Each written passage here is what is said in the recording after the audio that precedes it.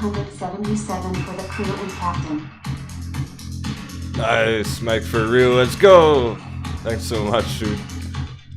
We need some sevens in the chat.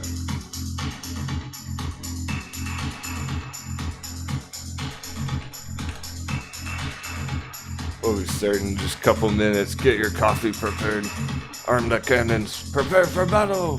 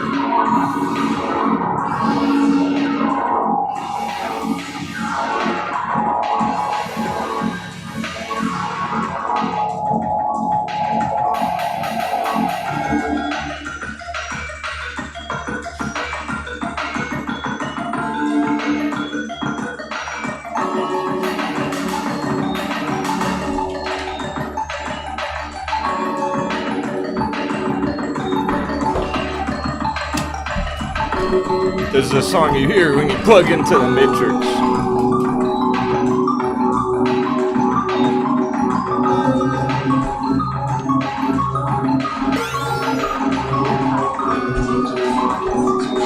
Oh man, look at all the hype in the chat. I'm so excited from yesterday. Like for real. Says we were fighting against Hedgie's institutions and the Moon Boys. Let's get that treasure. 777. Good morning, ladies and gentlemen. Coming at you live, 6:10 a.m. West Coast USA. We're gonna dive into pre-market technical analysis. It's gonna be a good day. We'll make it a good day. Together, we are strong.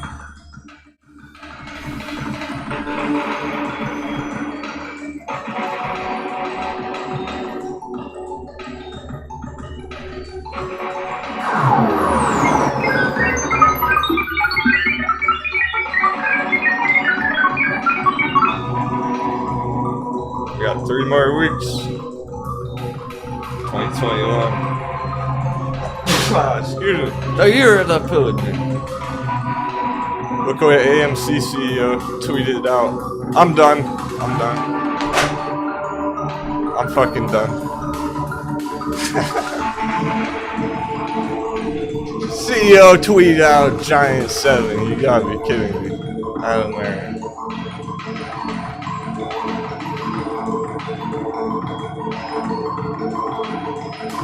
What does it mean? We're on the right track.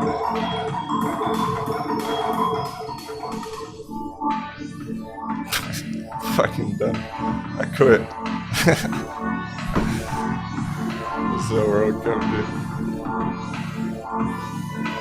You must watch our show.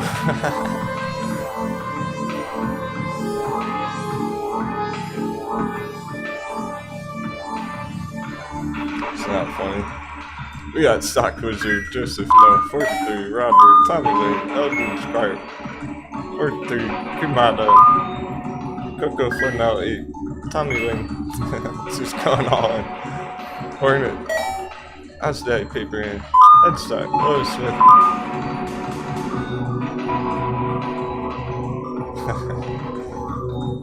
LC, Mike for real, of course.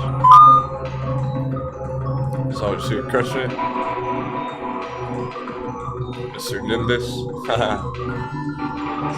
He's got that special espresso.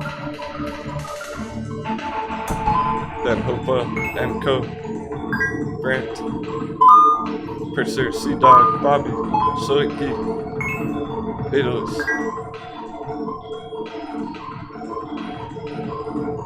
Scott Hines, Gregory Deluxe.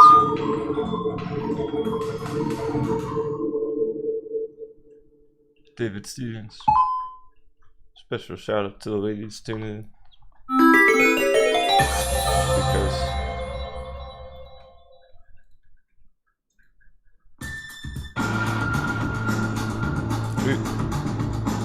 so Bitcoin's at 49,000 again.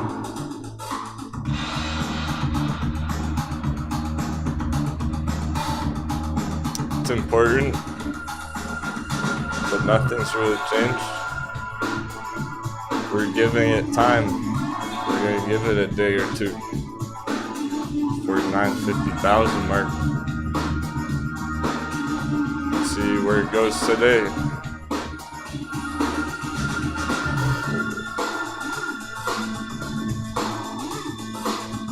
At this point, I would prefer to see it above 50,000.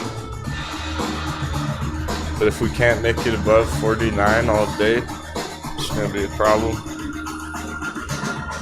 crypto.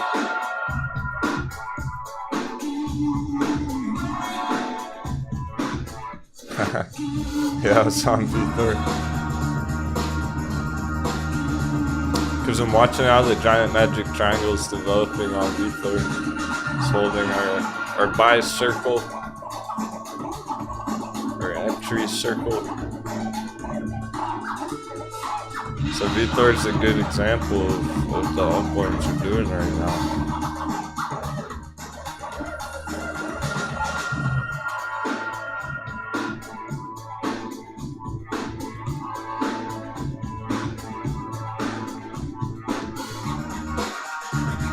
As long as we're right here, we're all good.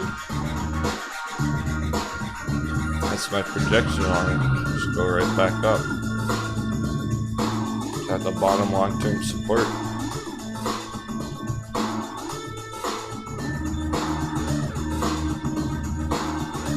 Just a bunch of panic selling is all last week. So some altcoin, I mean, pretty much all the altcoins went down to their support levels the last week.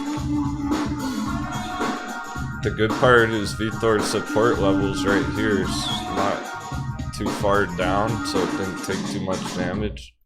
It was still a fairly large magnitude there. It's still 50% drop there. Still quite a bit, but in the whole long-term pattern, it's not that far down, whereas some of the altcoins go a lot lower. So as long as we're holding there, it's a show of strength, showing some power. Our altcoins are in good shape, so Elliottician holding the giant breakout.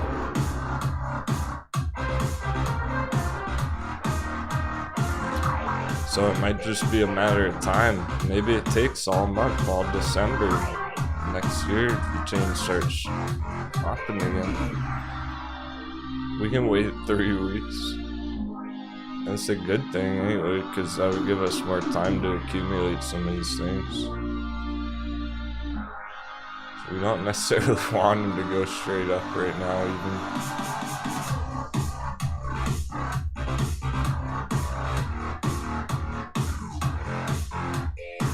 Litecoin 160.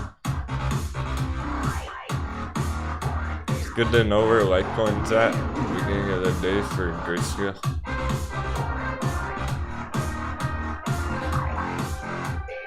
It's like dollar screen. Alright, we've been trending up on the dollar all morning.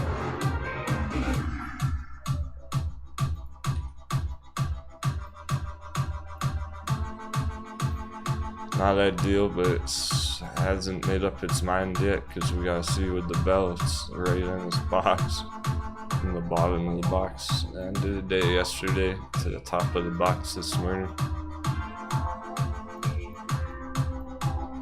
Consolidation zone. Hey, Cody.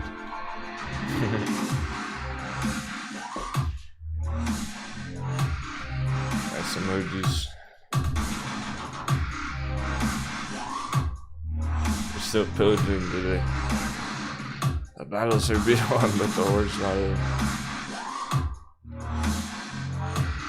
We got explosive price action to the upside when we had this dollar dip earlier this week. It's at a good spot where we have that same potential today. Get a nice dollar dip all day again. But will it happen? We'll find out in 12 minutes. Expect the worst, hope for the best. It might not be all doom and gloom though. If the dollar goes up, it's almost necessary right now. We almost need it to happen. Balance out the markets a little bit.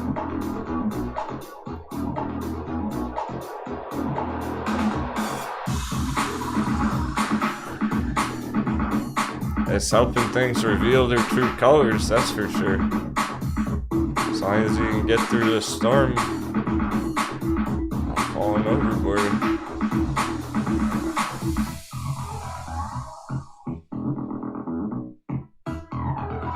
Oh yeah, Dash alert did go off too. Dash hit 150, so that was the little day trade from yesterday. Still active. 5% on Dash. Our loop ring day trade crushed it though. Not bored enough, asked about that the other morning. For a scalp for a day trade on loop ring. So our entry was at $1.99. It hit $3.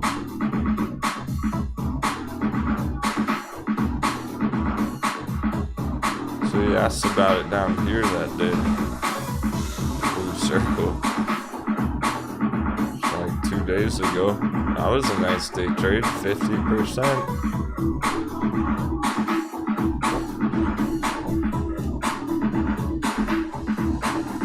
There are great trades on crypto occasionally.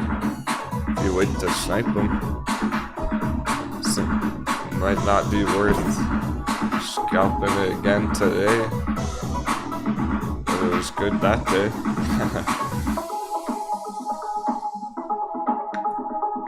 Actually still looks pretty decent. So now that Loopring hit $3 again, it's trying to head back up to that $5 target.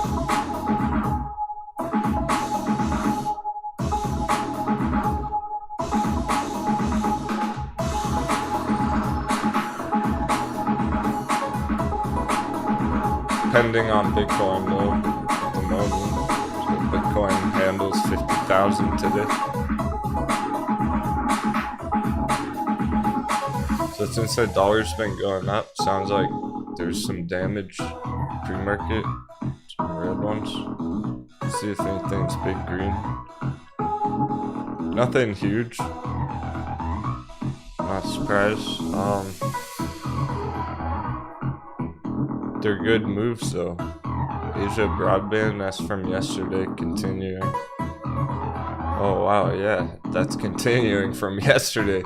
We were expecting it to go flat today. I might be even more bullish than I thought. If that keeps popping today, I was expecting it to take till Friday.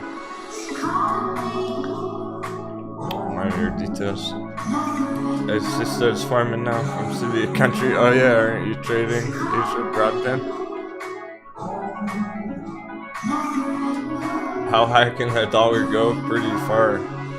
Don't worry about how high up it can go on the chart on the dollar. Worry about how long it's going to be in an uptrend. How many weeks are we going to do this on? Maybe 3 more weeks going into the new year. It's more like how high up will it go in the next 3 weeks. Nice. Sisters farming now from city to country. Bunch of shares. Yeah, $1.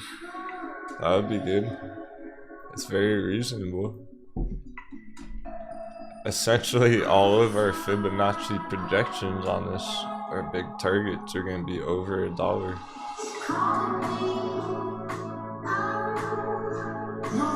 But you're going for 50 cents, real first, nice target.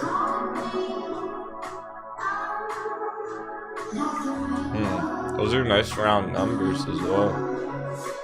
25 cents, 50 cents, $1. Nice Fibonacci action going on.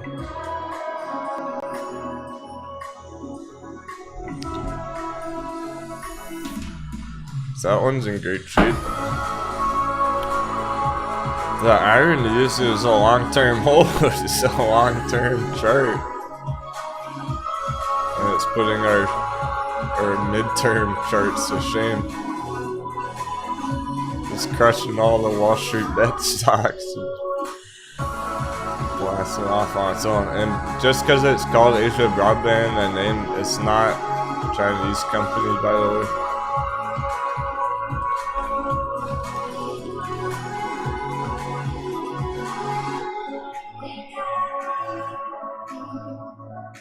I think. Trying to double check if we dove into it one day. Pretty sure we figured that out one day. I'm seeing Shanghai. Can we get some confirmation in the chat?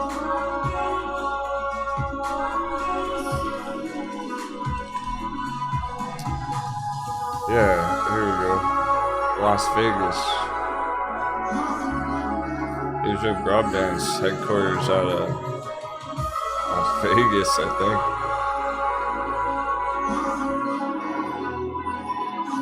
Vancouver. It's not China. Just because it says Asia Broadband.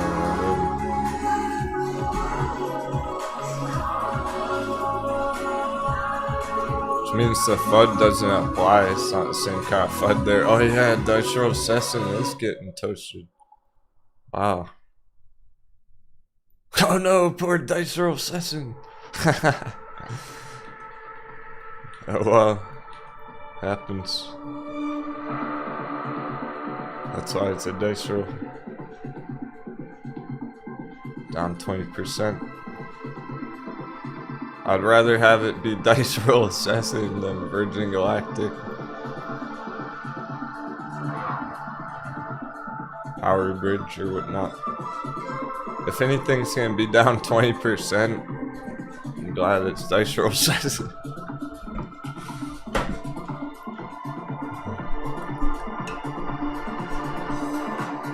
People probably forgot all about it, forgot you're even holding it at this point. When did we enter that? Like 6 months ago. We hardly even check it anymore. It's still overall trending up. I still am expecting it to close that gap fill target next year. It's taking a long time.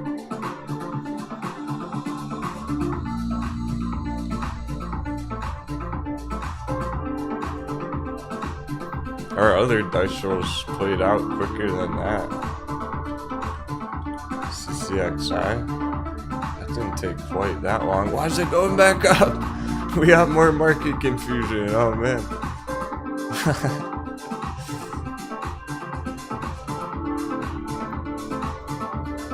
It shouldn't be going up right now. Closed green yesterday. All the resistance here going down. Our bearish charts were fairly green yesterday, kind of ridiculous, but now a bunch of them are going down pre-market already. Woo back down. Those are one of our newer ones.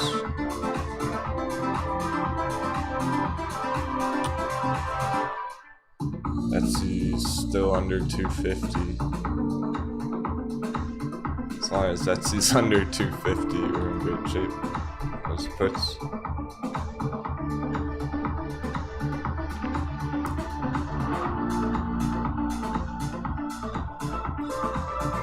What is it, Hornet?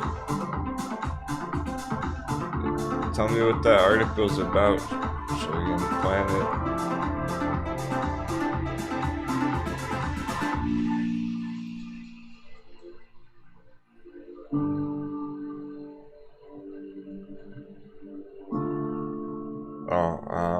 He says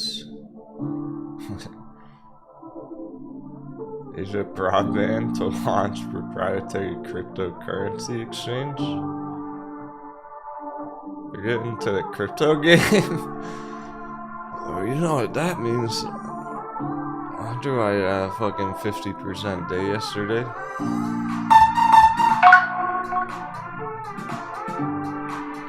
Alright. Thanks, Sorry. Just good due diligence for the crew.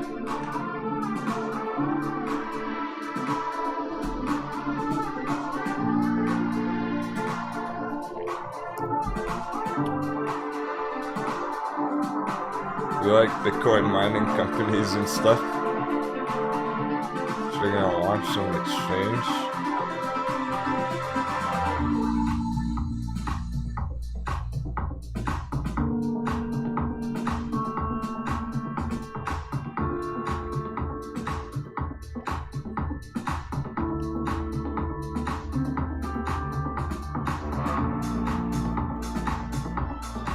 Seeking alpha. Asia Broadband to launch proprietary cryptocurrency exchange in December. This came out December 8th, so that was yesterday's news came out.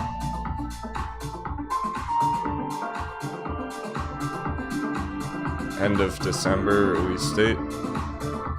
Hey, we're open. That's the bell.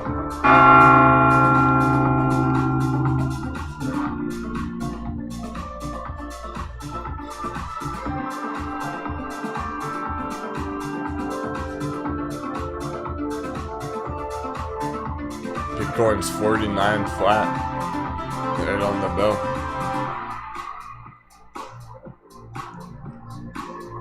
Might be a bit of a decision day. These things are trying to make big decisions. If they're gonna finish the week with a bang or not. Everything's bouncing around. Looks like Lucid's opening pretty low. Be expected. So we're all on the same page. Lucid's currently been on downtrend. We're expecting pretty much downside on Lucid for the rest of the month. And back up next year.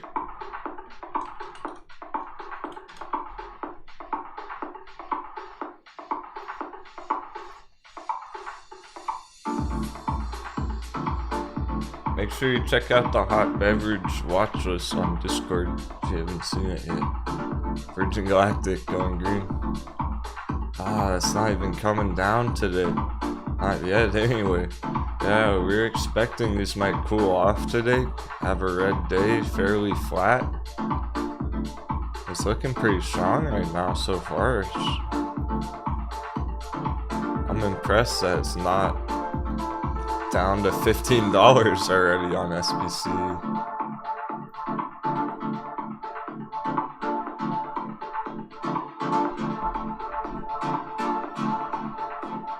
Trying to continue now. See how that goes in 10 minutes.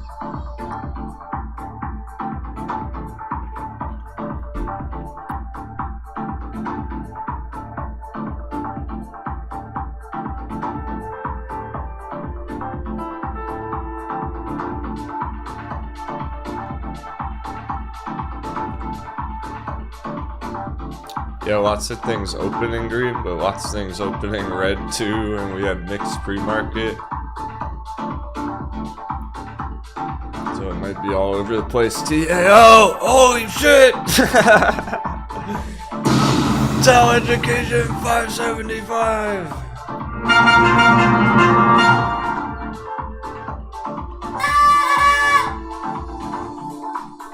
Oh, chat killed it. Great job. Congratulations, top balls. Risk high reward. That trigger.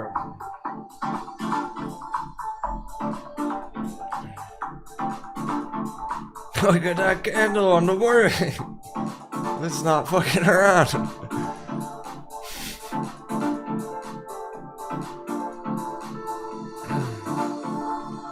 That's super important because it's popped through the resistance. That's the only resistance we have on it right now is that line in pink and orange. We're through.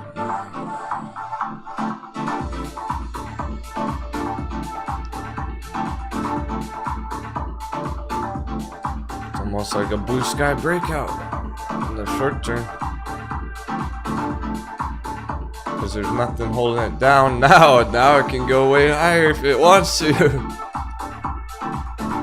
We could be seeing $10 soon. TAL here.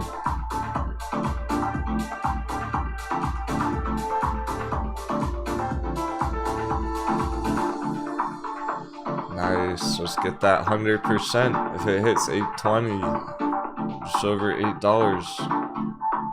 That's 100% from the bottom barrel entry.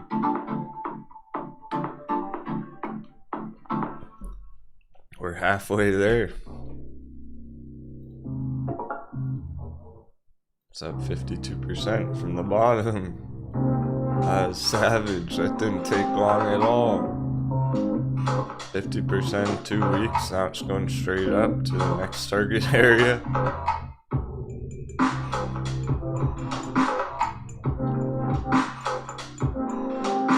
I would love to see the Tau Bulls double their money in 1 month.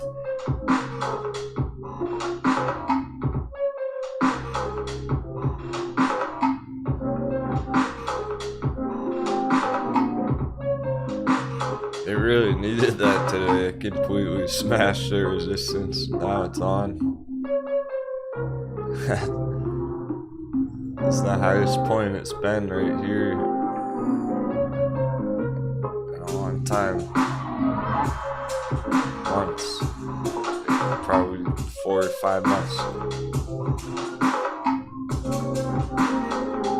Now we're trying to get right through there. Go even further. Which is big percents.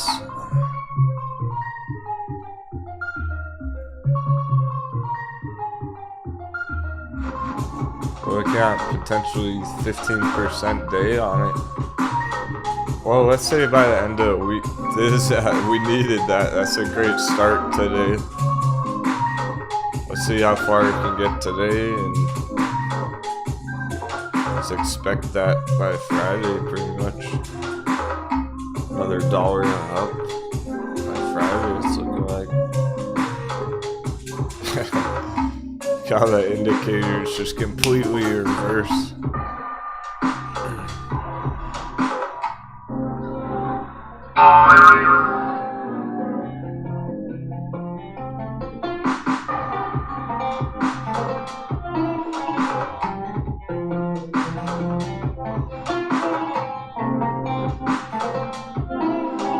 It doesn't care what the dollar's doing.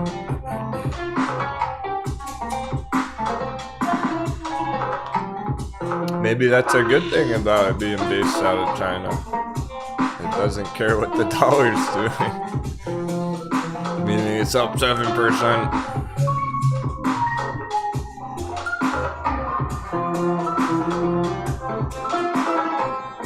Bearish charts going red.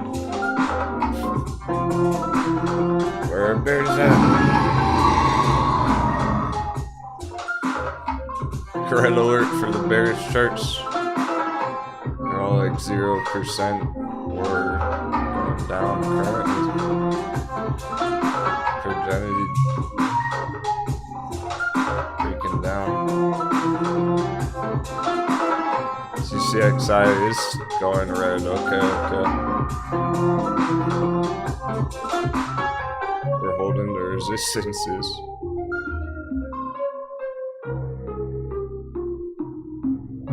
Chipotle Mexican girl, not going straight up.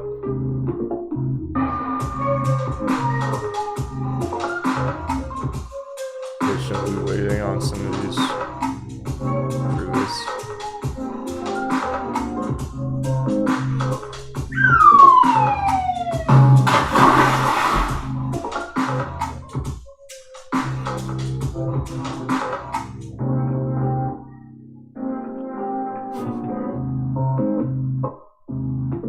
Looks like Tao's on the top of the list.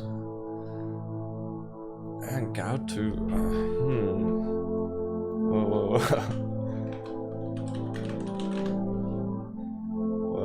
Whoa. Look what's on the top of our list. 2 Chinese companies.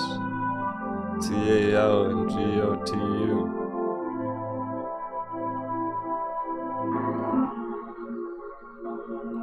Better get some more pirate flag emojis in the chat. How long have we been speculating about China recovery now? Like 2 months? Maybe 3 months? It was just a speculation, just a fucking idea. Now it's coming to fruition, coming to reality, going green on the charts, making people money who are brave, cared about the technicals and not just the FUD. I see on the news every day. That treasure, you deserve it. High risk, high reward.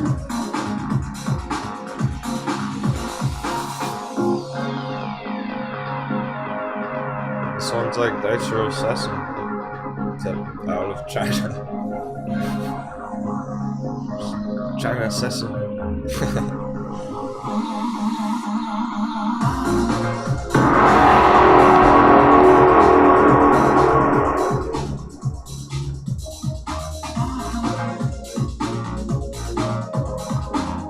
300% capital dirt.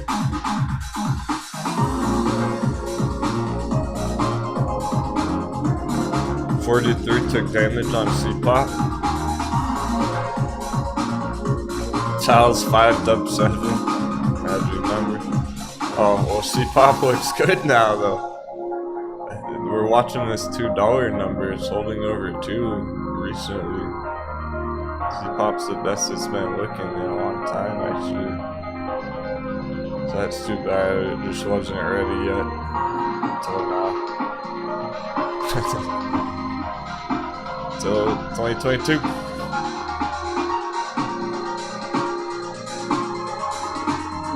The year of the great bag offloading. The great cargo unloading. When we unload all our treasures. Next year.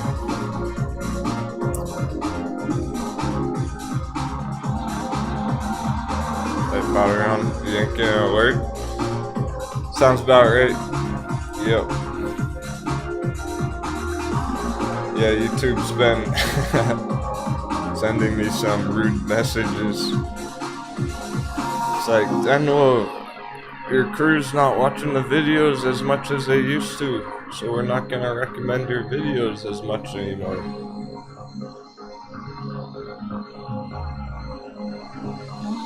If you enjoy the show, all you gotta do is tune in, say hi in the chat, throw a thumbs up.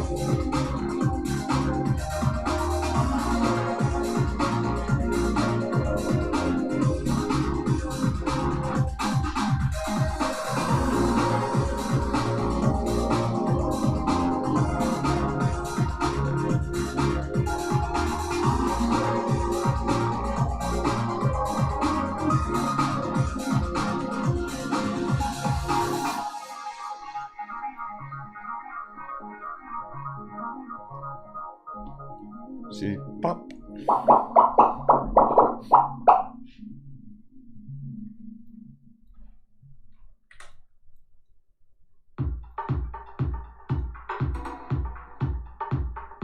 I get why though. It's been tough markets. Casual traders are taking it easy right now. Mostly watching here right now are probably here to learn primarily today. TRV 3777 magic number. Bearish real estate.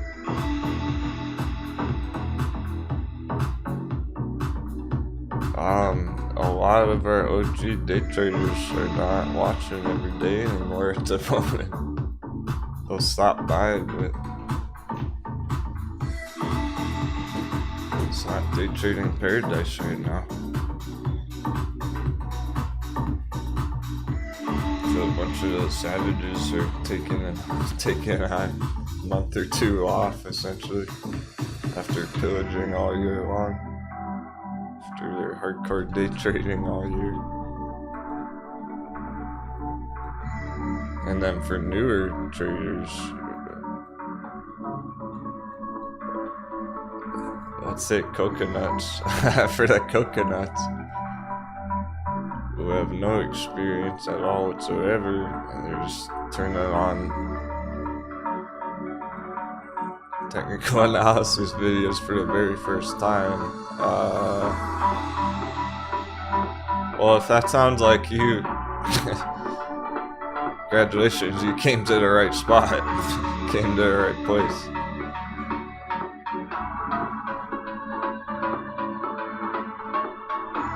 But for the rest of them, every man for himself are in trouble. I can't save them all.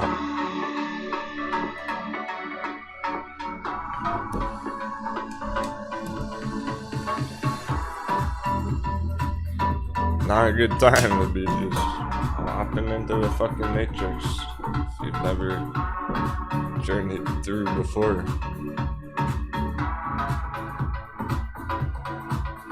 But it's all good if you are and you're here watching us.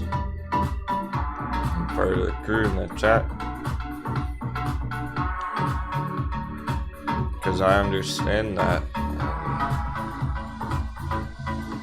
I can cater the content to help you understand.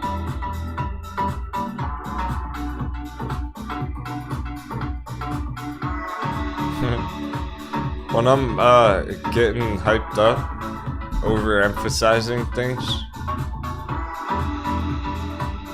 it's really just to help you understand better.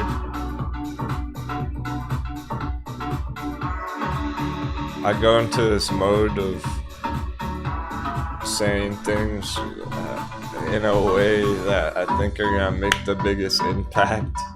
How can I say this to make them hear it the loudest? If it's important, I'll yell about it. If I'm dropping the fire, some tough love, it's because I think you might need to hear it. It might help you understand better.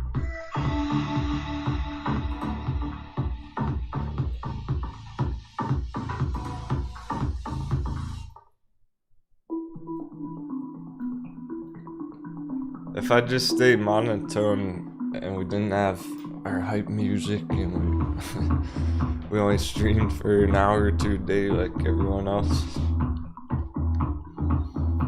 then what would you learn? Not much. How would you understand how hot the bevies really are?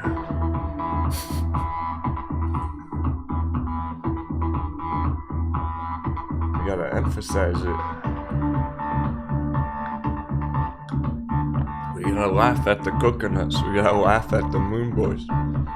That's something we can all get behind. We're all on the same boat here. We're on the same team here. But it's PvP. That's the other team.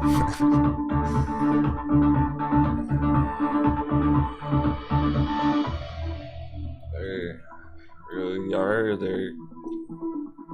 They're losers in the stock markets and they're winners. But if you're in the red, if you lose a trade, you make a mistake, that doesn't mean you're a loser. You're only a fucking loser if you give up.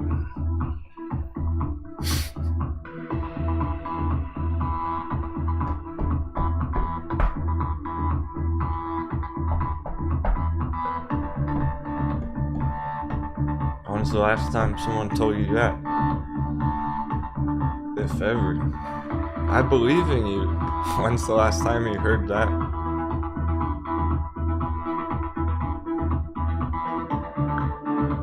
You're doing a great job. How often do you hear that one? Doing a great job, Kurt. You really are. I mean that.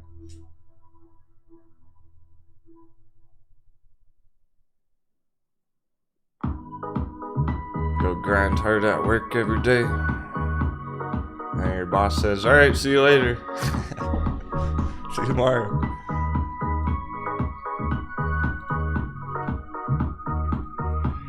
I think you deserve some more credit. Especially if you're trying to learn how to trade better, how to chart better, how to understand the markets better. At a time like this, when we're at completely pivotal, crucial, world-changing events going on.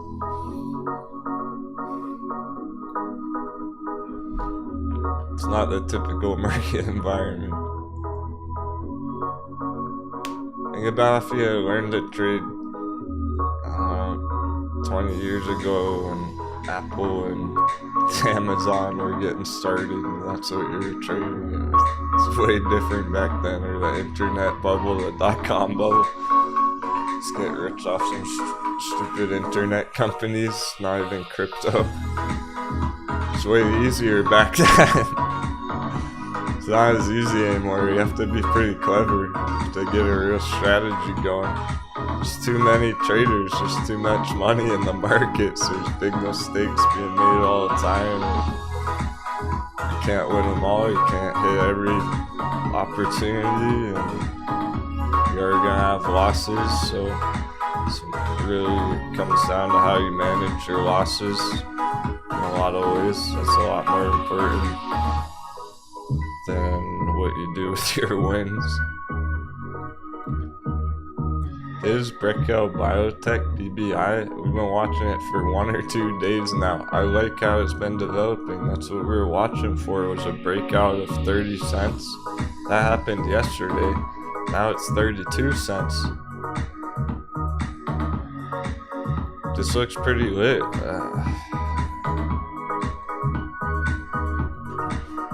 We got your gap filled target, strong bounce. So far so good after the earnings shakeout. I think it's the all-time low as well.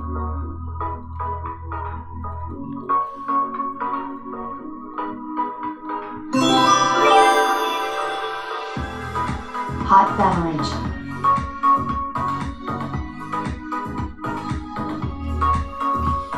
Well, there's that old saying, time in the markets beats timing the markets. There's some truth to that. That's a fancy way of saying diamond hands.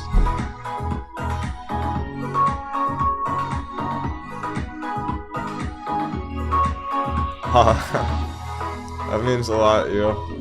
Appreciate all the kind words and support in the chat.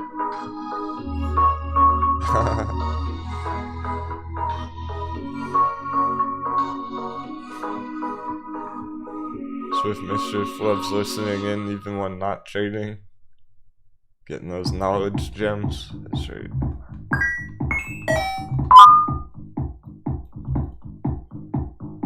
When it says he's listening in when not making trades, this is his happy place.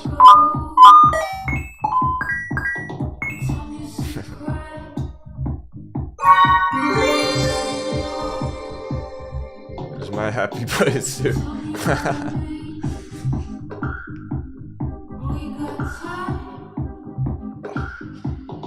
Funny year, it's so funny. When the show ends, when I'm off camera, I miss you. I miss all my friends in the chat. When the show's over, I don't know what to do with myself. I work on other stuff for Discord and everything and prepare other stuff for the show after it ends. But it's like, I want to get some sevens in the chat, but the camera's not rolling. So I pop on Discord, see everyone have an awesome conversation out there. It's all good.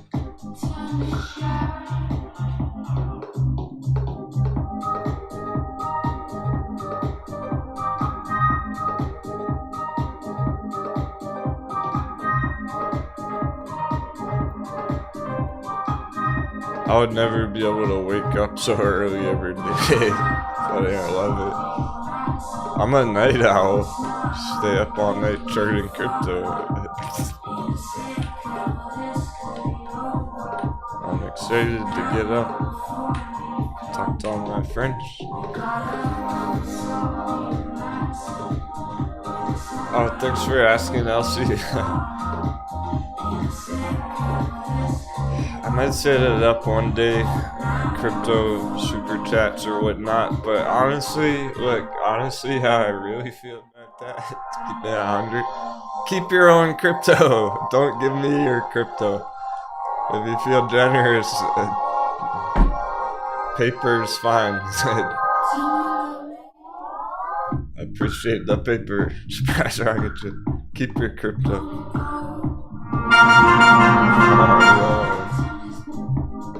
Don't give it away.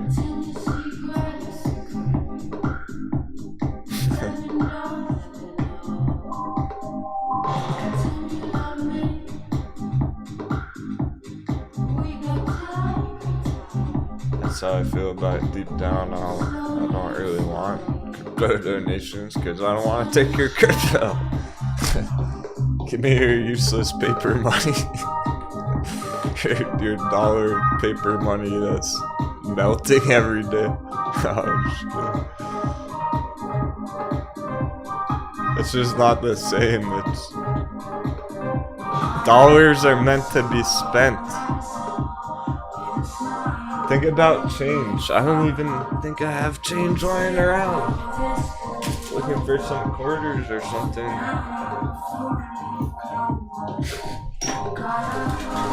I don't even have any quarters or dimes or nickels laying around or anything. have some gold coins, some props, treasure. Alright, so think about change. Who even uses change anymore? Usually if I get change back at a store, it's like you go buy a sandwich, they give you 50 cents back change, I just throw it in the tip jar. I don't want a bunch of pennies in my pocket. Big jar full of pennies in the closet or whatever. So paper money is kind of like that as far as I'm concerned. It's just a piece of paper, like any piece of paper. It's meant to be spent and used. So keep your crypto. Hodl that shit. We're talking about that yesterday for Crypto Crunch. You don't want to fuck that up. Just hodl it. Start giving it away to all your friends and stuff. PBI is still rippling, it's up 7% now. Anyone get in on it this morning? We've been talking about it. If you've been looking for an entry today, this thing's pretty lit. Just in general, not necessarily for like a day trade. It's not a day trade by any means, but it might end up going the furthest today. Wow.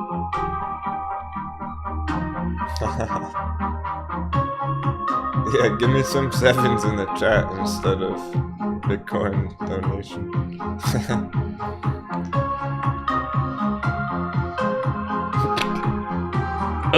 You almost got me. LC almost killed the captain. I made a dangerous mistake drinking coffee while I'm reading chat. He goes, I feel bad sending you shitty paper. Don't worry, I'm reinvesting. Don't feel bad, I'm putting it right back into my favorite long-term holds. That's how you know. Captain's ready to go down with the ship. Captain feels confident about what he's telling you guys about. I wouldn't tell you about stuff that I wouldn't trade myself. So if I'm still reinvesting in the markets, you know it's a good time to be doing that. So I'm showing you all the ones that I'm putting money in for next year.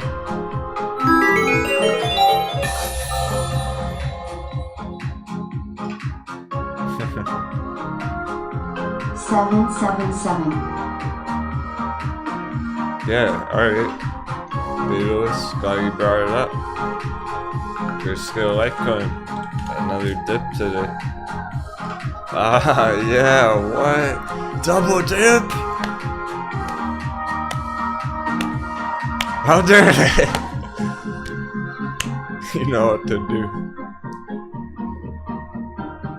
Attack!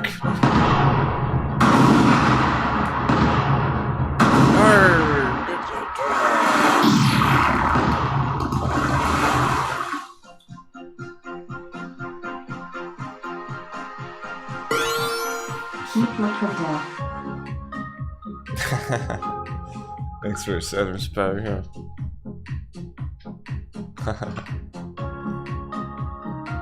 Not sure if you saw it, but everyone really enjoyed the discussion over the weekend that we had. Members video.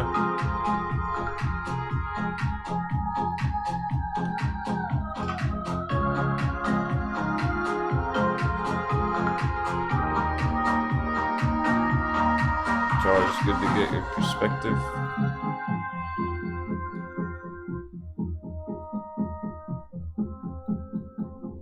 So make sure you watch the weekend update video if you haven't yet, because we have special guest Powderhound at the end, dropping some knowledge bombs. So even a captain appreciates a different perspective from my own. I don't want to get biased. The last thing I want to do when I'm charting is be biased about it. Last thing we want to do is fall in love with one stock. Like CCIV, babe. What's BBI? What's Brickell Biotech? A moneymaker? I don't know. A good trade?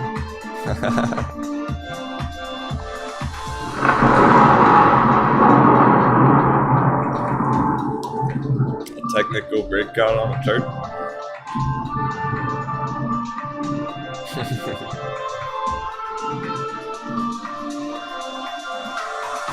Yeah, Elgin Carp. You have a coffee tin for all your spare change?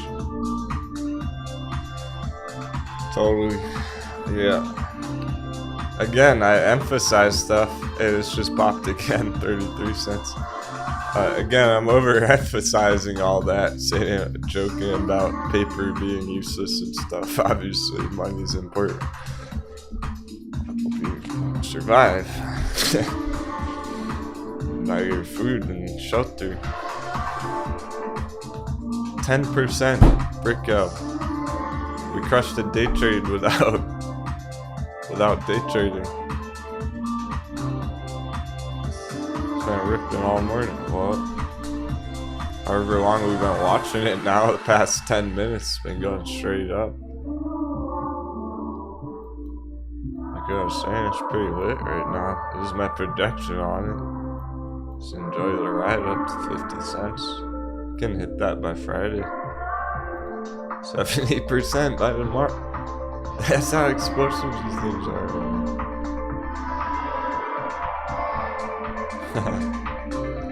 Thanks, Hornet. So your original captain, no one like you, brother, never changed.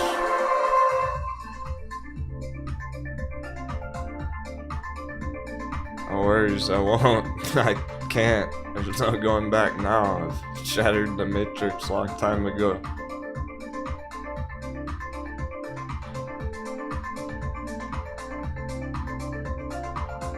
I've always chose my own path in life. I never followed anyone else. Except for my older brother.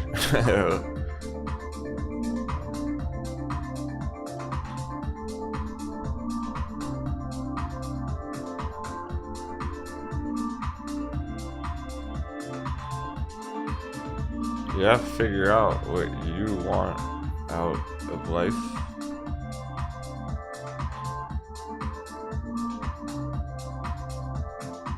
Why are you even trading? That's an important question to ask yourself. Why are we all even doing this exactly?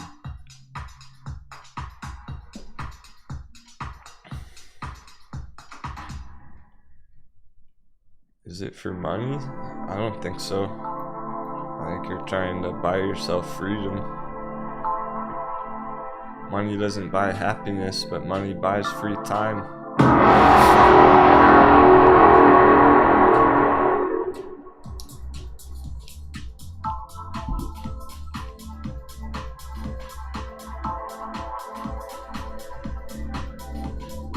Yeah.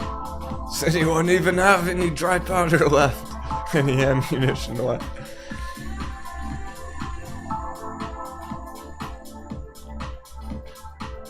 Well, someone was excited about it 2 days ago, and we were watching how it developed. As soon as I saw it crack through 30 cents yesterday, it was on. That's what we were waiting for, to get over 30 cents. 13%.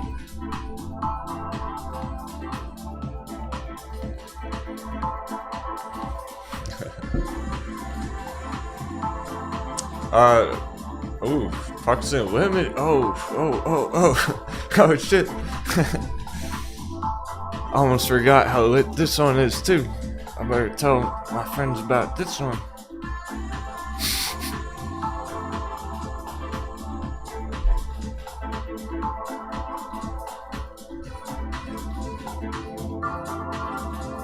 $0.40 flat. Bear trap confirmed. Holding us the only support line that exists on it. We got the bearish divergence. This is Pucks Unlimited, NEW.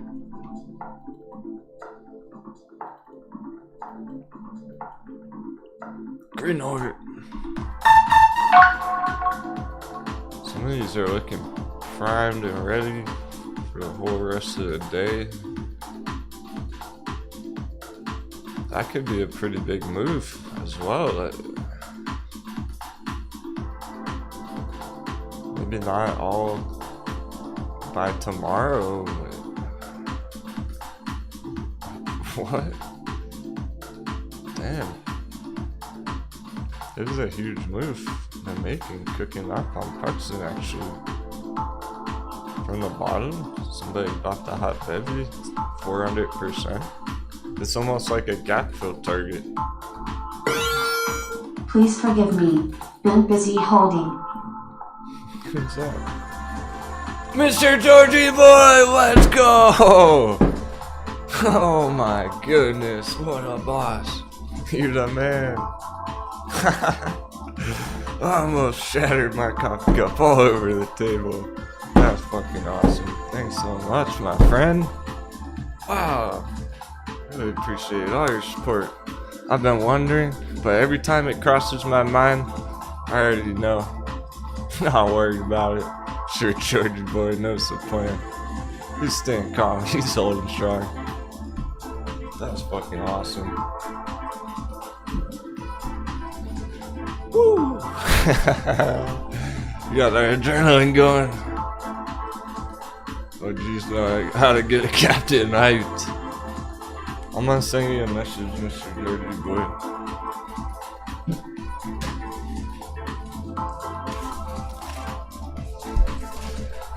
I'll catch up with you one-on-one. I'll just remember. I'll remember later. I always think about it after the end of the day. Awesome support, all the awesome messages people do out there. There's your inspiration crew. Get back to work. You're forgiven, Mr. Georgie Boy. You have a get out of jail free card with the captain. We're saving you an extra life vest over there in a glass case. No one touch that vest. As Mr. Georgie Boy's backup parachute.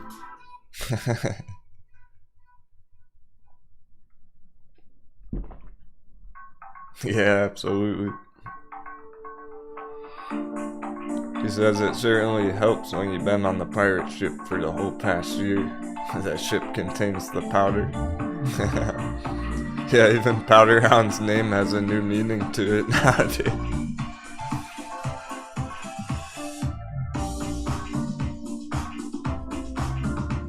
That wasn't a pirate reference originally. It's a skiing reference. But now he's our Powder Hound at the guarding the storage containers of our powder, or dry powder ammunition. Yeah, dry powder hound. Oh, I understand, I really do. That's the stuff that keeps me super motivated, Mr. Georgie Boy. Said this time last year you would have drowned, you would have taken on water, fell overboard, splash.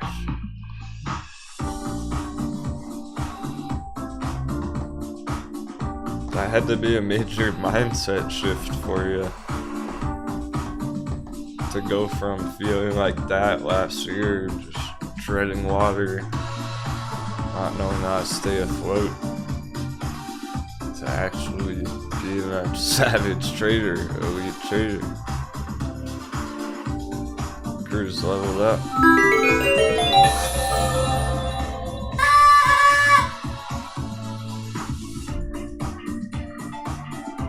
As a whole, for real.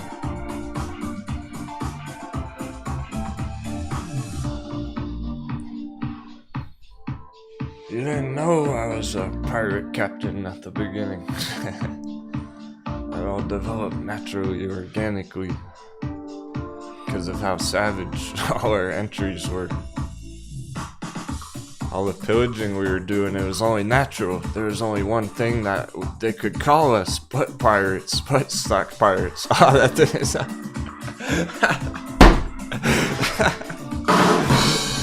That's fucking awesome. We have such a good time. That's the coconuts. They're the butt pirates. We're the stock pirates. They're the butt pirates. Alright, I'm done.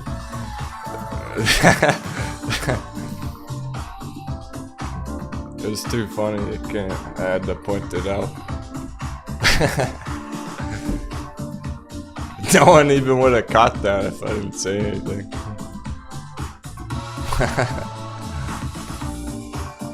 We gotta have fun while we're crushing it.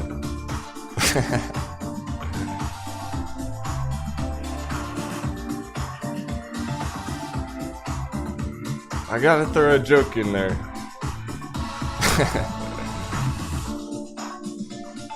Sorry, you're cracking up. I love it because I know that a bunch of you have similar humor as I do. Or else you wouldn't have even made it this far. You have to be lighthearted, joke about it, joke about ourselves. If you FOMO in, make a mistake, you can laugh about it, you can make fun of yourself. I was being a moon boy about whatever. I FOMO'd in the towel, moon boy. And we can all laugh and learn and move on. Hey Angelina. Shout out to the silent audience. There's always out there. They're the silent crew who's below the deck. They're the maintenance. Chat doesn't realize we have all our maintenance down there patching up the boards. Yeah, that makes me happy. 43. We would be friends in real life. I like to think so. Except we wouldn't, because I don't have many friends in real life, because this is all I do all day. So this is as good as it's gonna get. We are friends in real life through the internet, you see. I hang out with you every day more than I do any of my in-person friends. I don't even see my real life older brother who lives like 10 minutes away from me. I see him like once every couple months for a few hours. I'm here with you and chat 8 hours every day.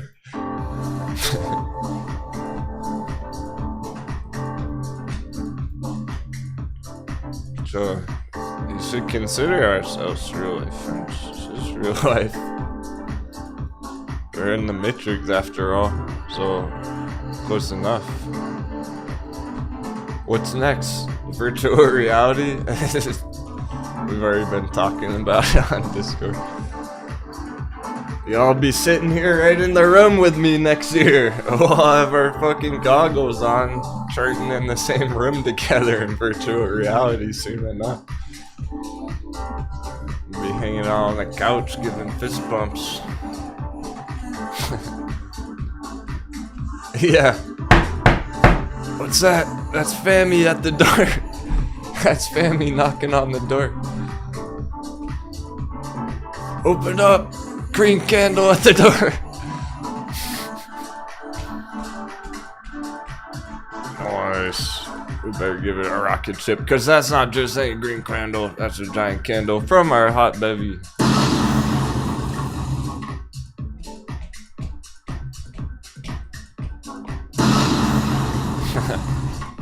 Hitting all the buttons. Pretty explosive morning so far. We already got a few that are 10%ers.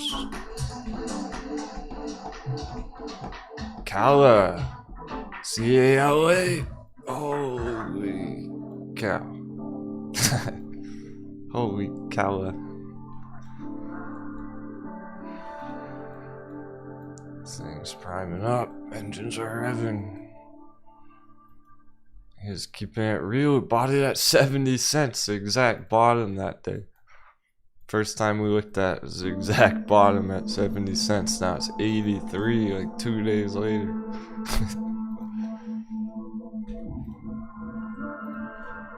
Looking good. Looking more than good. Looking epic. Epic start for big targets.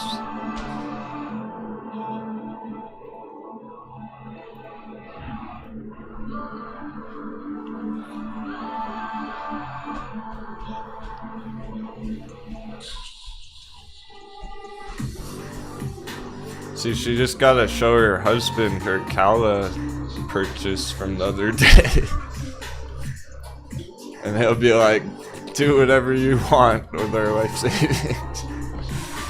I'm just teasing. Out of respect, she's listening right now. BTX is looking ready for an entry. Anyone else been charting this for 6 months patiently? Not a moon boy entry lol. Okay, Denwo. I like how you had to clarify that at the end. You had to specify it then. P.S. Not a moon boy.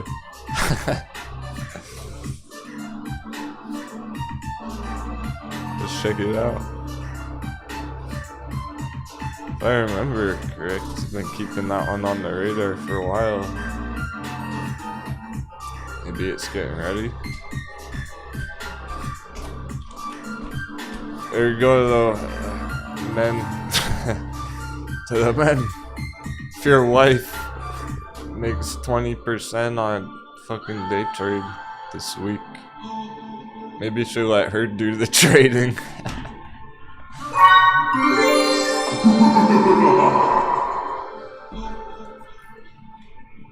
If you're married to Dragon Mom, you should probably let her do all the trading.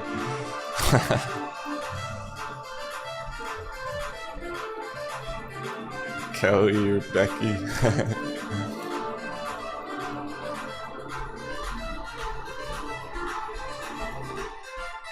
I just need to find me a wife who can crush day trades and I'm good to go.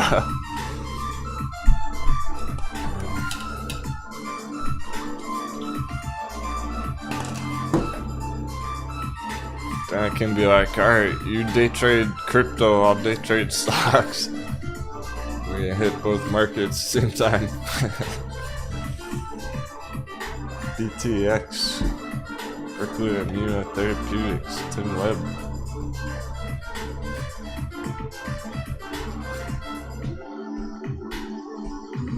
It's been on a bull run since 2020, pandemic.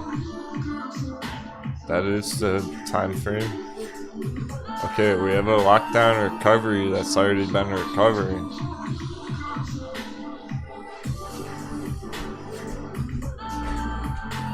Is this a lockdown from the pandemic?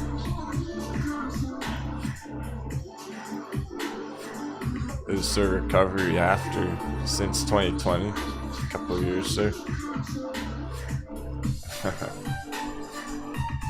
Careful, Robert. I know a couple of lady pirates and they're badass, so they might leave you out to dry.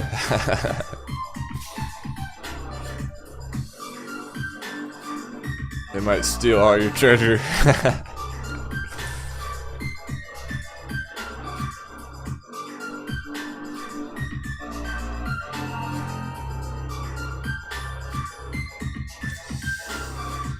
That's right on the line, no wonder. Okay. It's a good thing. It's definitely holding long-term bullish here. Long-term support.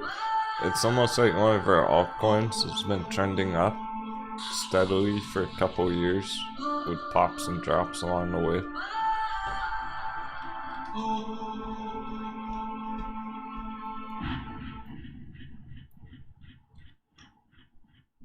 It's pending a breakout right there. that last line in purple, but it just hasn't happened quite yet. So it's on the support.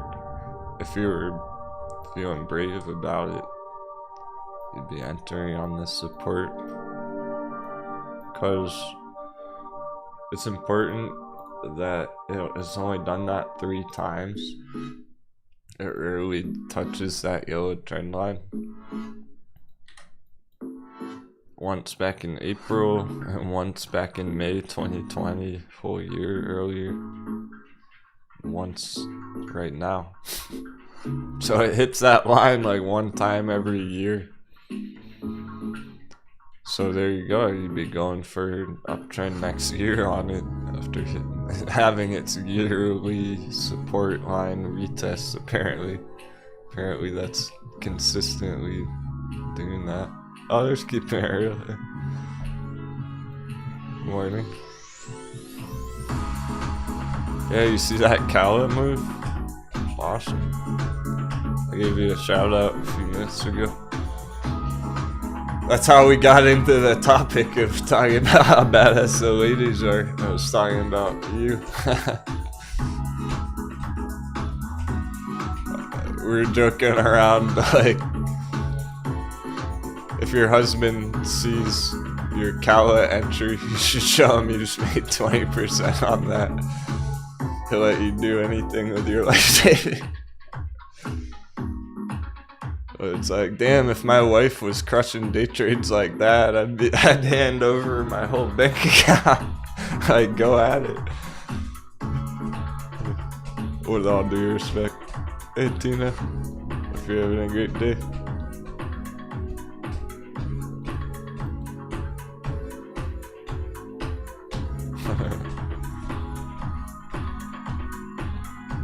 They stay calm and hold strong, the ladies, so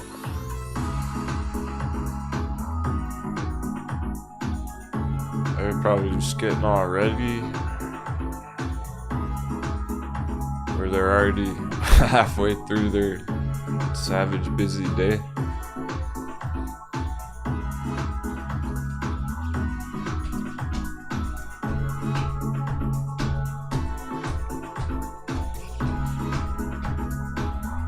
You're patient about tuning in.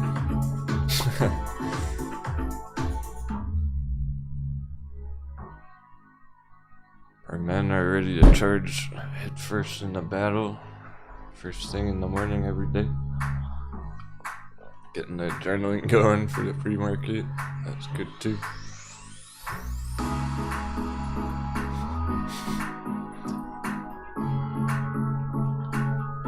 Sammy's number 3, Power Bridge, number 4. Alright, Power Bridge. Bridging.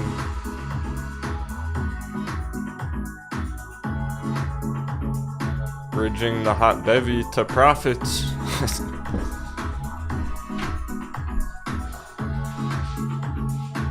Something about those names.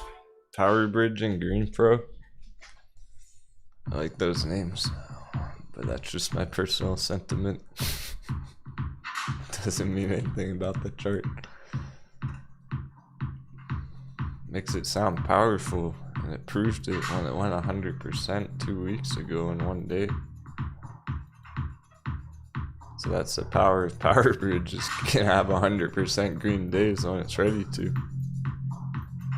Let's measure it from the bottom, because I think it's already been crushing it this whole time. It's already up 50% from 2 days ago. From Monday, I guess. Beginning of the week. A few days ago. No, more like Tuesday. When they really hit the bottom. Bears getting wrecked.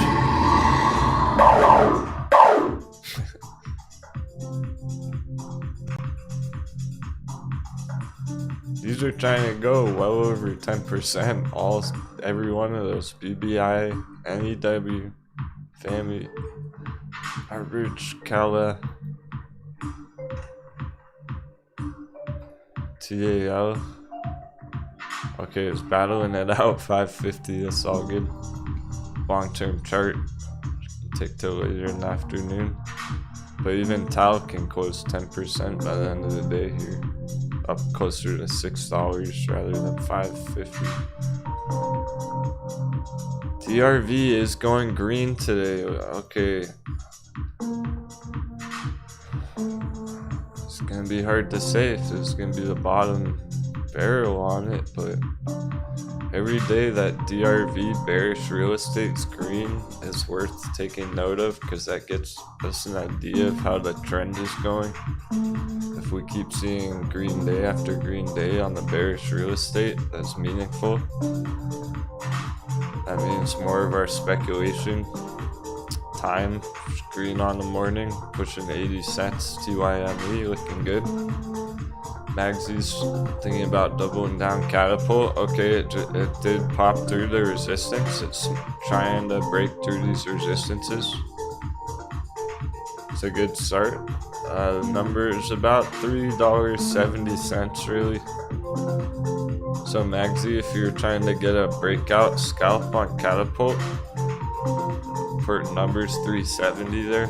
Look how perfect it is sitting right between our orange and our blue lines. You can't make this shit up. Look how perfect. Technical analysis does work.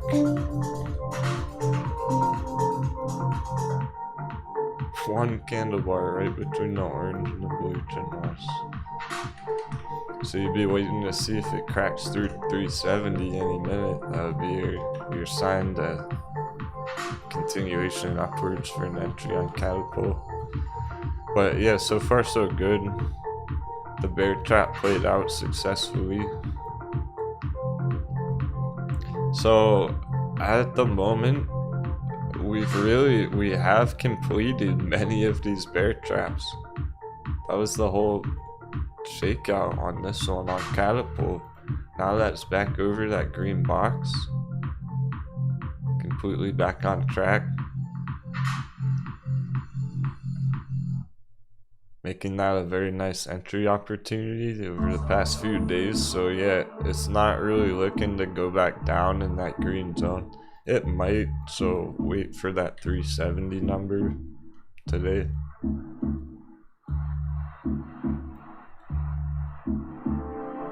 But either way, you're going for that bigger push after the bear trap. We're still nearing the completion, the ends of these bear traps. So you're going for the Galactic.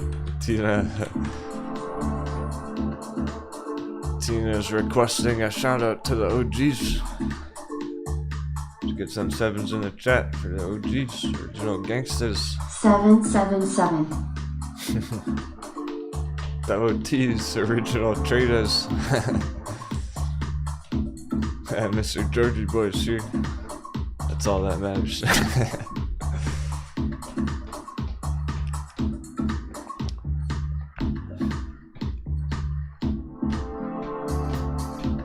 Having fun today.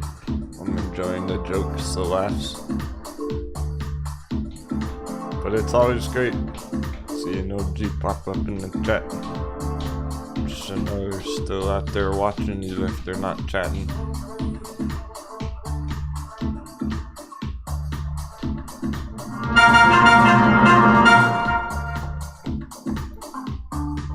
Y'all are awesome. What a journey it's been. I wish we could pull up the AMC chart.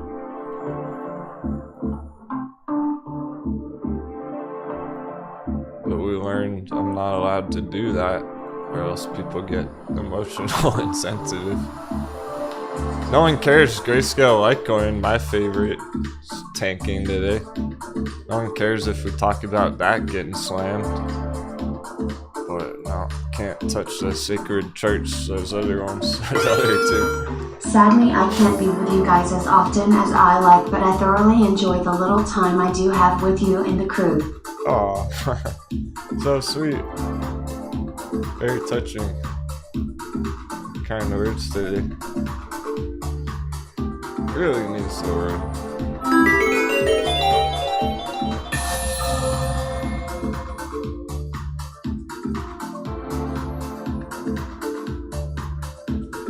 I remember you had gone on vacation keeping it real. How did she spend her vacation? Tuning in, crushing trades with the crew. I know a lot of you wouldn't rather be anywhere else. You love it just as much as I do. It's amazing. You feel like you're part of something. Right? I never wanted to be part of a team before, ever. Till this year. I'm a solo guy. I'm a captain. I lead my own teams. I don't join other teams.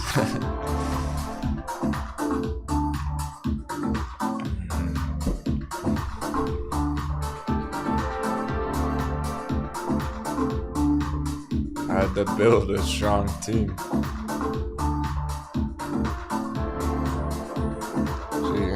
Truly feel like you're part of something special. Happy trading. Thanks so much for joining me today.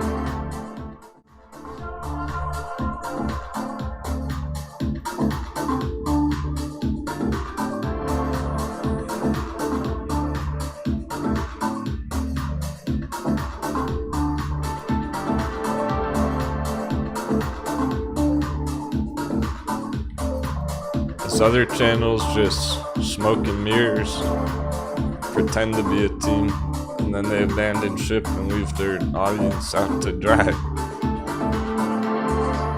Leave their audience holding the bags. Bunch of shills.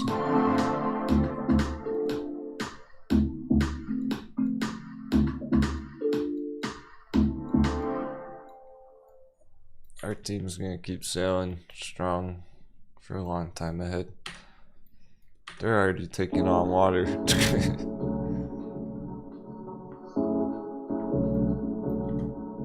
That's right.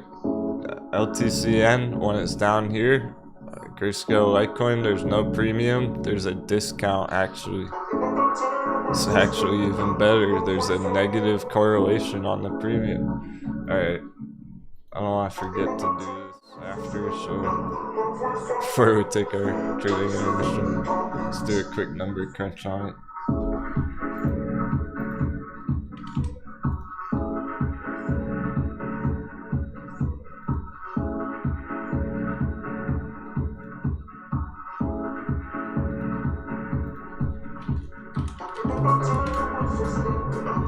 $153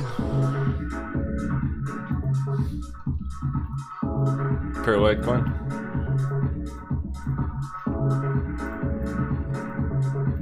$191 shares, $14. It should be 14. It's $12.50.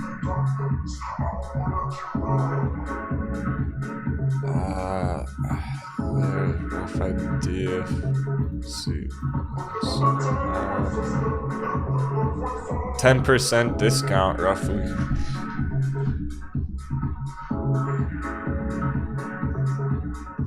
This is out of a factor of 100, essentially 1 to 100. So you got that 0.10, that's your 10% discount. That means if you're trying to buy Litecoin right now, you get 10% more Litecoin if you're getting Grayscale instead. 10% more bang for your buck. The amount of Litecoin that you technically are owning, that you're holding. Very cool. Take 5. They're practically giving it away. I hope it stays down for the rest of the month.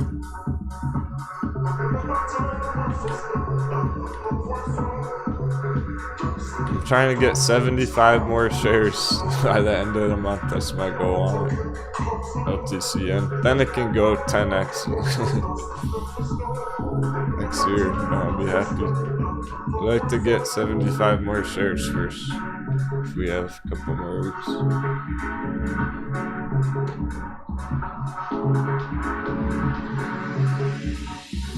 So there you go. That's how you know I feel confident about it. I'm sticking to the plan.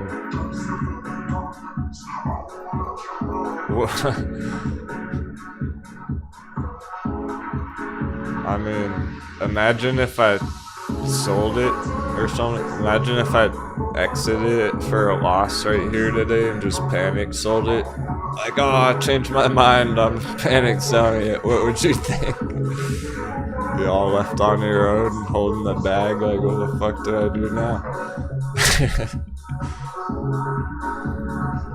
I got your back. We're gonna keep up with these charts for a long time ahead.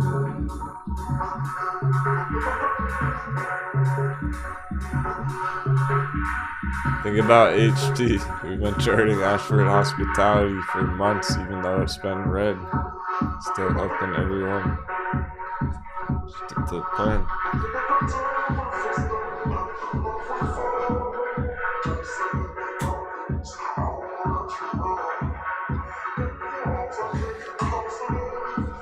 Yeah, I think there would be a mutiny.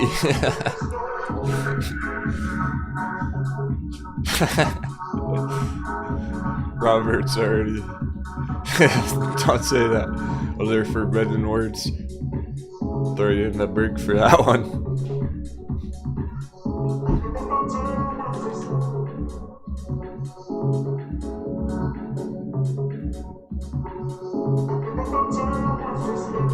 I can call you a coconut, but you're not allowed to call the captain a coconut.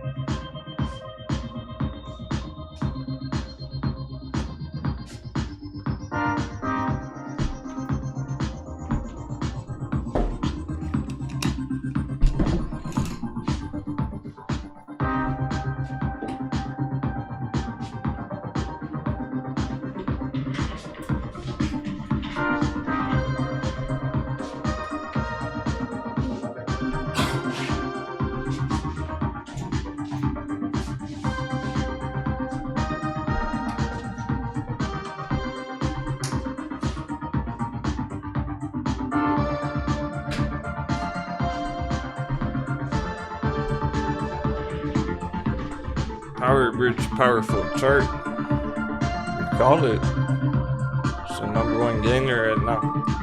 12%.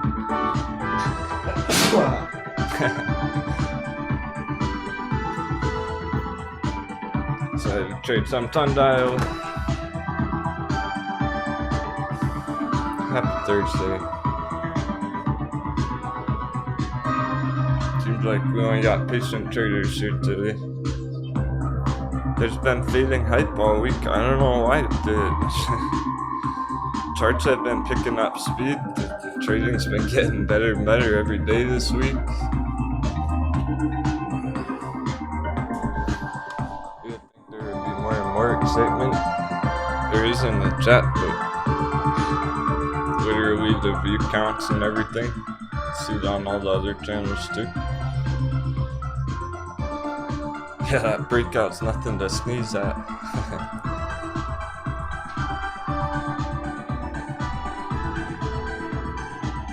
The jacket's off. Sorry, no, it's yours. A fresh shirt, let's go.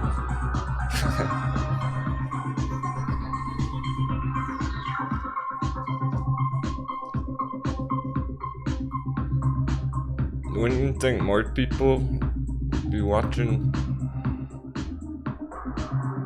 So the markets have been going more and more green throughout the week. I guess today, overall, it is looking more things are red than green so far. So I'm not totally sure what to make of it. It's tough to get a feel of the sentiment from my perspective because I'm here every day. Let me know what you think in the chat if you haven't been here. About that, is there somewhat of a fading interest in trading with the retail traders right now?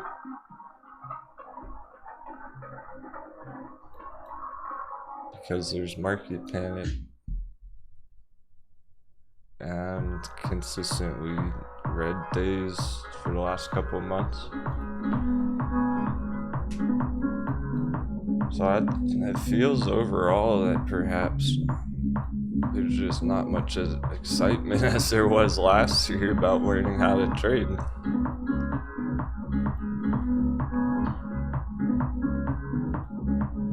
With new traders getting into the markets.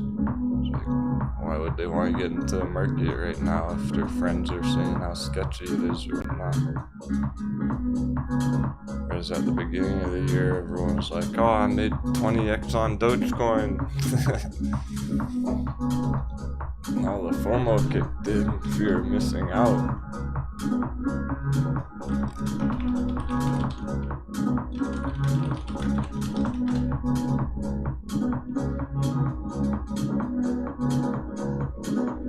I'm sure there hasn't been as much talk between friends and family about making money in the markets lately.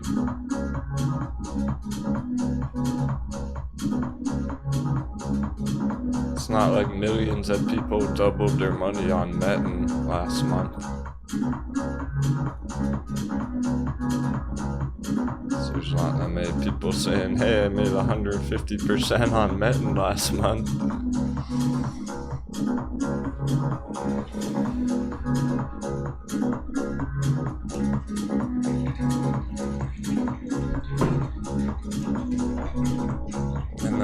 ones who took damage all year long, the ones who started last year and took lots of damage,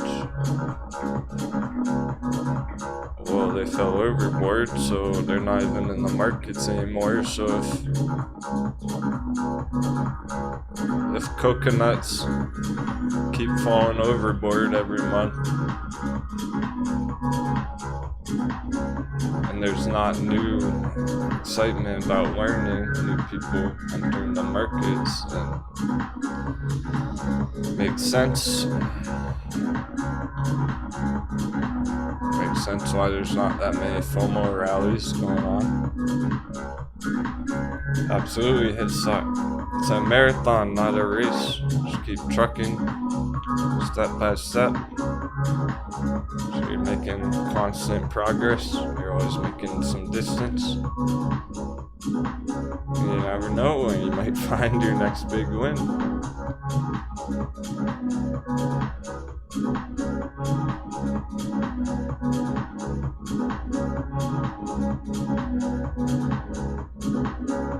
Yeah, Powder Hound thinks it could just be normal end of year volatility. Holiday doldrums, Tina.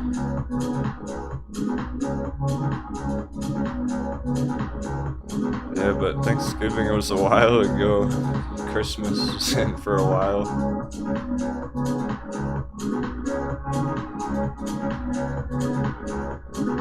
I think it's more of the sentiment. People who were excited about it already entered last year.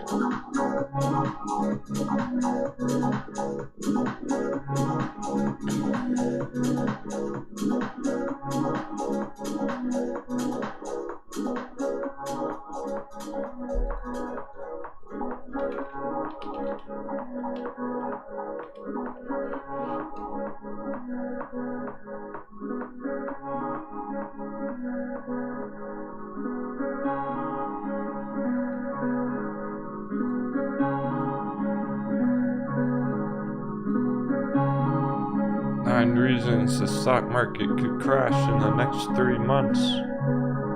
Is the stock market going to crash again? How to tell if a stock market dip is turning into a crash?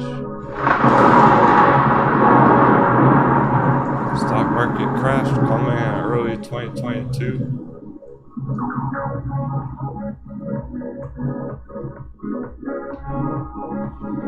They're spreading FUD for sure.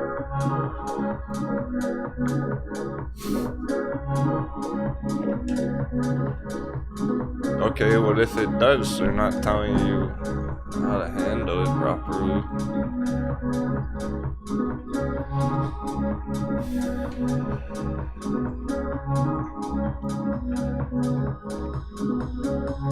I mean, if it's gonna crash, let's get it over with. It's kind of where I'm at with the whole cycle right now. Get the show on the road. Let's get the Etsy crash going. Let's keep that Etsy melting. Hard resistance, hard rejection.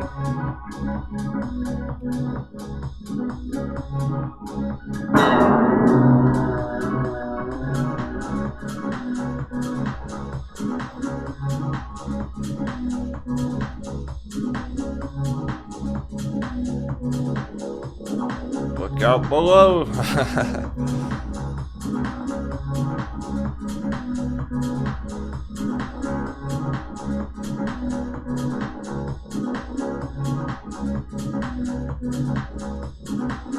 As good as it would look bullish. That was a breakout holding support, bouncing. Breakout, retest, continuation. See it now.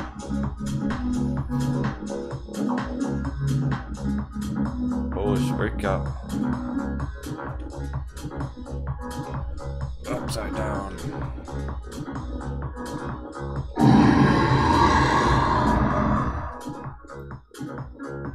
Yeah, just Revenant. That's the irony on it. Behind it all. These are epic trading conditions, especially for swing trading. It's riding, Etsy puts down for a whole month or two, straight down. Doesn't get better than that. That's epic.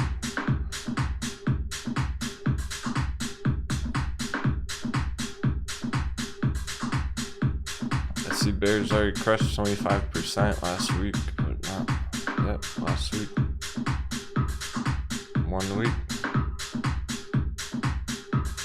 It's hard to catch 25% bullish breakouts right now. We did it on looping. Yeah, what the fuck? We're making too much money for... There should be more people watching, honestly. And our crew. Where's our crew at?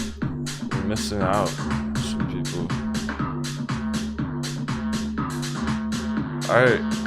If you're a moderator or some savage in the chat, where my mods at? I saw Robert here. Powderhound sure. Where's Becky? Where's J-Big? Where's Yohizi?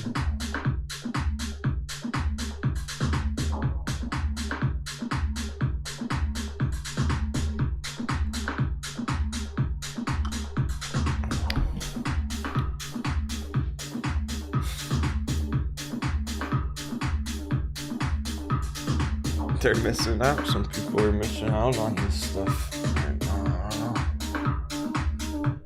Yeah, they're just busy or whatnot. It's too bad.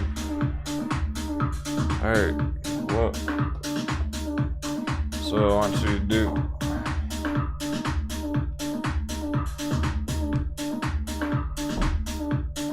Blow them up on Discord. All 3 of them.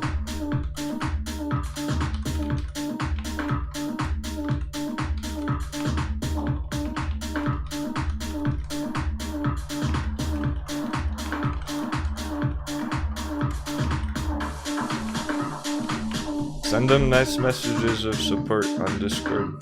Captain's orders. Also in the chat.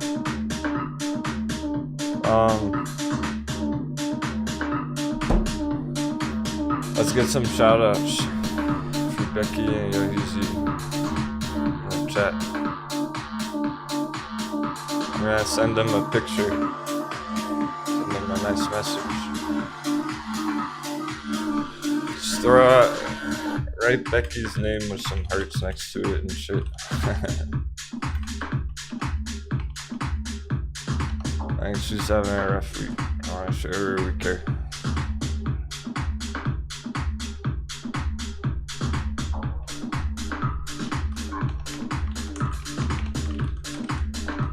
I haven't seen Yohizi.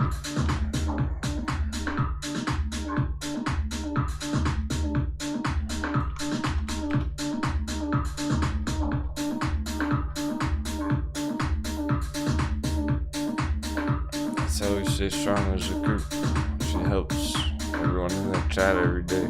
Let's help her with a nice message. Blowing up on Discord too.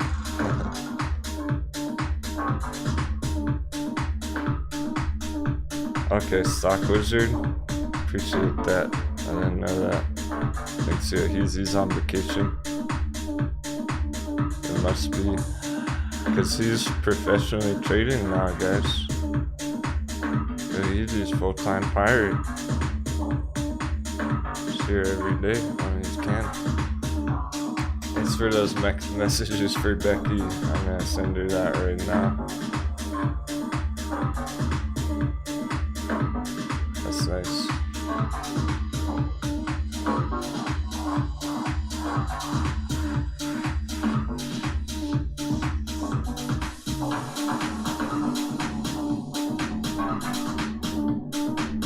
Cause you know they wanna be here, so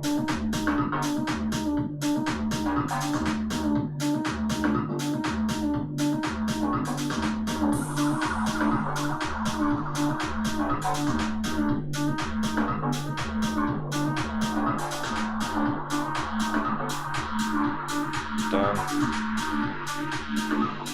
That'll make your day. Thanks, everyone. And we'll do the same for any of you.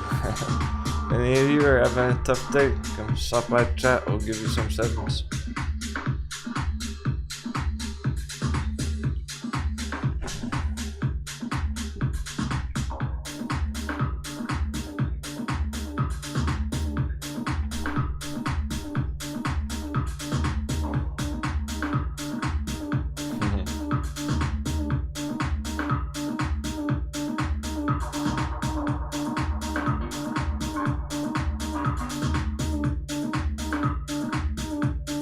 Firefly, Vitaly, Topet, Dirty Dirt, Stock Wizard, Bank Cave, Grizzly Giant, Naked Slavi, Evil Torah, David Stevens.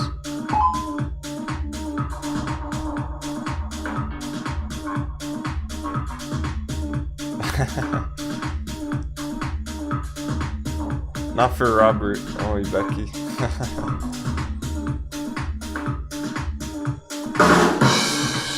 I'd do the same for you, Robert, if I didn't see you in the chat for a week or two.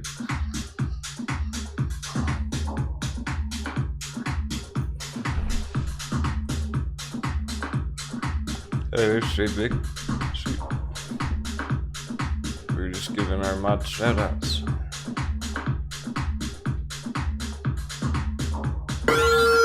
Can you look at Docu? Looking tasty. Yeah. Keep it real. Thanks so much. Keeping us on track. Just casually staring at the loop ring chart. Having fun.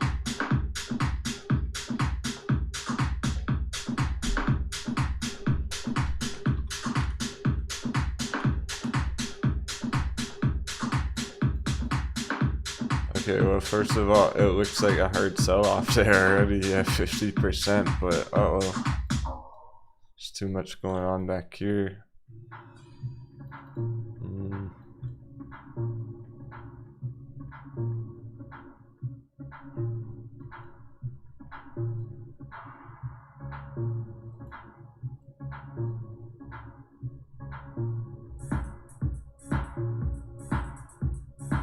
Trending up after that earnings.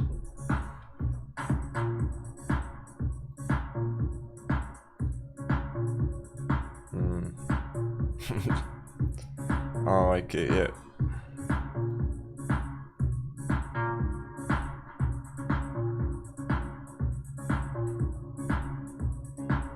I don't think this is ready yet. If you're looking at bounce more down at that area, it looks only halfway down. Under 100, not 150. I don't like it yet.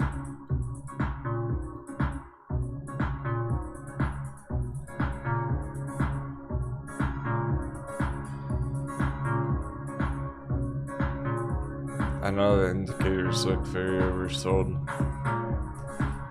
but it's looking more like that might just be a temporary bounce. About the trend. I don't like how some of them look, so 15 minutes actually bearish.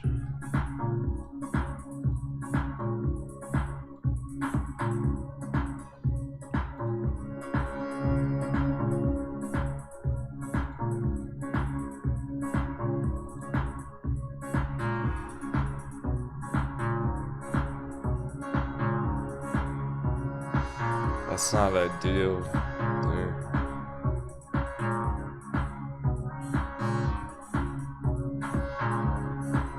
And when you go out to the midterm, this is what I'm thinking. Fake out, break out. Like so.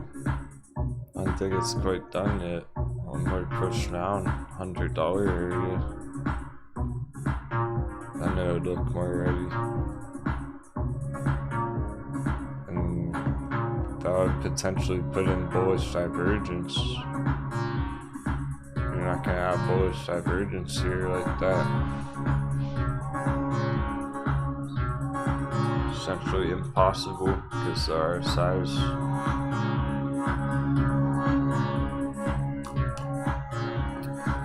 it's not trending up. RSI, you need an uptrend on the RSI, so maybe the next push down when you get the RSI is starting to trend back up here on the midterm.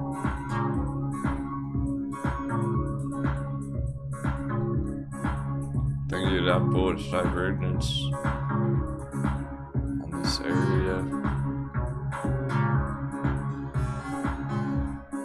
That's my prediction for it. I'm sticking to it.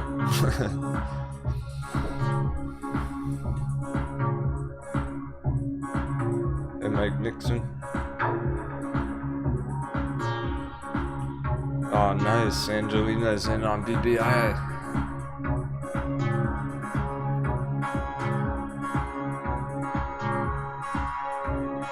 That was a good choice.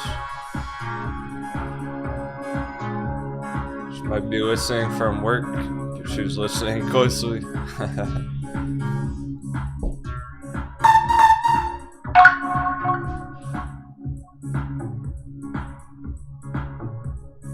Yeah, if you're trying to get DocuSign for long term, you should give it more time. Looks like it's going down right now. Currently, close the day under 150, stuck under 150 tomorrow, keep going down. You might get that entry just next week. It could be down there by Monday. So, yeah, I would suggest giving it at least till next week. See where it's at on Monday, still trending down.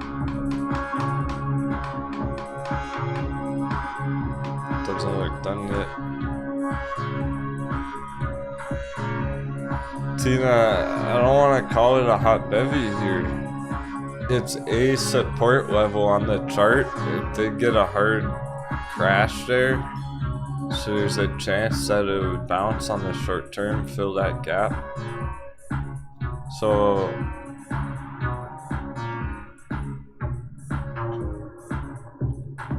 you're thinking this, and yeah, that's one possibility, but I don't like it here without the bullish divergence. It's not significant enough.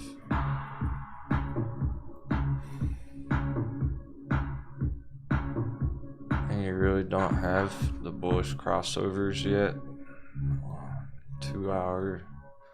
See it on the 4 hour. If you get it on the 4 hour, that's why 4 hours are favorite for swing trading. You gotta trust the 4 hour. If the 2 hour has the bullish crossover, that's cool and all. I don't trust it. I trust this. Till the 4 hour goes bullish. Otherwise it can go down next week, so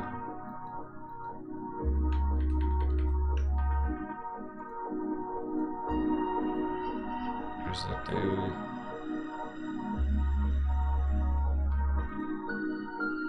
Weekly. It's gonna be hard to catch the bottom.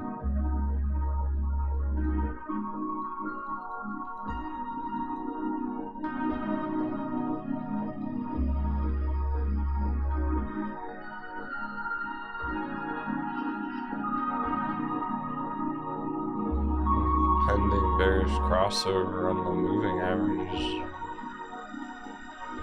It's almost certain to happen. That would actually be a bottom signal. His may be too detailed. I'm gonna say it anyway. Because there's some interest in this one apparently.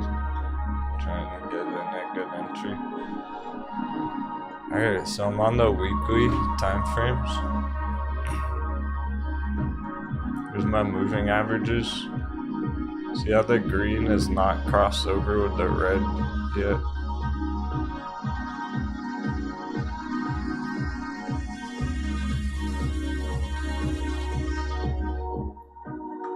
Ever. Apparently. Alright, well. When this green line touches that red line, which is looking like next week, one more week, and then it would touch. That's when you'd be looking to enter. It's counterintuitive. It's a bearish crossover. It's called a death cross. That's the one you would enter looking for a bounce because it's fake signal. Tricks the moon boys. The price is already down by the time that crosses over. So when that crosses over, new traders see that and go, uh-oh, time to panic sell, and that's already at the bottom. That's a good time to be getting in, and like the candles can start trending back up even though the moving averages are going down.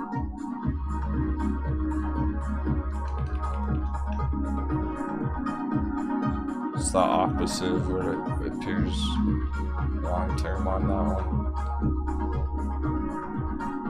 When you get that bearish crossover, it's going to be an entry sign actually.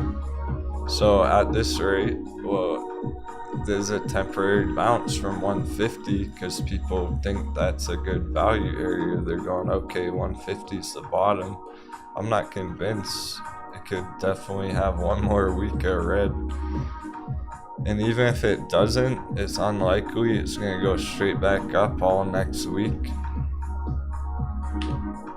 So it's probably going to hash it out at this area still for a bit.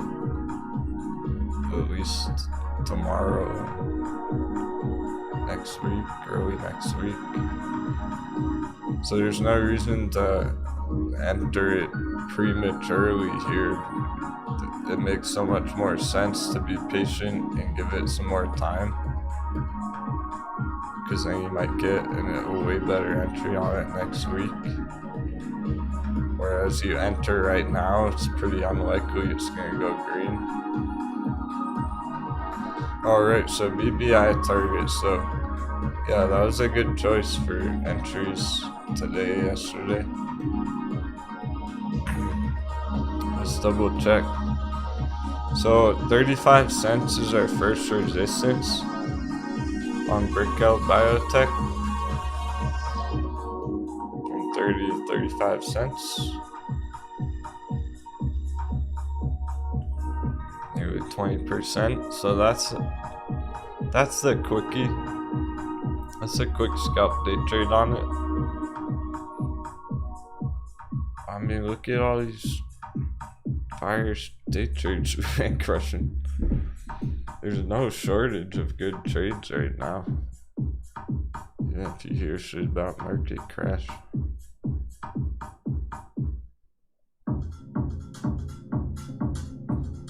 Doesn't everyone have a trading account ready to make trades?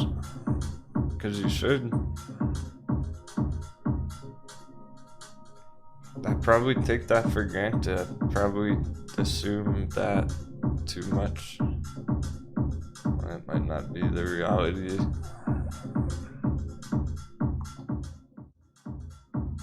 I kind of just have the assumption that people have an active trading account portfolio, chunk of their positions that they can move around every day if they want to, and in and out of trades anytime. If you have like 10% of your portfolio in your active scalping account, so you could just like move that around into BBI yesterday and then take profits on it today or tomorrow, make another play with that same portfolio on Monday. Should really always have some available, some way to have some liquidity to move things around, just in case you want to make a trade that you find something you weren't expecting that really gets you excited. I was like, oh, I wish I hadn't bought, I don't know, Coupang yesterday. Would I entered TCAT today or what?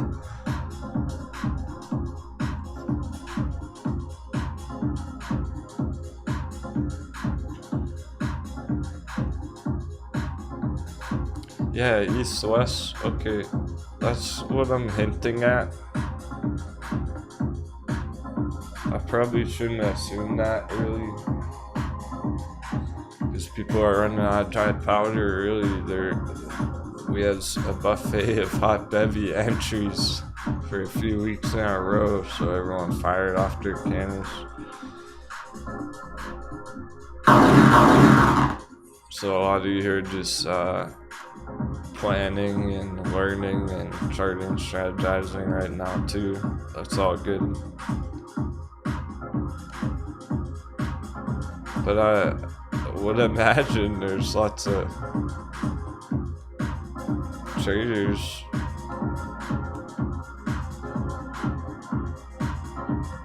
who are making more frequent moves, who have liquidity available from week to week. Essentially every week, especially if you're watching the show consistently every day or whatnot, every other day. You should really have some way to be able to enter a trade every week for a scalp, even if it's a small amount. Because you're getting that experience, you're getting that practice.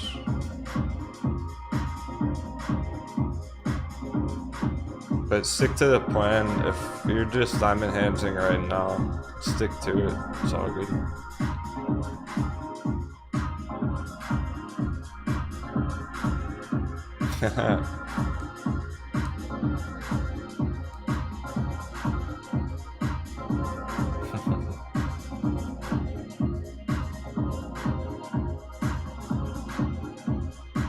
Yeah. It's like Pokemon, gotta collect them all. All the treasure at the bottom of the barrel. That's what this stands for, BBI, bottom barrel.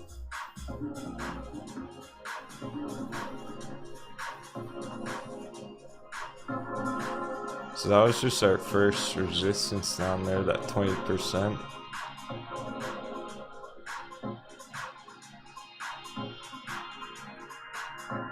$0.50 gap fill target.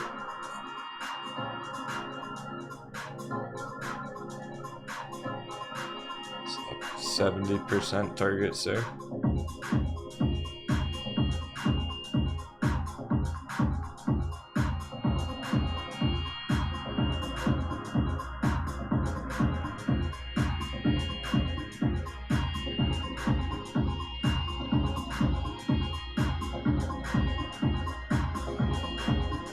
I'm gonna stop saying that it's not day trading paradise.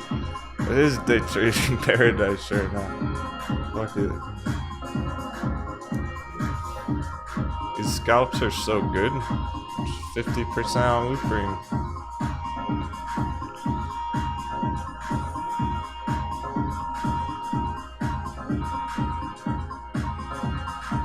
Bitcoin's still battling out 49,000 though. That's not very ideal.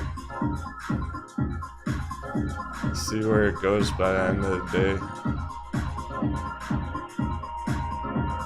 It is normal to take a couple of days here. That's what we were expecting on crypto.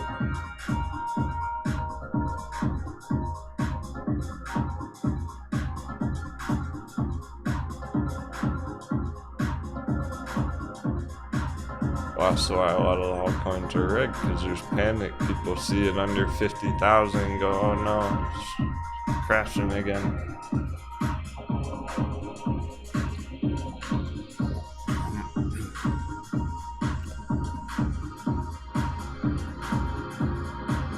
Giving us nice entries.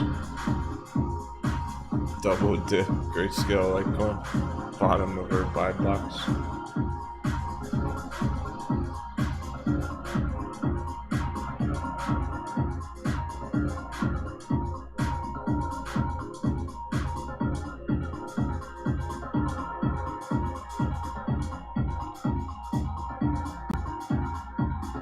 Okay, Angelina, mostly going long term. The longer term you're thinking, potential bigger targets you're aiming for in things like BBI. If you're talking long term on it, it can work its way all the way up to $1. And that's double the target.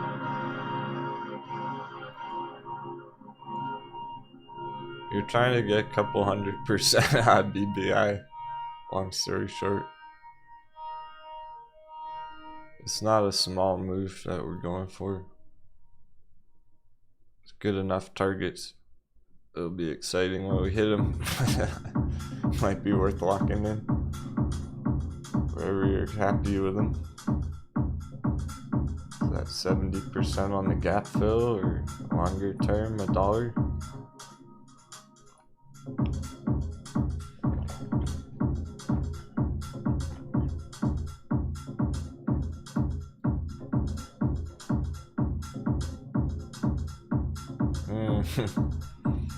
Power bridge right on the line. It already busted through. It hit 87 cents. So that was a good start. Suppose we're cruising into bearish lunch hour soon.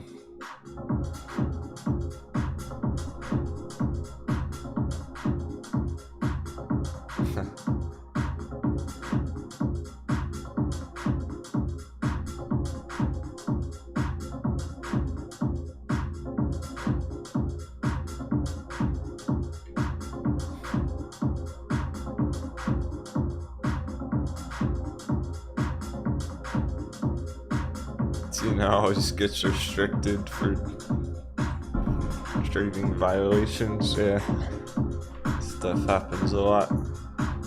You gotta make a trade and then Coinbase is offline.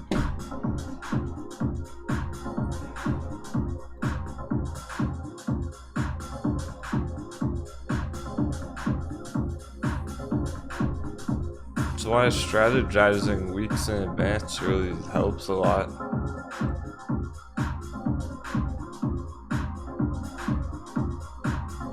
So I don't know when I would be able to buy some more grayscale Litecoin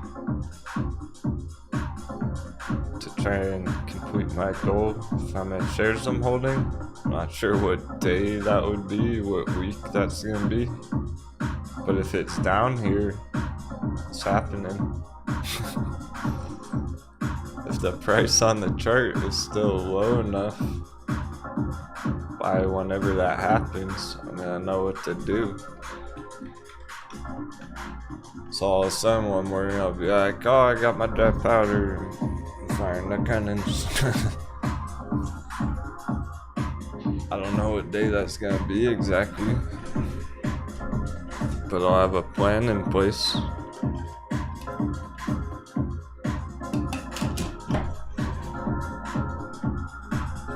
Tina, are you still accumulating AMC? I remember you were buying the dips months ago for long term. Just curious.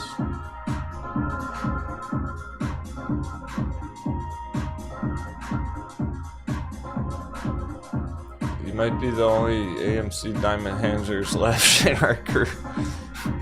I think the rest all got upset by the chart.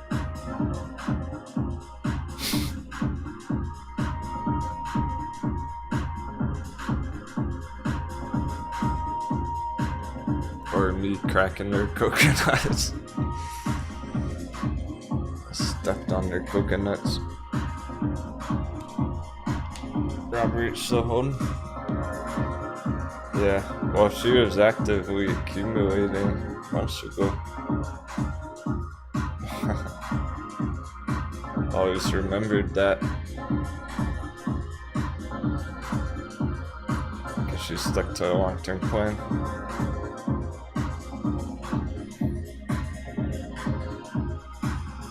Not this time.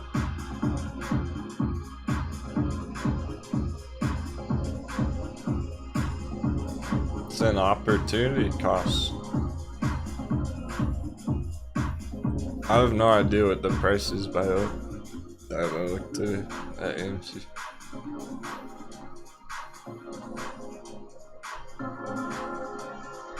It feels good. It's a wonderful thing to not have all your eggs in one basket. So it's kind of an opportunity cost, not of this buffet of hot beverages. You go to a buffet, and I mean, what do you do at a buffet? Do you just eat a bunch of pizza and nothing else? No, you get a nice selection of all the helpings. A nice serving of some fried rice, get some chicken, some veggies, some pasta, and you pig out on the buffet. Go a buffet of hot bevies and just eat one thing.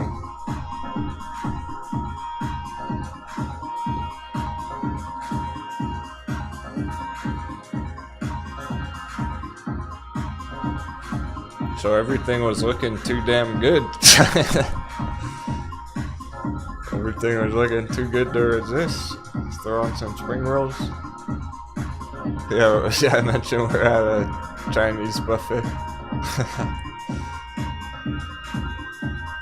Tao, I guess Tao still battling out 5. It's nothing to worry about. The party's far from over. There's already questions, is the party over on Tao? It's just getting started. Maybe for the afternoon.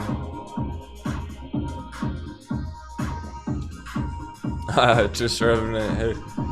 Yeah, thanks a lot. Did we talk about LTCN today?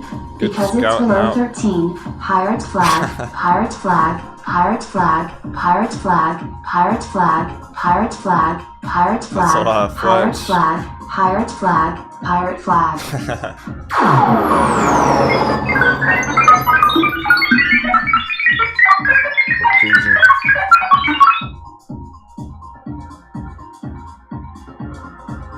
Okay, we're not done pillaging it. We're not done pillaging LTCN. I've been casually mentioning it throughout the morning. The cool part, alright, the best part about it, we did a quick number crunch. Thanks, Captain. You're welcome. What'd I do? Oh, that's Angelina. You're welcome. Very cool. Yep. BBI. I'm gonna keep up with that one for a while, it looks like. Apparently. Now that it's doing things, now that it's an active trade, we'll keep up with BBI. Well, it's heading in the right direction. I'll let you know if it's a big target one day, tops out next week or whatnot. Etsy's melting.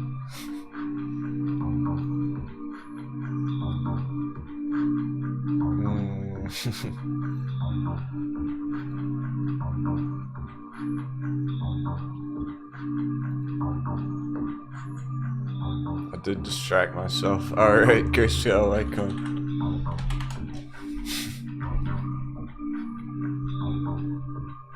Yeah, the fire on this is that we crunched a number earlier, and it's actually a negative premium right now, so it's a discount. 10% discount on Litecoin. It should be $14 right now. That's the top of the gold box.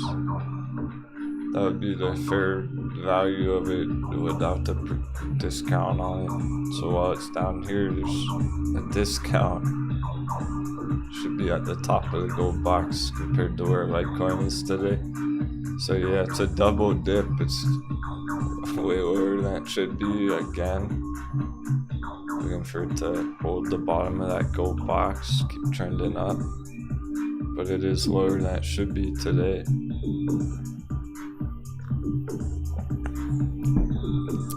You know what that means? Hot beverage. Alright, we're in active pillaging. We're going back for round 2. I might have to put on my hat. I might have to bust out the captain's hat for this one.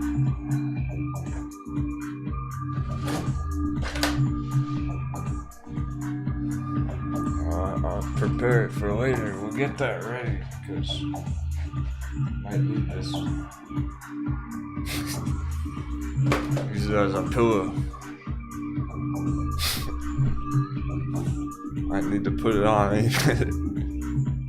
I'm thinking if I can buy the dip once again now that it's down here, I'm thinking, can I move any trades around?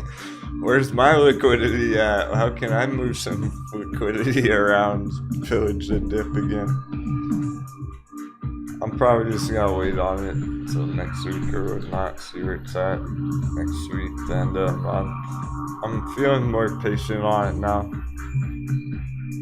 because it is good. It's looking like we're gonna get accumulation on it, at least for the end of the month. I don't really expect it to hit 25 again till next year, till at least January. So if we have a few weeks down around $15, maybe even 20, it's looking like it'll start pushing up to 20, 15 area soon. So it's not looking to stay down here very long. Although I will add, side note, caveat, if Litecoin were to take a bunch of damage over the weekend or something, I could have one more dip down to like 10. I had a vision at one point a couple of weeks ago, but it was a dream. I was daydreaming about it one day, like, that thing's gonna hit $10, but will it actually? I don't know. Not sure if that vision is gonna come to fruition or not. Might get a fucking $10 stop on this thing. That's kind of what I'm planning for. I'm thinking, we give it another week or two. Smashed $9.99. Go on an epic bull run. Yeah, it seemed unreasonable. It seemed almost impossible to go quite that low, but now that it's been hanging down here, it could happen. Shake everyone out at $10. That'd be ridiculous. So.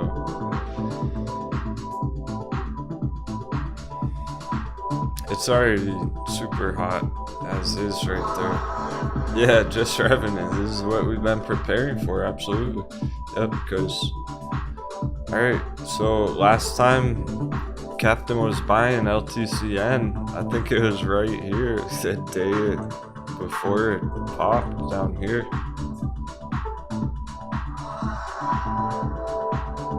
That was my previous entry a month ago. And then we rode it up and we're enjoying the ride. Smashed some nice targets on the short term. And then I wanted more, but I told everyone we're gonna wait. I wanted to show you how to be patient and wait and not FOMO in. So it was like, no FOMO, no FOMO. We're not trying to buy it up here at $25.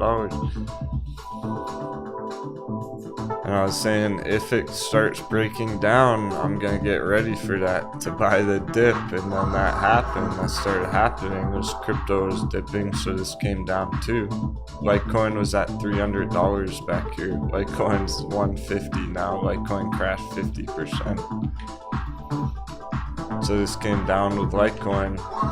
This was what we were preparing for. So it started dropping under 20 and it was like, okay, here we go. And then we were waiting, giving it even more time at that 15 area. How's it gonna handle 15? We dropped below 15 and now it's on. Now it's just completely, it's a steal down here. We got a discount on the premium. It's the all-time low. So I already liked it at 15. It was looking like, okay, anything under 15 is gonna be fire. And it dropped all the way down to $12. So that was more than we were hoped for, really. That was a steal. All-time low FOMO.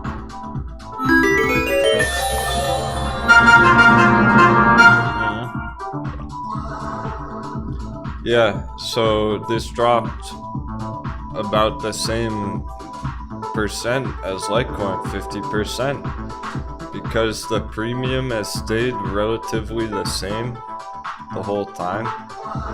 This basically has been matching Litecoin's price the whole time for the last few months with that number crunch.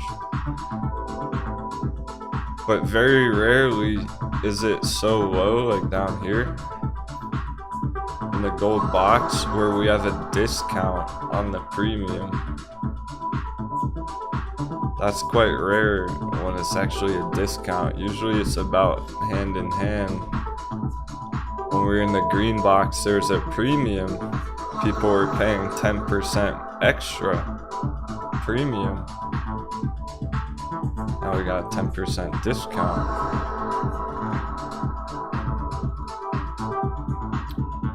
These ones still cruising. BBI and Powerbridge from earlier. No sign of slowing down, really. Well, they did already slow down for an hour or two. If that. Felt like a minute or two. Now they're bouncing, putting in more green candles, ready to go higher. Let's check the dollar. Where the fuck's dollar? Never mind.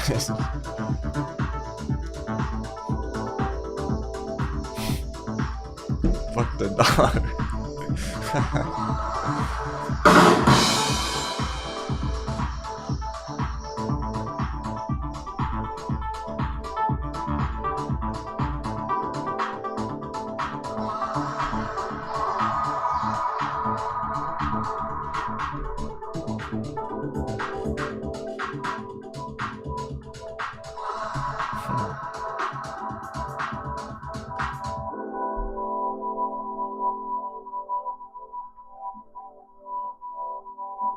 Yeah, I mean, brand new entries on Grayscale Litecoin today, that's even better.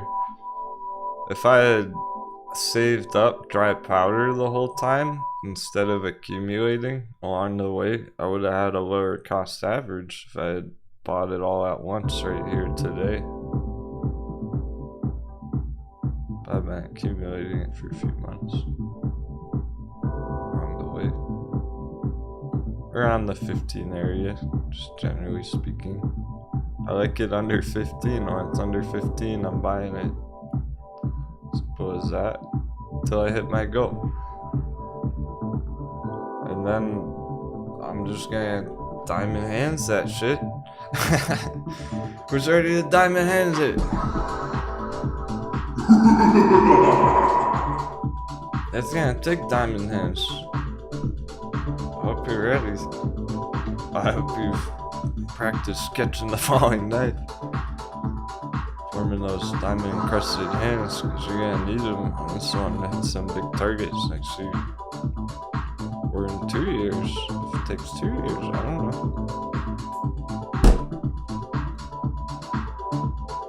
Timing's the hardest part. How far is it gonna go all in 1 year? might not get up to our real big targets all next year.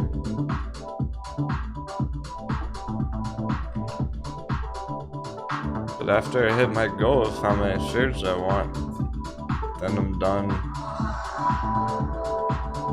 making the entries, so it means I'm just riding it, being patient, letting it do its thing after that, planning my targets, making sure it's on track, planning where to take profits.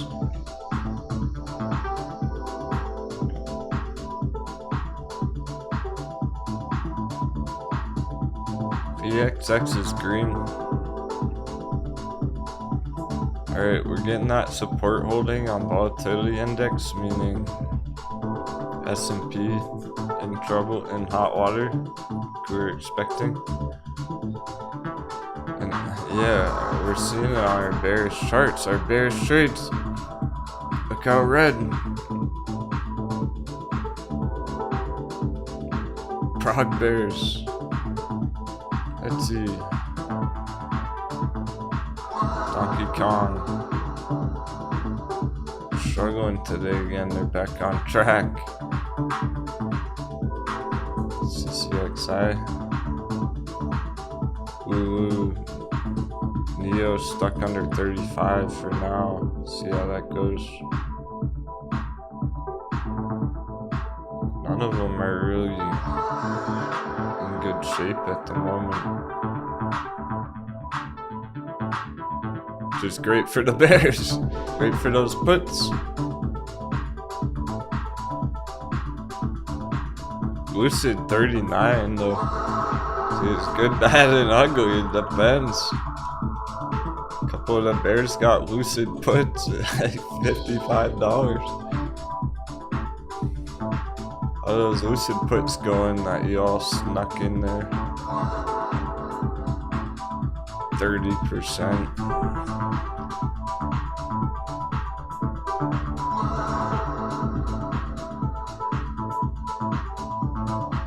I know some of the bears secretly went bearish on Lucid.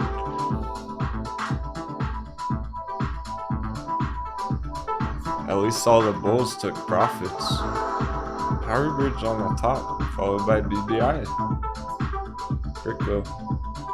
Sort of the two bangers from this morning. Those were really the best looking ones this morning. The other ones are in good shape though. They are setting themselves up. Potential big pops by the end of the day.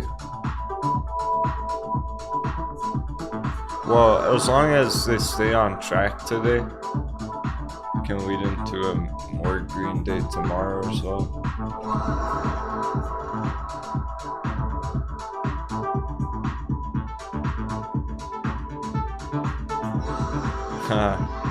Amco, family's been ready to go.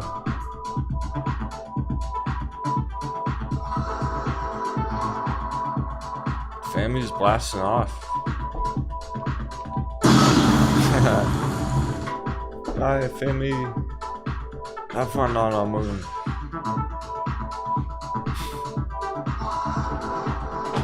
Not really, Robert. It's not too late to take profits on Lucid. Nah, it's looking to retrace under 30. Still at 40 area. But you probably want to get back in later. Keep riding up next year.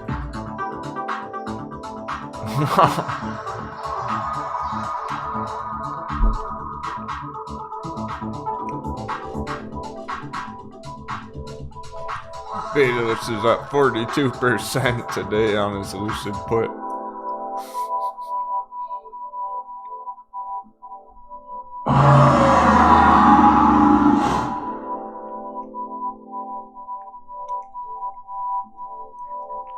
Family's double dip. Huge bounce in action. Bear trap confirmed. No need to wait on Family. If this is what you're waiting for, Tino, we got a bullish meow indicator.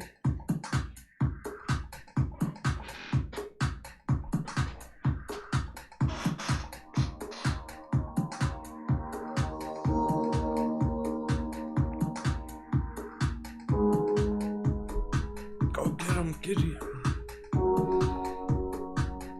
Well, cat's a girl, by the way.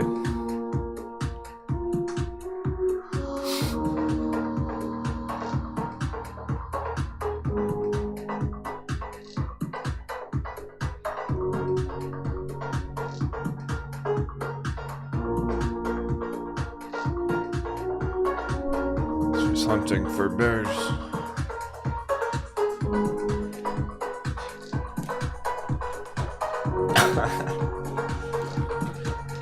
Yeah, Bullcat says so. I mean,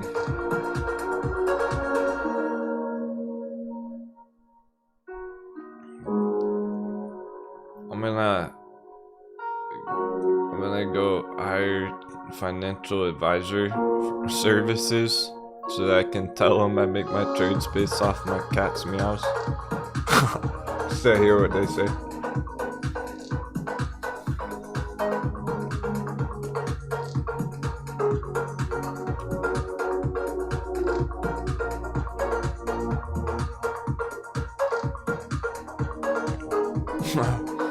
Yeah, man, I'm telling you, my cat's the best trader that ever lived. Sound like a crazy person.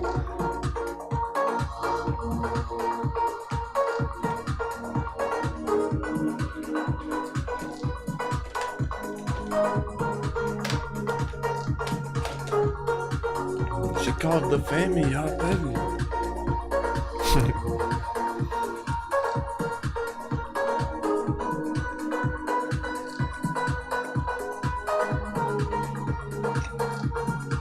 You have to see it to believe it.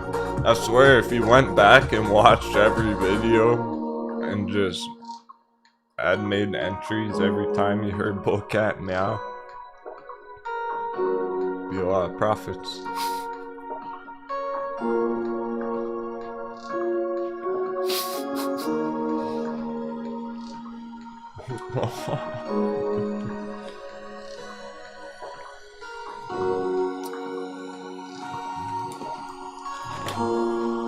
I had a funny thought yesterday.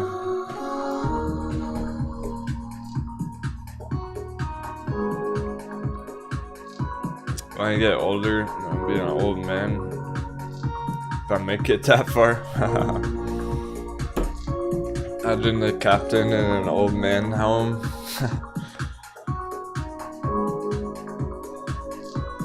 I'm Captain Denwo of the Stock Pirates. He'd be like, what are you talking about, old man?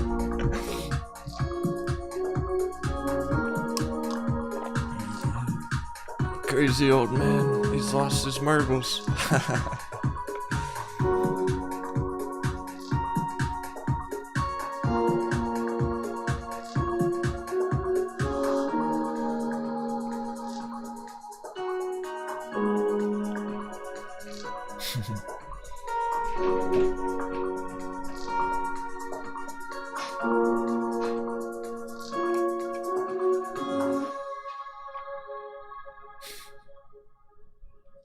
I'll be charting in the old man home.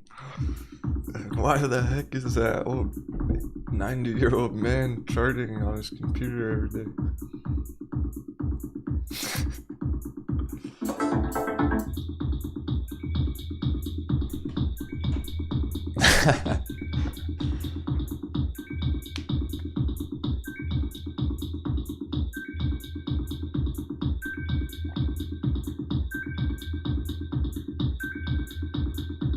I'll be live streaming for the old man home.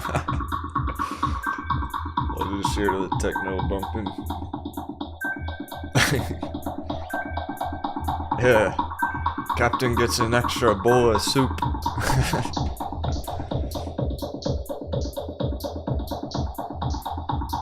Better get an extra juice box.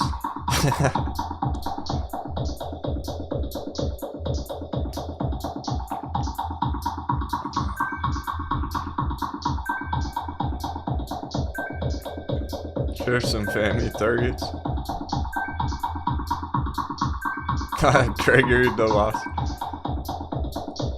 That's what I got smashed on last time when we celebrated lucid profits. We celebrated the epic lucid win. Drank a whole bottle of that on Halloween. That's good stuff. I didn't even feel hungover after. I mean, don't drink and trade. Never condone such things.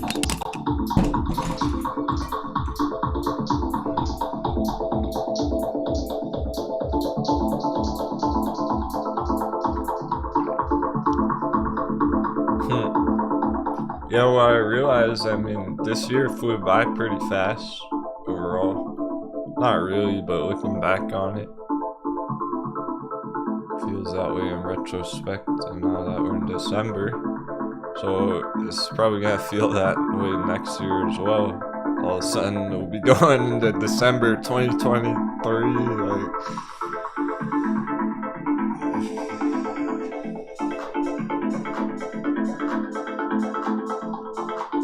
Yeah, 1 year's really not that long in the markets. Which is all the experience that the AMC tubers have.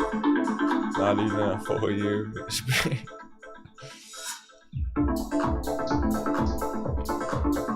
It's a blind, legend, a blind.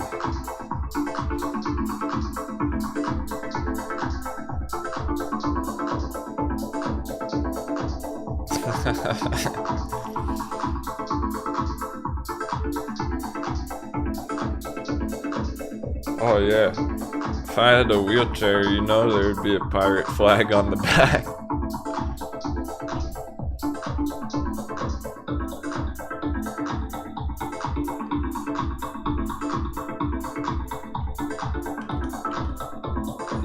I gotta make a note real quick.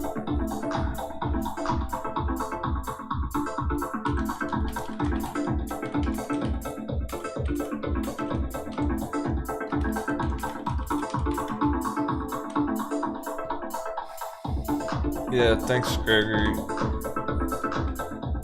If it's even still active. If my P.O. box is even still active, I will. So, the reason I set up the P.O. box was not because I wanted to.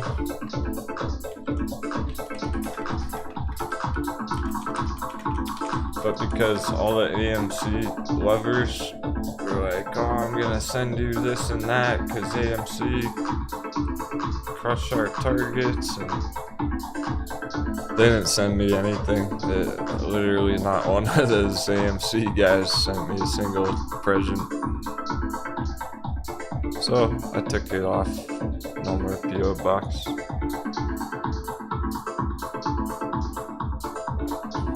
It's literally like 50 people saying, oh, I'm gonna send you all this shit because AMC crushed it. And they never did. It's like, okay. Bunch of liars. I wonder why they fell overboard. That's the only reason I did it. They basically forced me to do it because they wouldn't stop asking.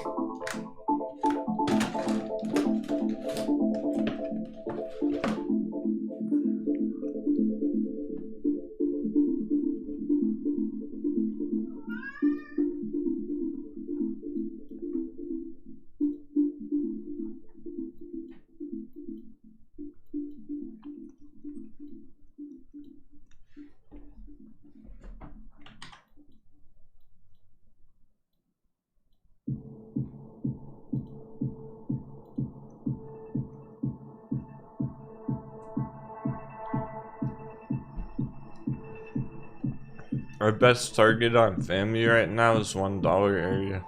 Everything's pointing up to $1. 25 cents to $1. That's big.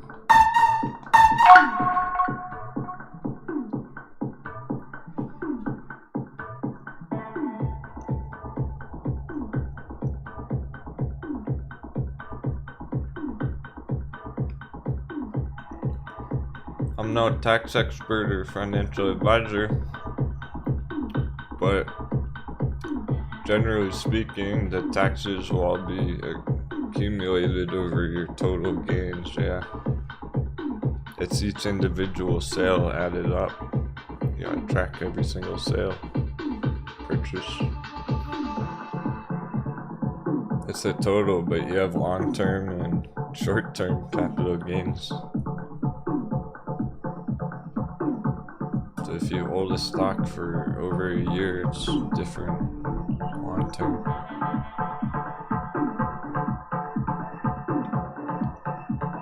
So your long-term versus your short-term get separated.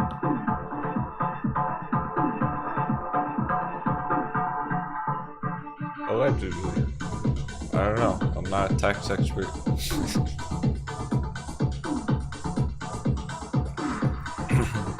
But that's what your brokerage is for. That's what they track it all for you, right? So you can just easily access all your trading history. That's why trading has become so accessible nowadays. Back in the olden days, it was a lot harder to keep track of all that on paper and stuff. You have as many automatic tools.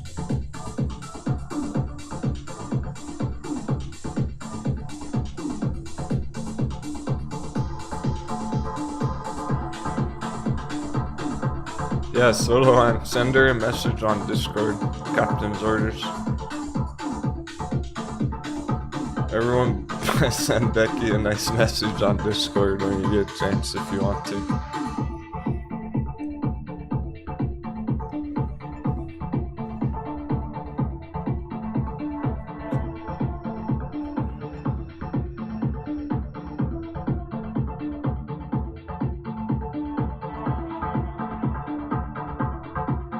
These are appetizers. Everything's pointing here. Dub 7's $1 on Fanny. Cap fill target, etc. But long term 350. Bookcat sounds hungry. She must be ready for battle. And it is Bear's lunchtime, so this is gonna get interesting.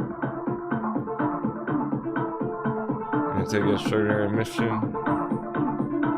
Bookcat some milk. She's all happy. Let's take a mental break. Dive back into her church. 5 minutes. Happy trading. That gives you time to send Becky a message on Discord. Even if it's just some 7s, I really appreciate it or whatnot. That's everyone.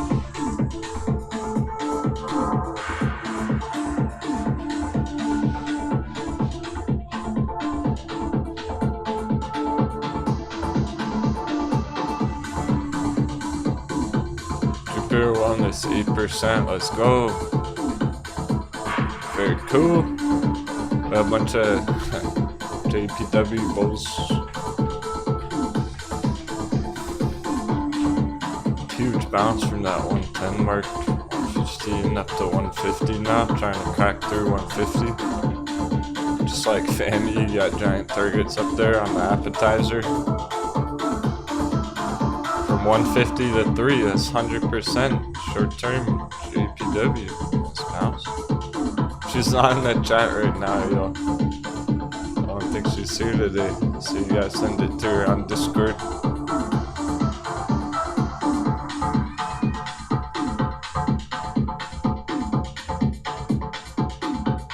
That's why we're doing it. I haven't seen her in the chat all week, really. She would be here today if she could, so let's have a lot going on.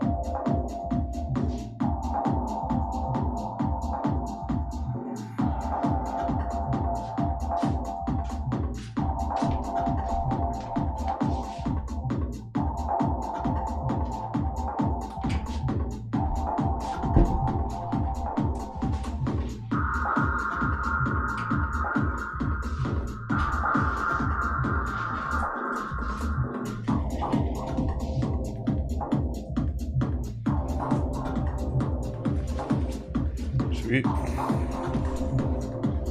Hey, there's Gizmo.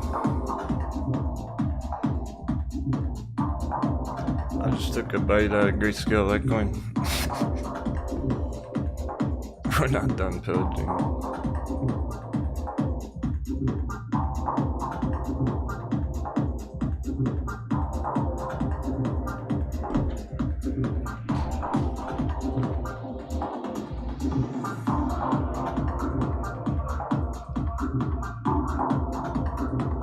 One step closer to that goal.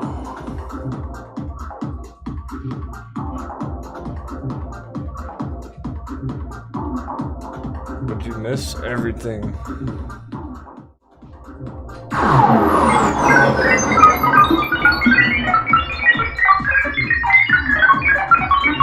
Welcome back, traders.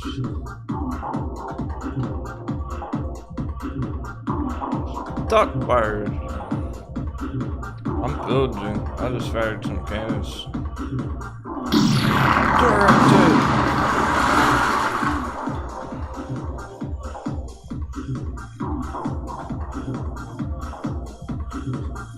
One step closer to that goal. We're in the cost average. Slowly but surely.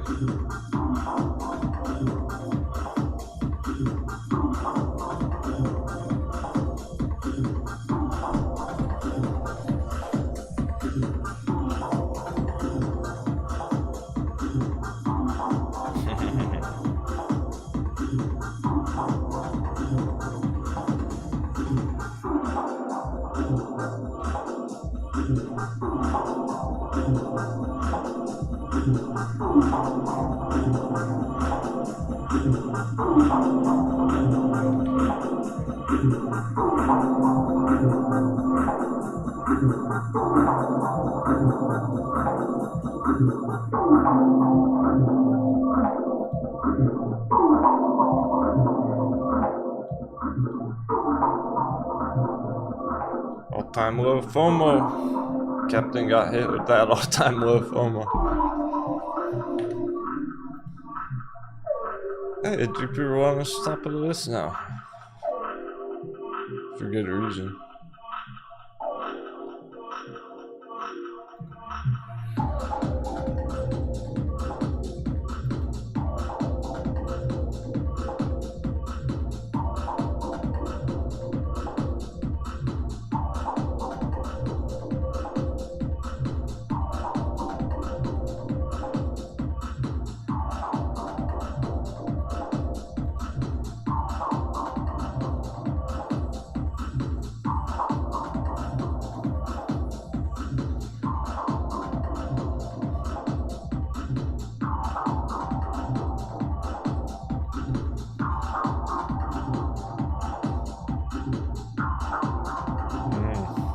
Not much resistance at all. This could be a big one. Big 100% push.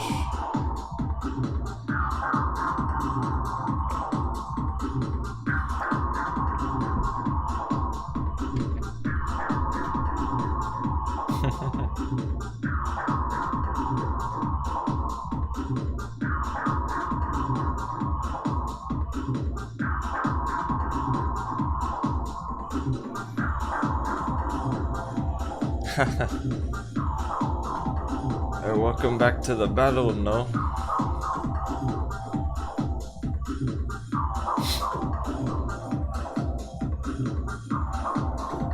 Is it no hesitation family if you like it?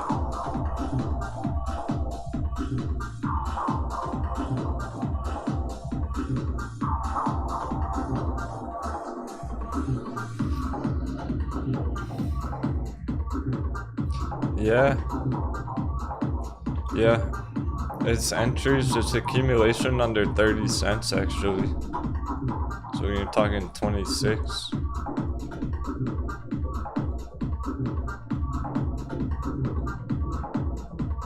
It's not a perfect bottom, it's pretty close though.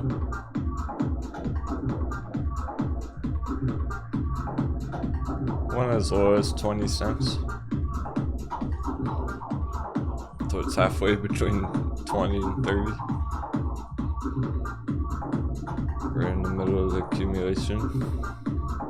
Hot bevy below there. In the middle, it's accumulation. Gold breakout box.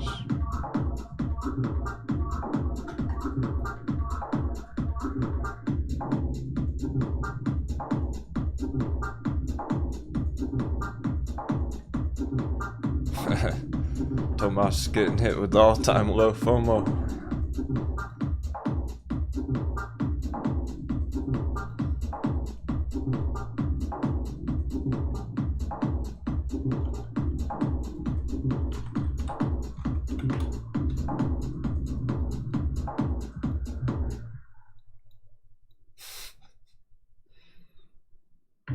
There's your chart.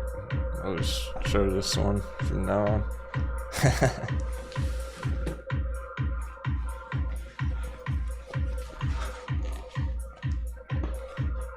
One arrow to rule them all. There's a giant wooden boat, LTCN.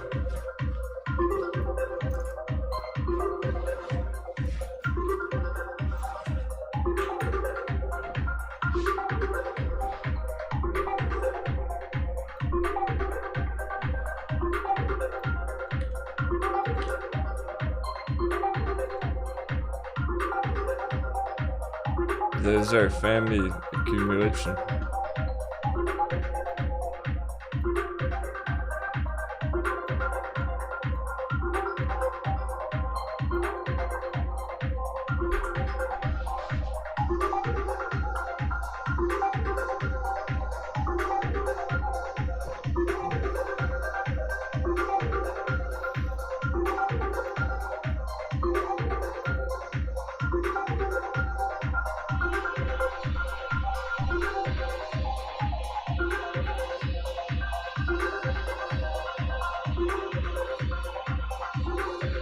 That's gonna give it bullish divergence as well.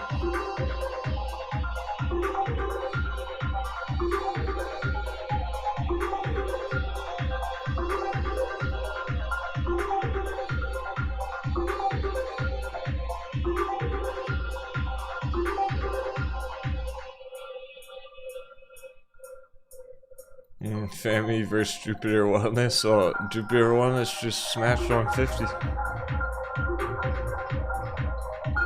It's outperforming everything else today by far.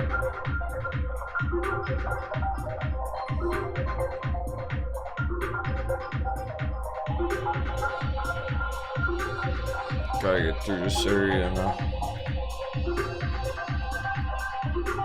150, but it's trying to do it right now. It's literally 150. Sweet speed.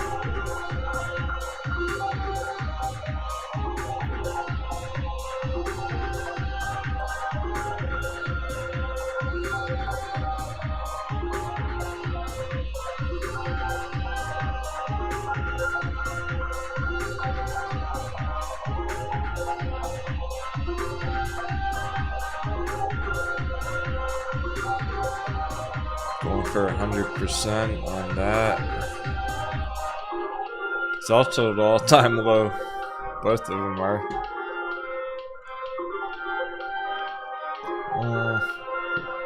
I don't think the targets are quite as big on Jupiter Wellness though, actually, from here. Maybe if you caught the exact bottom.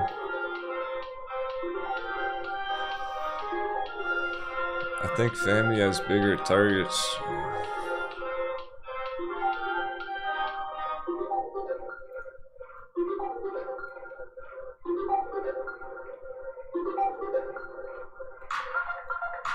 Yeah.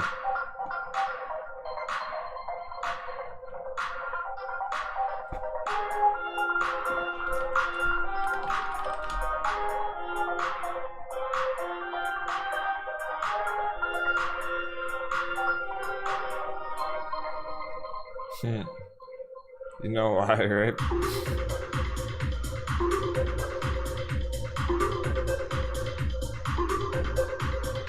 I wonder why Family's targets are so big. Headquarters, China.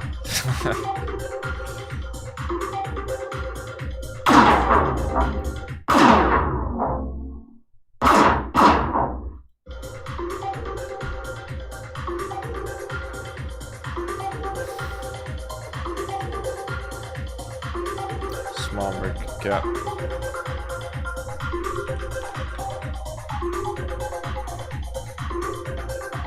Jupiter Wellness, Jupiter, Florida, America, smaller targets. That's a small market cap too.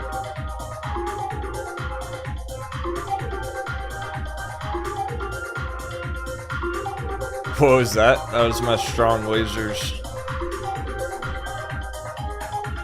We're blasting lasers at China. Sorry, China. In a good way.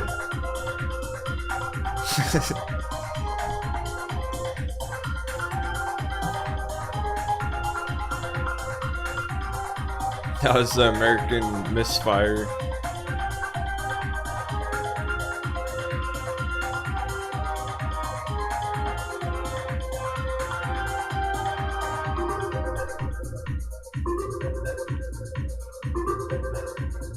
I have some sounds that are designed to make you uncomfortable.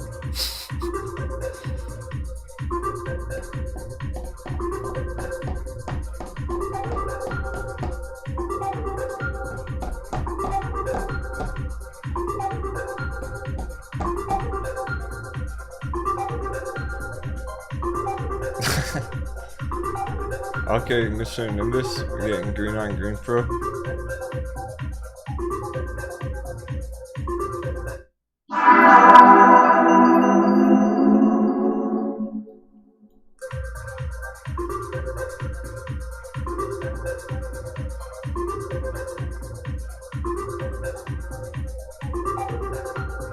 What's taking damage? Assassin from pre-market, Lucid put.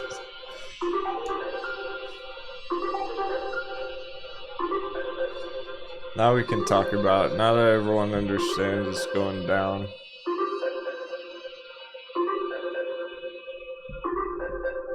And there's a lot of hesitation up there at $55. People were very hesitant to sell and take profits on it. I had to say it every day for like 3 weeks straight. Make sure to take profits on Lucid.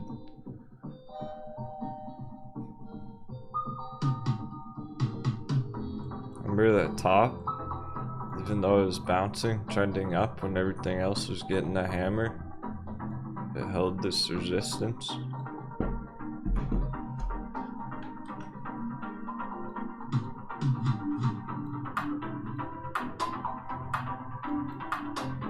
$25. And that 25 support. Still got a ways to go.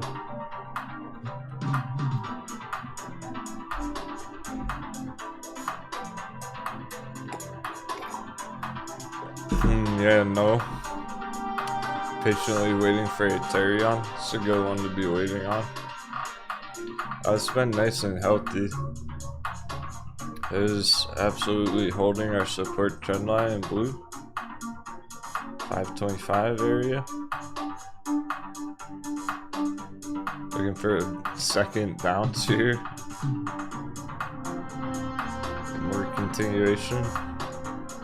Bear trap confirmed. Top heavy entries already paying off. There's a giant G-Forks. Ah, there he is.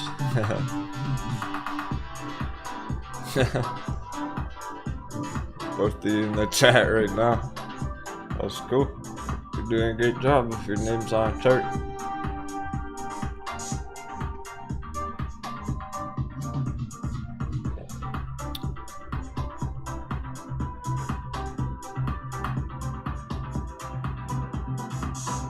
Yeah, not so patiently waiting for it.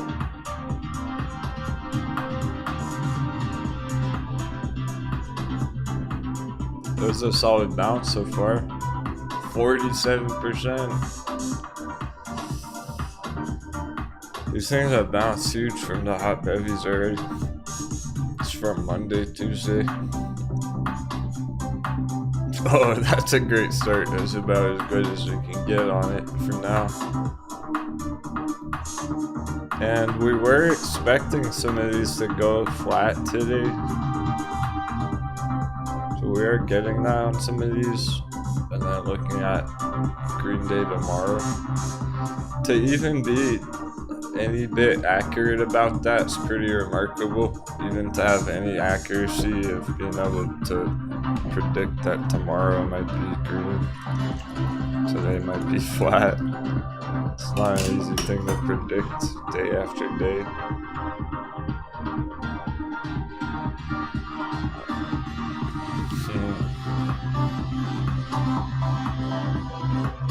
Yep, we got a full set of armor. Battle gear.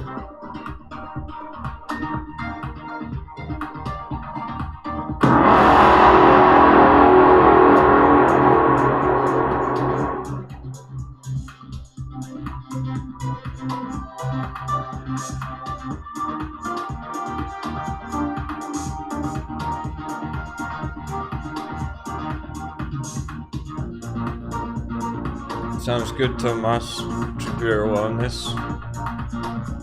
Just firing cannons.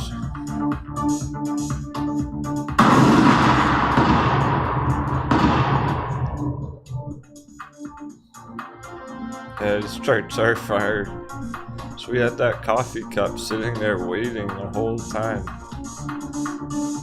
Went right into the middle, right in between Grizzly Giant's name.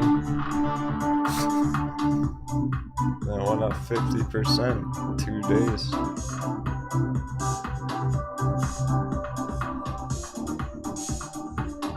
And it's maintaining. It did not come right back down, straight back down the other way. It's maintaining all that value.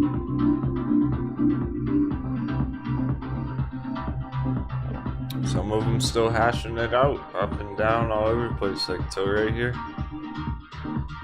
That hasn't continued really, it hasn't maintained. Because our cup's down here.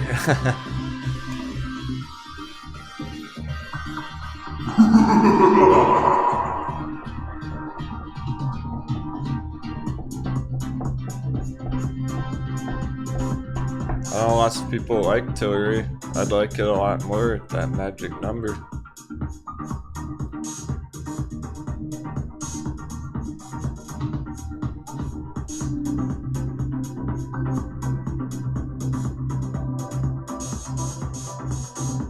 Come back here.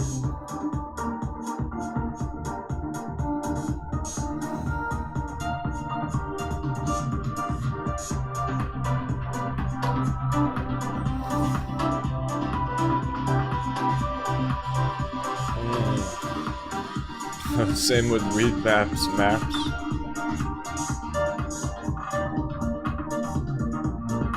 We'll see what we can get. How low is it gonna go?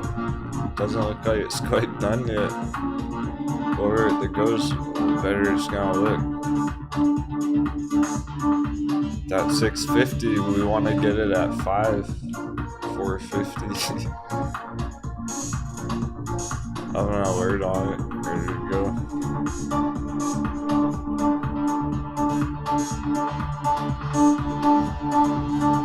So we kind of need this to keep happening right now. This is what it's kind of looking to be like for another 3 weeks to the end of the month here.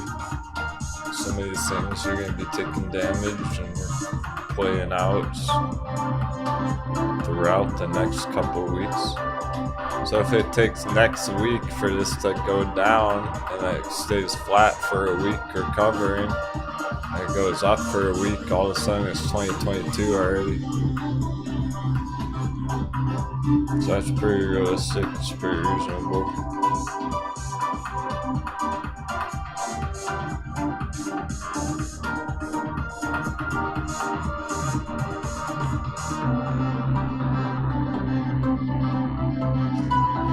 Wow, waiter's under $1 again. Okay.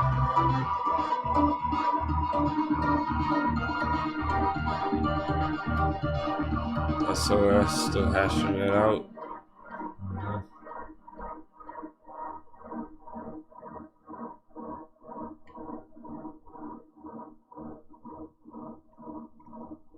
it's very unlikely something like this SOS is gonna close super green today out of nowhere. Unless we get a major dollar dip. That's not been happening though so far. Dollar's gone up all morning, even from pre-market.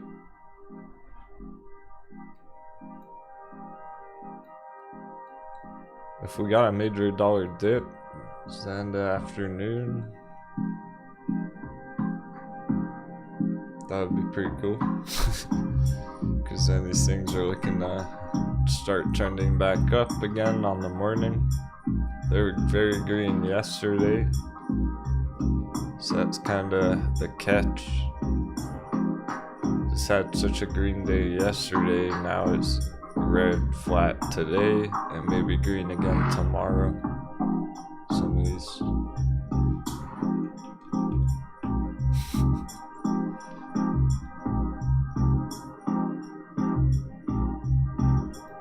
That was Mario's name. I thought that was a entry circle.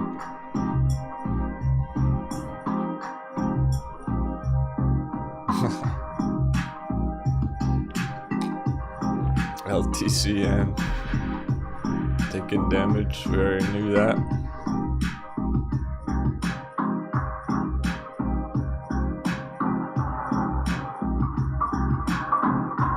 You already know about the fucking dip.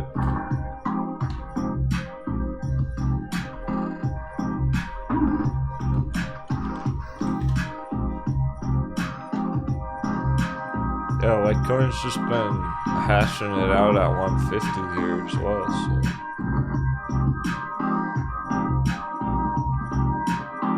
Holding above it, that's 150. Blue line.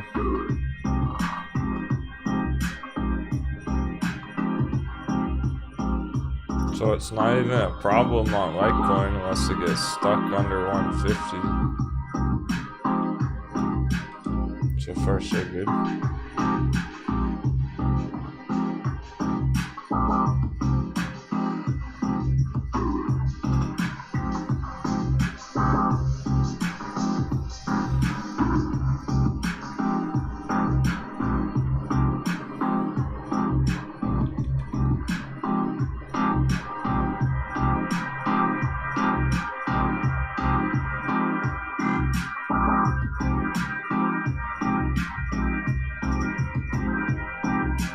Yeah, I could see Litecoin bouncing around this whole range for another few weeks too.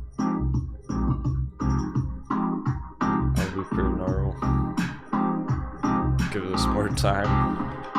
Accumulate. Early next year, something like.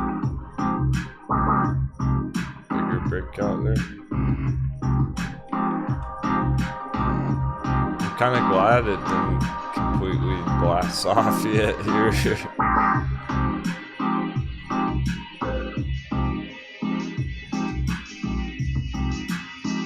We had some crypto panic. Back down at the long-term support area. Basically anything under here.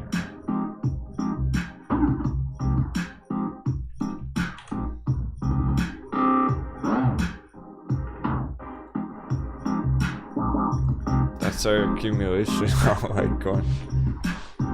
That whole range down there in green. When it's above there, it can blast off anytime, any week.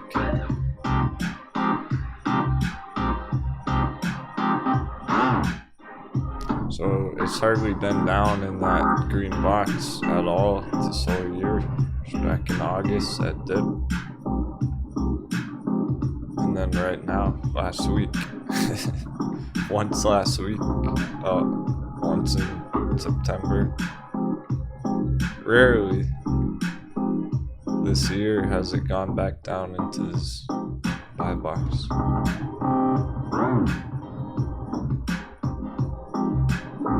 That's where we are right now.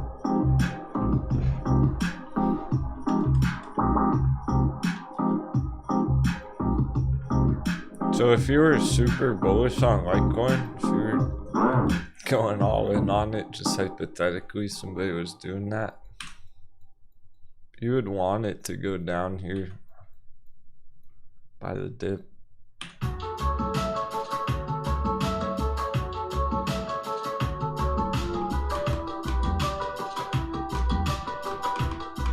But it's far from doing that right now.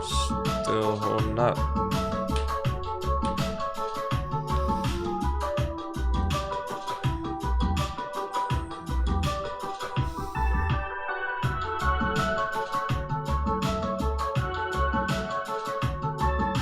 You're looking for stuff like this. Dash came all the way down to the bottom. The buy box.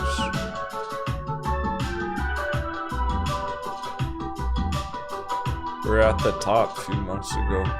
I was at the bottom, hot heavy. Those ones are ripe. Some juice, some squeeze action.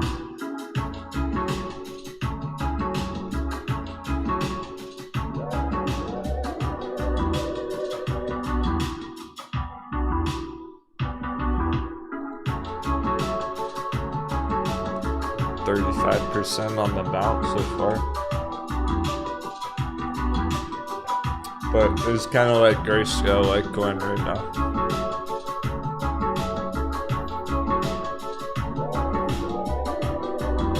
And Bitcoin's 48, so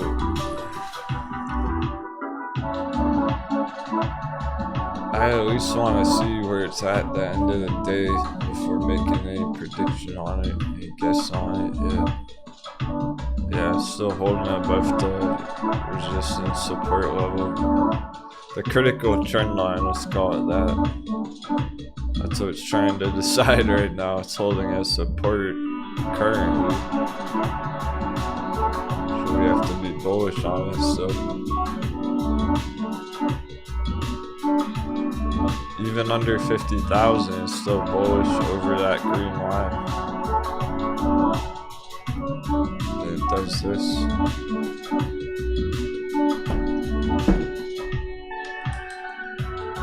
Has to fall under that green line.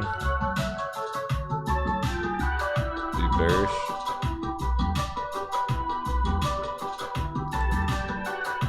Period. End of story. That's it. It has to go under that line to be bearish. It's above that line, so it's not bearish. We'll see where it gets over the next few hours.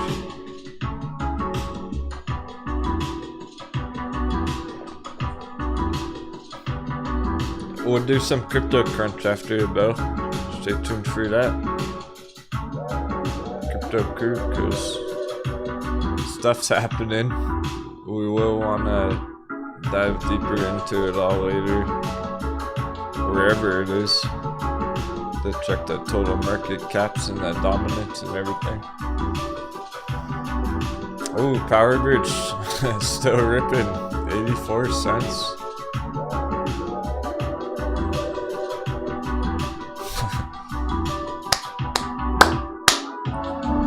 Nice performance from Power Bridge there. Just doing a little dance.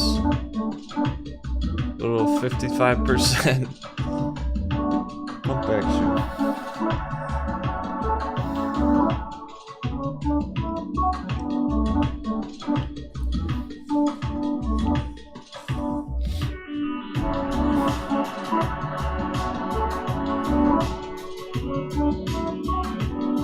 Yeah, Nerdy Dark, you made an early entry on maps, treasure maps, but you want it to go lower.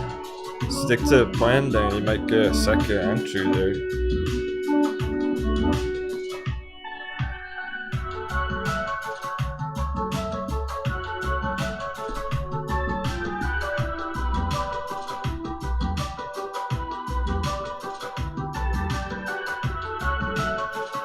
Should pretty much be considering every entry like that.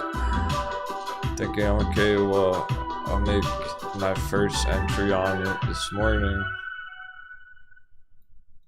And depending where it's at tomorrow, if I still feel confident about it, maybe I'll make my second entry on it tomorrow. Remember when I was trying to smash 150?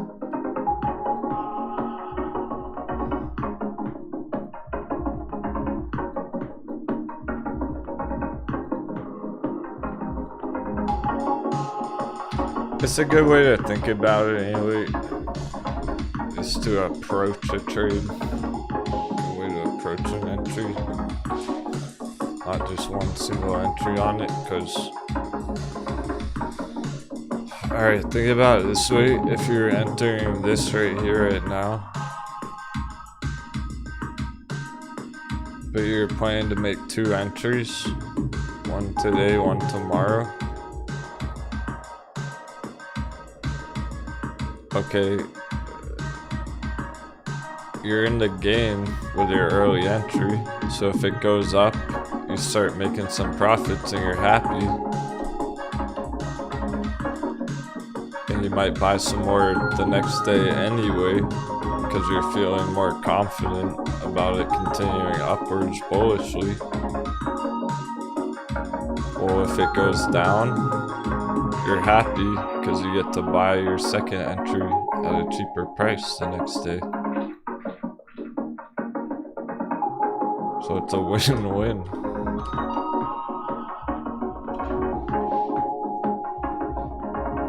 That only doesn't work if something very big happens. So if you made 1 entry and then you were waiting tomorrow for your second and then it went 100% after hours or something, that's the only way that can go wrong. But at least you made your first entry, so you'd still make money on it, you see. If you have dry powder still ready to go, ready to make more entries on it. If it does go lower, then you're actually kind of excited when it does dip like this. You're ready to blast it.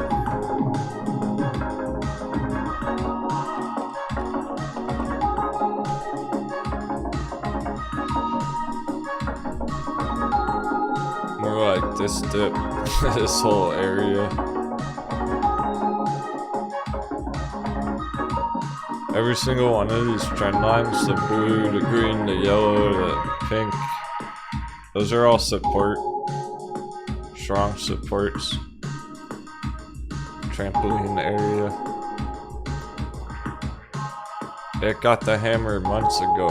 We were watching it back there. Somebody, when it was first asked about, it was up here. We didn't like it. Saw it got the hammer. So I drew a giant hammer on it. Now it's way down here, developing a lot better.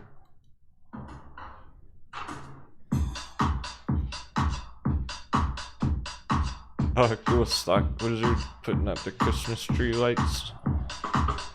Are you listening? I guess people are busy with the holidays. I don't know. I'll be live streaming on Christmas. Hope to see you there. I'll be charting fucking crypto altcoins all night long on Christmas. Let's get some hype in the chat.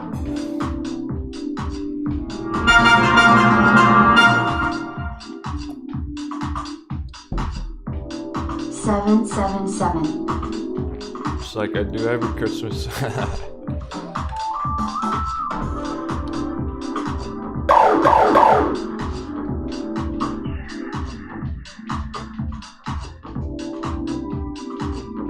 Huge things happened on crypto over Thanksgiving.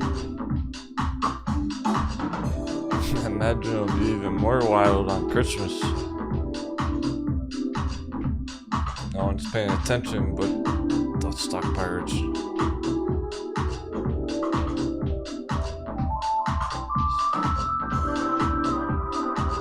Stealth money, smart money, early entries, brave in the face of danger, charting stuff when no one else is talking about it. watching Bitcoin when no one's paying attention to it. That's when you learn the most.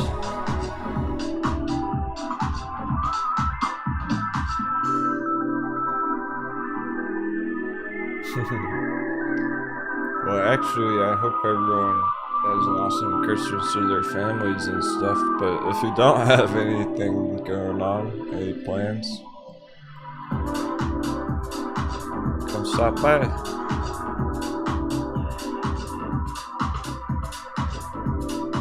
I'm sure the stock markets are going to be closed for the holidays. Crypto will be open.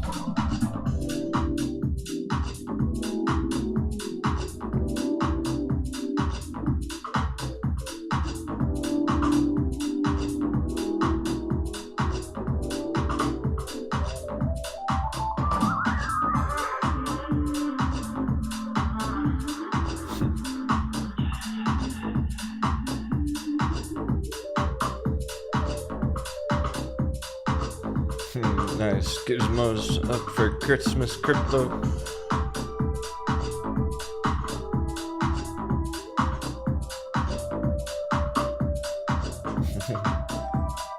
Hey Kelly, David.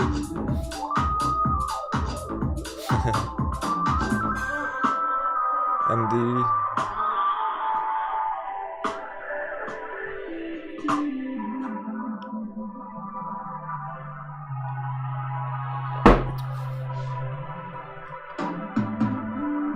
Arga drank that hot beverage about as fast as I bought them on the charts.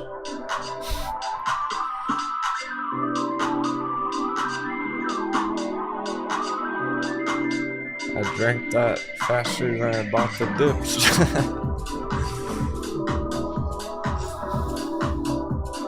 Sounds good. Tim Webb's gonna stop by.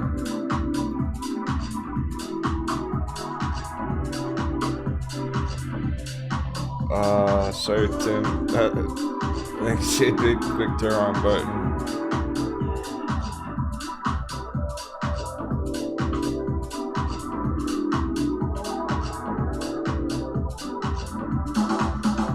So you didn't mean to do it. Yeah, you put him in that break. You threw him in the break for a timeout. Hey Johnny, you're gonna go. It's okay, at least you didn't kick him off the plank.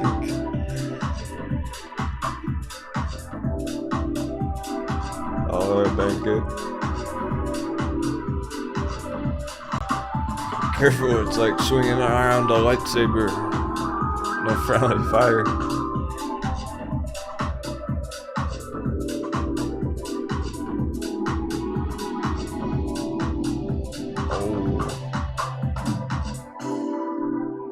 All the bearish likelihood watch lists are red. Again, well, they're melting. Those were all green yesterday. That was awkward. Talk about fake out breakouts. People were FOMOing into this stuff yesterday and the day before.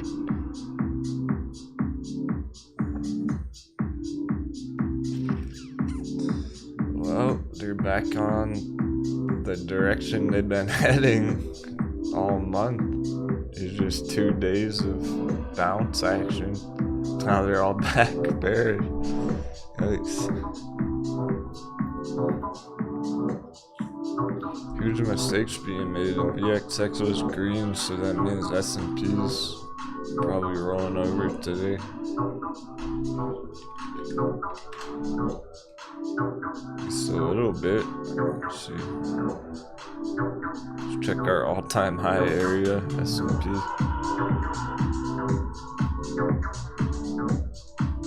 We'll see. Tomorrow is looking to be the big decider. Still flat today all day, S&P. At the resistance, so it's not good that it's stuck there. I gotta spin it more positively. I don't care that it's stuck there. That's good for us. We'll be fine if it's stuck there. It's not good for that chart, for those assets.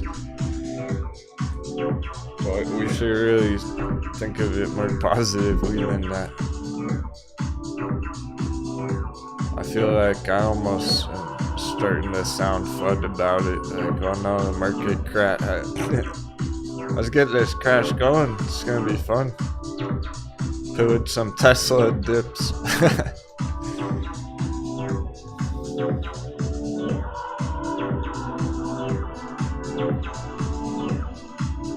Crush those bearish targets and everything.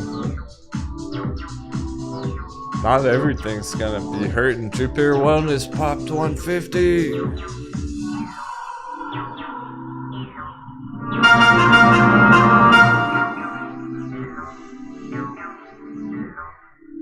Giant green candle, 2 PW.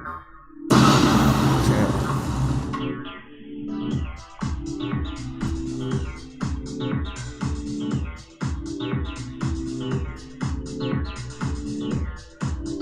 That must have been all you buying all the pirate spot.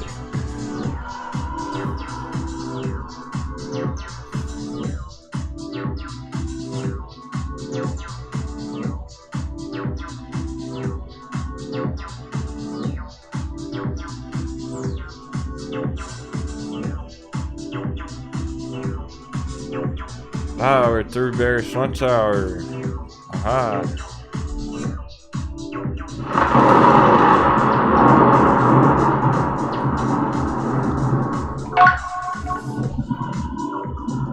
Tomas are up 5%. Sweet. Long-term hold becomes a day trade. The indicator's blowing up. So I gave it a rocket ship.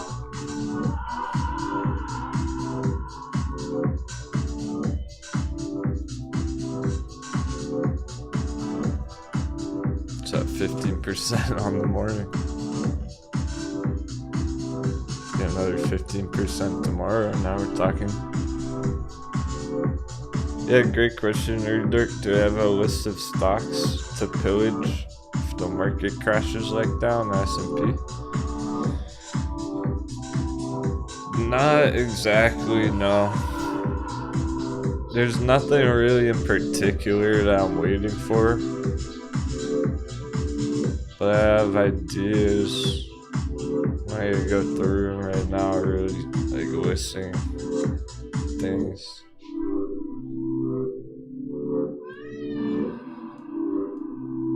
So the plan, instead of that,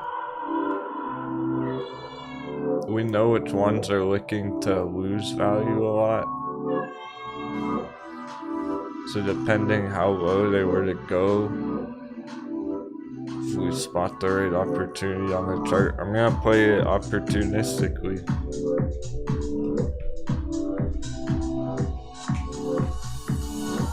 So when I spot the fire opportunities, and that's what I'll be targeting. We already have them on these charts. We have those fire entries already on Jupiter Wellness and everything. So those are all good. I'm talking about different things than that haven't.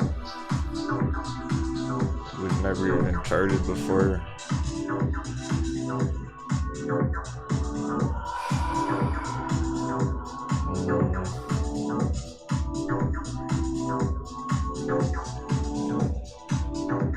Yeah, I don't know, because lots of those ones that are overvalued are more long-term mainstream investments. They're not exactly high risk, high reward. The money was already made. And Tesla is pretty mainstream now. So even if we got Tesla hot bevy, it's not exactly high risk, high reward.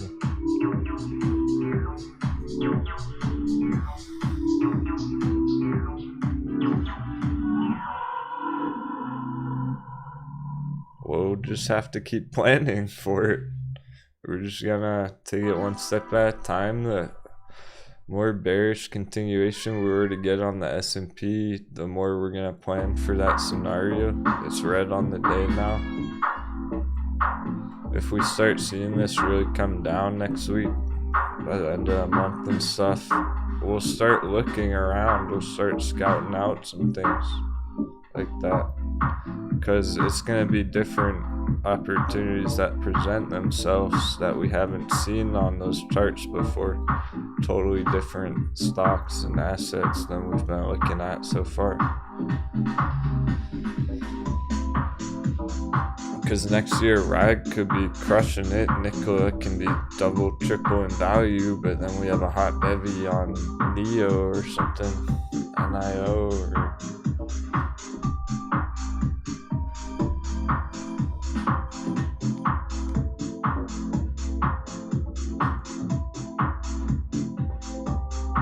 So these hot bevies right now are looking to cool off, where they're gonna hopefully just continue increasing value for a long time next year, for many weeks and months ahead. But then the ones that are losing value just starting to roll over and top out,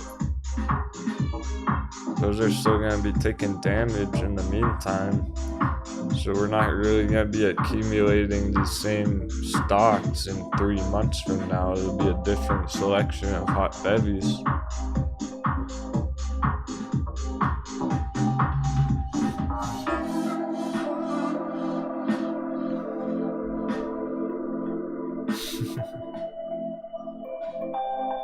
Yeah, high five GG. Lucid's looking to take till next year.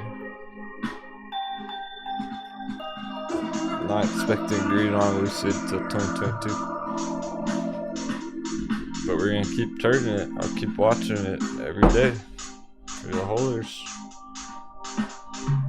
so I don't give up on trades. Not like that.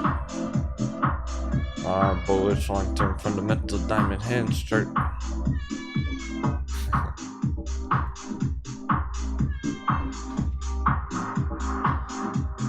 Something big's cooking up, okay. Something's up.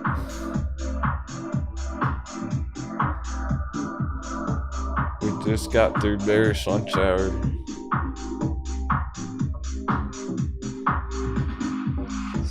Not Bitcoin at the moment. Nothing changed there yet. These breakouts are just starting though. Jupiter Wellness, Power Bridge, those are ones from this morning. They're still cooking up. Potential continuation. Okay, dollar's been trending down from the top on the afternoon. That's where we were a couple hours ago. Maybe we will get some nice dollar dippage the rest of the day.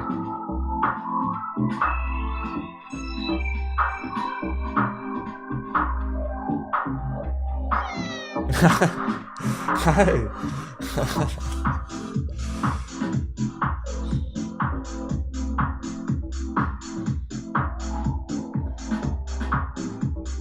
Surprise me. I hear you. I hear the meows, don't worry. I'm telling them. I'm letting everyone know. She wants you all to know. Things brewing up.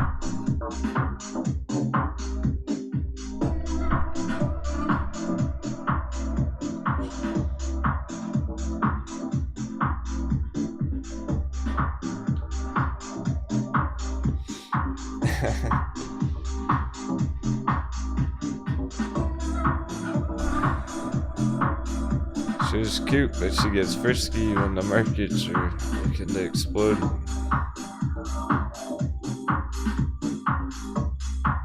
She senses something cooking up. Might get an afternoon surprise. Jupiter Wellness pop. How far is it gonna go in one day? Power Bridge, crush it.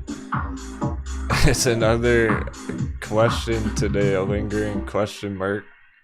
How far can they go in one day? 10%'s very good.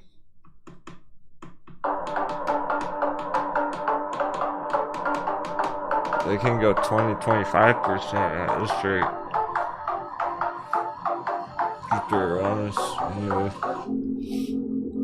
If it does continue here.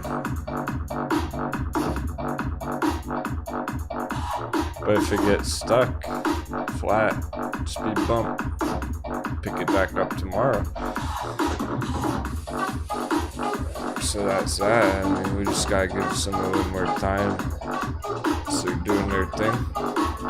Speaking of time, 80 cents. Alright, that's been holding.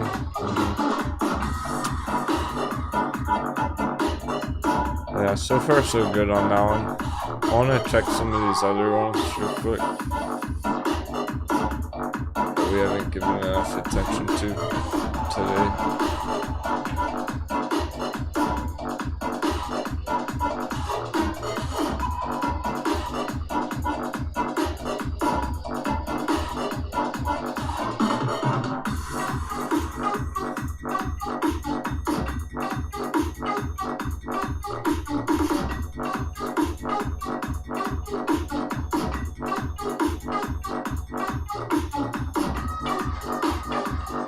Oh yeah, carrot bowl.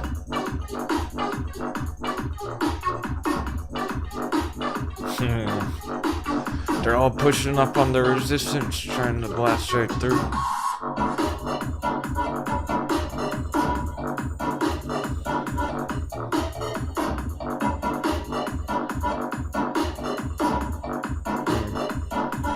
GOTU is up a lot this morning.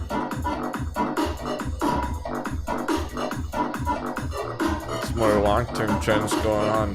What happened to Asia broadband?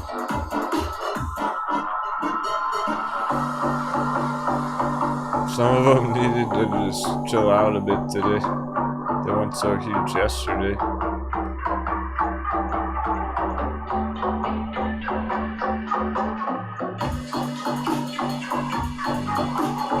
So many bear traps. That looks like every other chart right there. Lately, last week, giant bear trap. Yikes.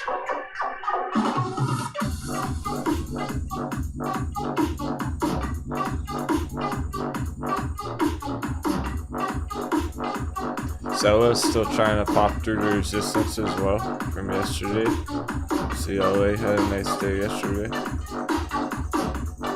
The dice rolls, Metacrine, they were green yesterday, also trying to get through the resistance.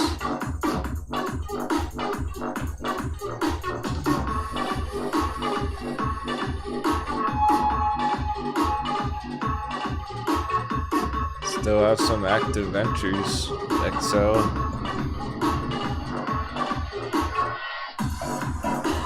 Virgin Galactic's leaving the station though. That's been leaving our buy box.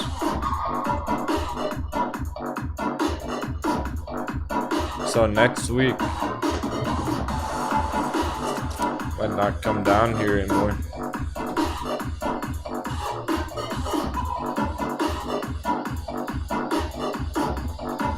Nickel is still over 10.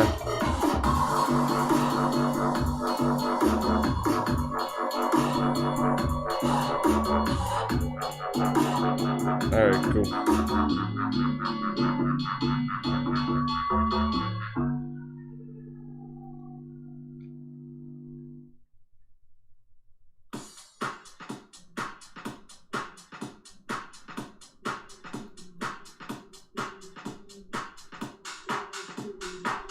Alkaline waters, number 3.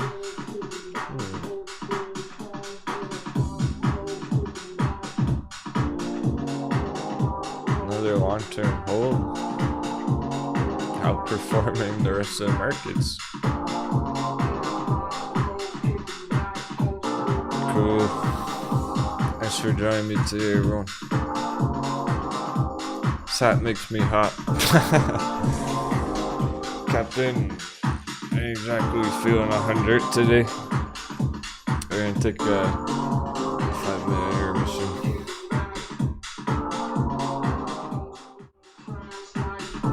I'm here whether I'm good, bad, or ugly. I need to get some water. Breath of fresh air.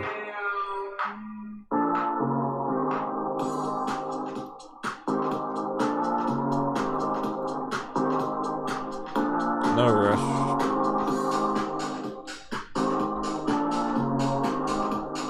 Let's practice our patience.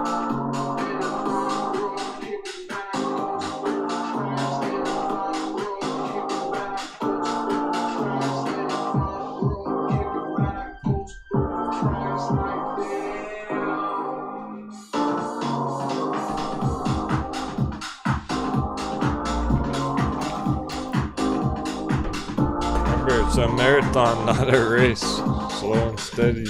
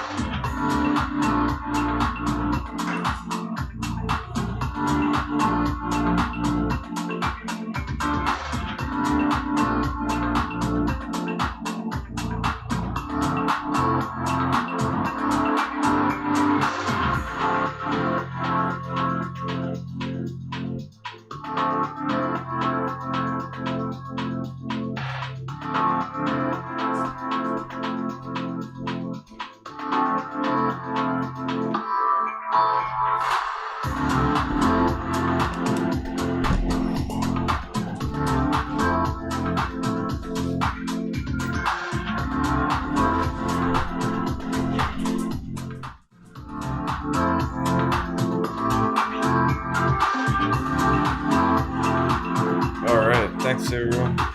Good to go.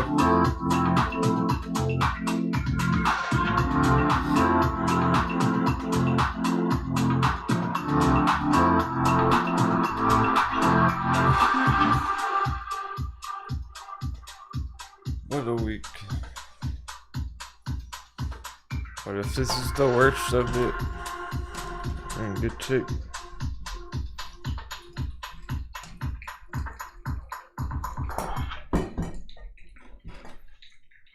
I think we're well prepared. We got our cargo loaded.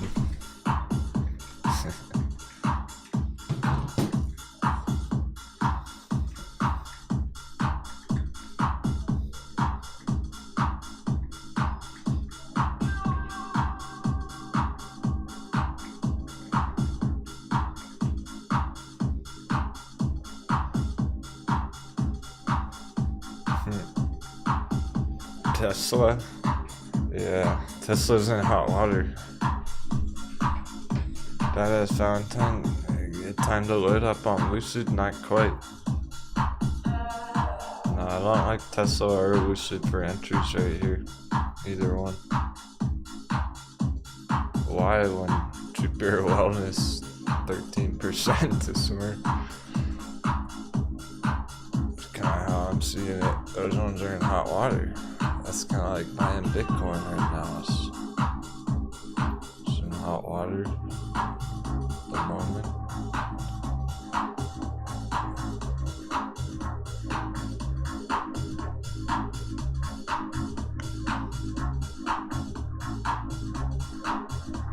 Nickel is 10.05. Nickel under 10. They hit 9.95 this morning.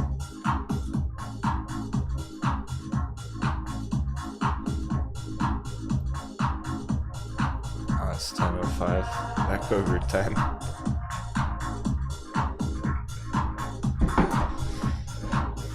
If I was entering any alternate fuel vehicle companies, I'd be looking at Nikola and Ride, XL.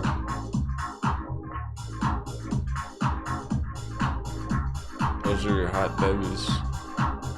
Nikola 10, golden entry, Ride under 5. Beautiful.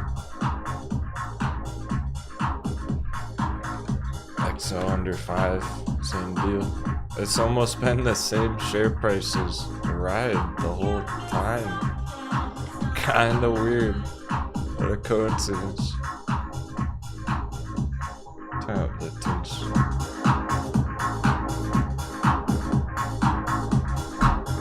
I think the only lyric to the song is "Give me something good." I'll relate to that right now in the market.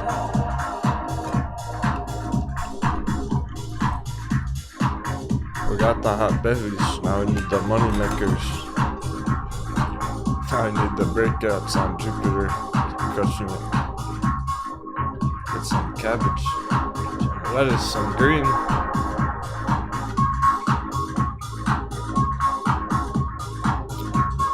You really gotta be selective what you're entering. If you're part of my crew, you only enter hot beverages right now. Only all-time low FOMO. If you're a stock pirate, I forbid you to add FOMO into anything right now. No FOMO unless it's all-time low. Done. It's a rule, or else off the plank. Not really, but the market might punish you.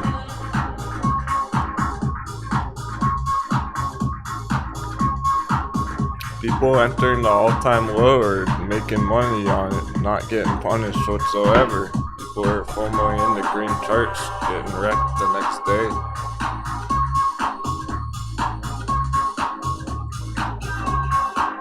Got those orders.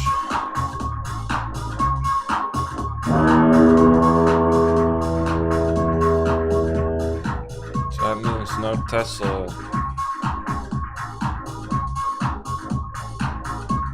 That means no Bitcoin. Bitcoin itself, BTC. Only altcoins are attractive entries.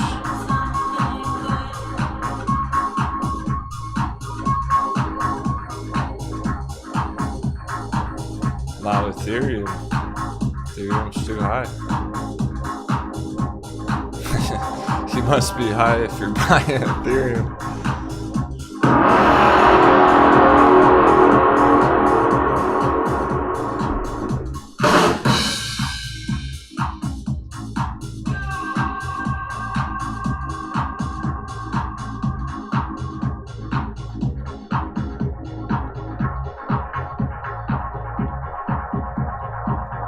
Goes up must come down.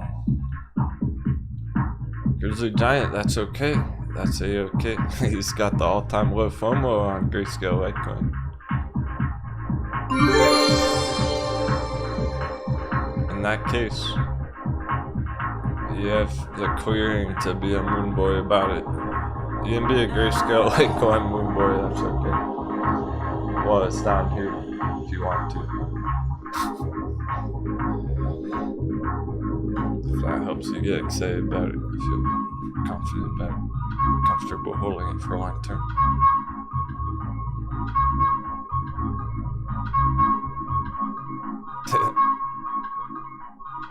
What about all-time high blow-off tops?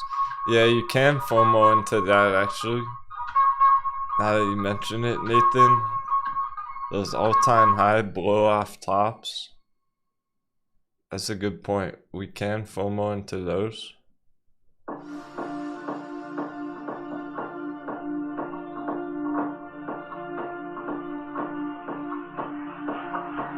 With puts for the Bears.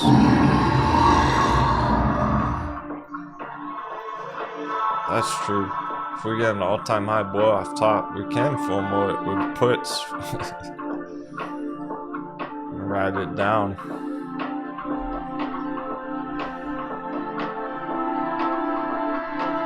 We have a hot bevy on Etsy, but the cup's the wrong direction. It's upside down. That was all-time high FOMO.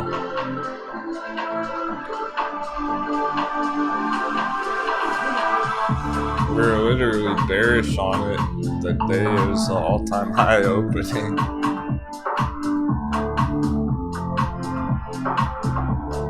Straight down that morning.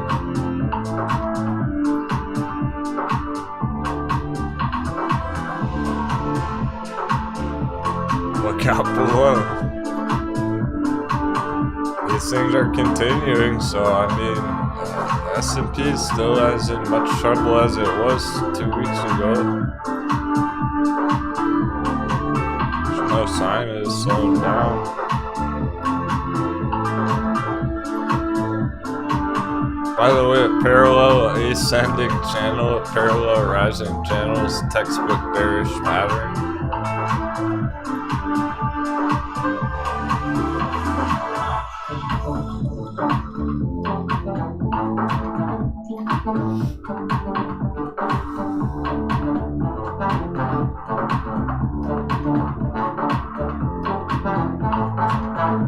It's not even crossover on the weekly. What do you think's gonna happen if it gets a death cross on the weekly MACD?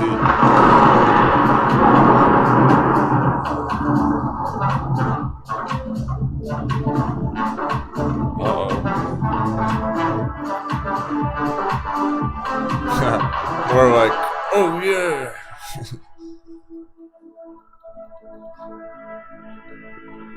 Get that bearish crossover. He's gonna really come down hard.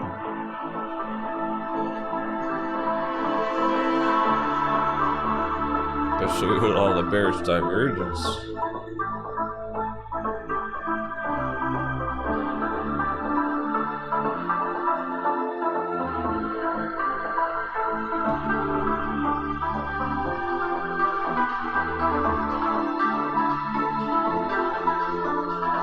Yeah, so yeah, basically have all that on Ethereum as well. You can't just enter any crypto just because you want to. That would be FOMO. You're FOMO and Ethereum.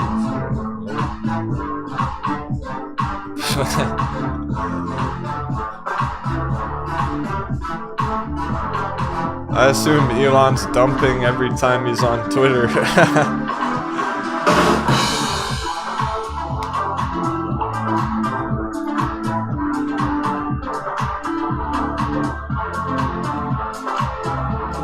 Elon Musk's been catching some hate. It's not as popular as he was at the beginning of the year.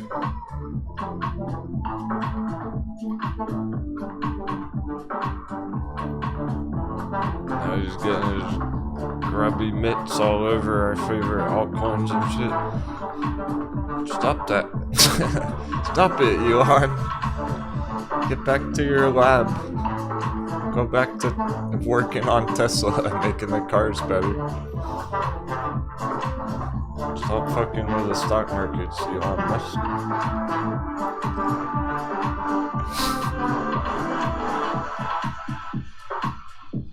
He literally thinks life is a simulation. He's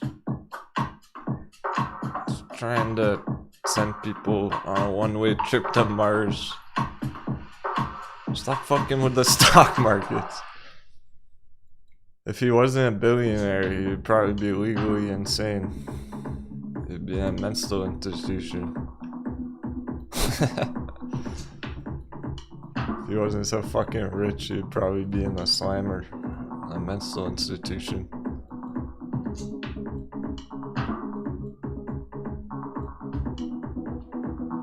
Ethereum has a bearish crossover right now. Oh shit. Ethereum bearish crossover. That's what we're looking at on Etsy, but it hadn't happened yet. So I was just saying on Etsy. Here's Etsy. Not quite bearish crossover yet. But that would be very bad for Etsy if it gets that second bearish crossover here. Which it's about to. Oh shit. Excuse my language, we have it on Ethereum. It's the same thing, but it's already got the crossover.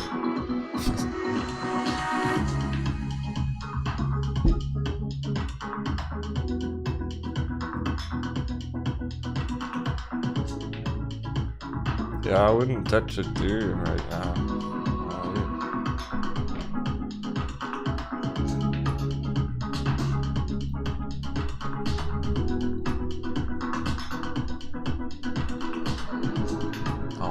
Like that.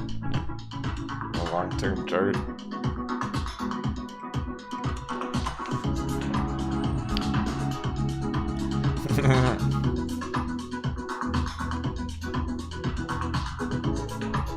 Yeah, maybe if he goes to Mars first,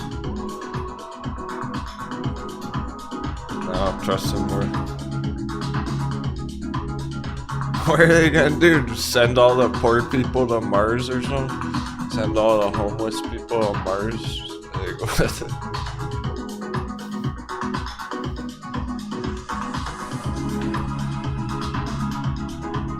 I don't get it. I don't know. That one's one step too far for me. You can get excited about that if you love space and stuff. Exploring the galaxy, whatever, Star Trek, Star Wars and stuff. But damn, Mars is pretty barren, empty. uninhabitable planet. I have no desire to ever step foot on Mars. No thanks. I'll stick where there's oxygen and water and plants and food and other people. Doesn't sound very good to me.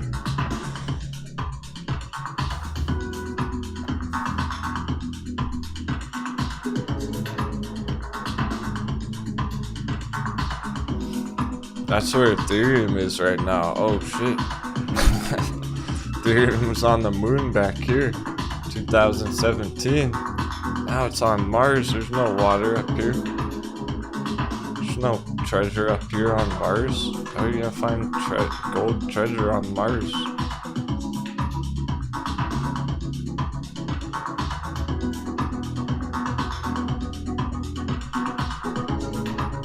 I mean, what's the alternative? Going long on Ethereum, the all-time high? Like a coconut and trying to get to Pluto? So you're gonna buy at Mars and try and go to Pluto? So by definition, you're a moon boy? Sorry, Ethereum lovers. It's nothing personal. I like the project, but look at the fucking chart. Come on. I need to hear this. I don't want you to lose your house on Ethereum. Are you a Mars boy? A Pluto boy? Are you a trader? You respect the technicals on the chart, so the giant double bearish crossover forming right now.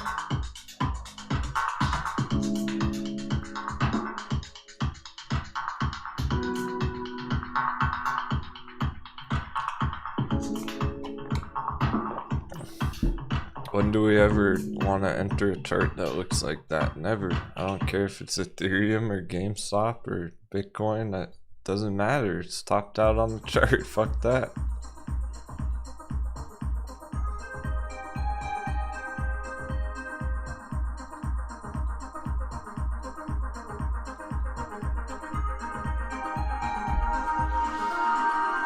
How's that? Let's get some 7 for Captain in the chat. 777. I was getting some morning sickness this morning, so not really gonna sugarcoat it right now. I don't feel like sugarcoating it. Just help you feel better or whatever. You gotta hear the truth about it because it's happening right now. It's just starting to get that bearish crossover and can tank. So if you've been trying to buy the dip on Ethereum last week, it's probably not a good idea.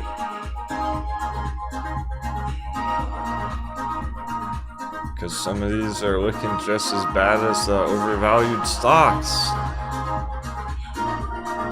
People don't think it's possible. That's what everyone said about Bitcoin when that happened. You better believe that's possible.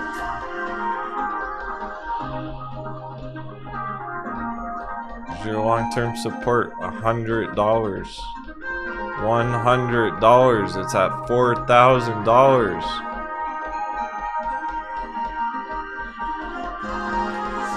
What if all the whales just take a bunch of profits, cash the fuck out because they made millions all year? That's not gonna be fun if you got stuck holding the bags on that. That could be a major mistake. I know Ethereum's super hyped nowadays. That's the problem. It's way too late. I was charting Ethereum 15 years ago. It's too late. You miss it. You won't buy it now at the all-time high. That doesn't make any sense. After it went up 50x last year.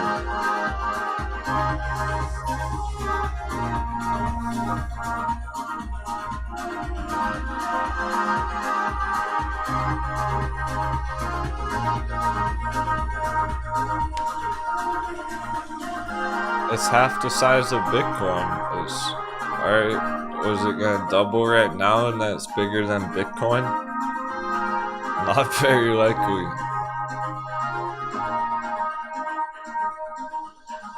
If it goes any bigger, it's gonna outplace Bitcoin.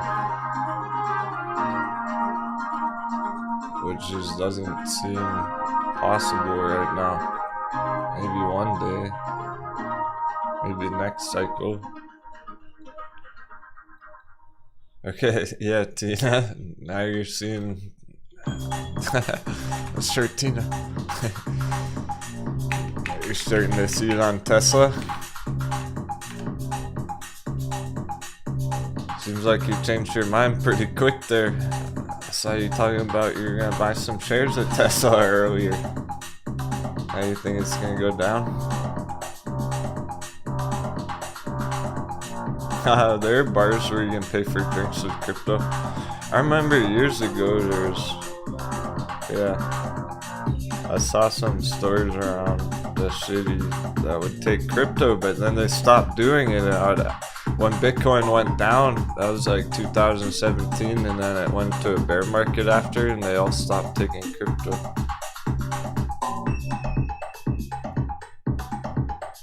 It's smart for small businesses to accept crypto.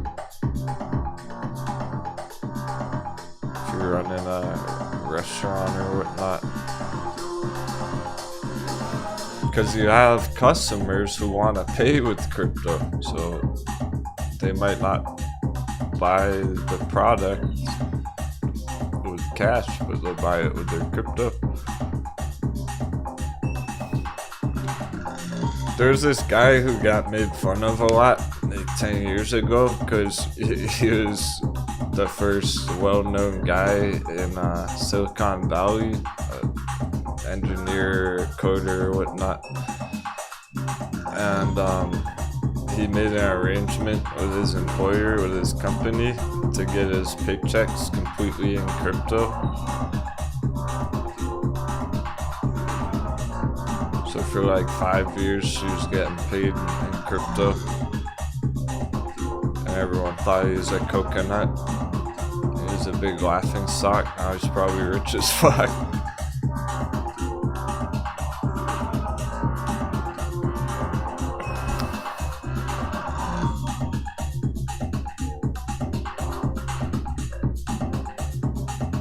Well, when it comes to the chart on Ethereum, high risk, high reward. The reward was made, now you're just left with the risk. That's what Tesla's like. Mario, Mexican badass. Spy put, spy put, spy puts. Now we're back on for that. It's the area you'd be entering spy puts again.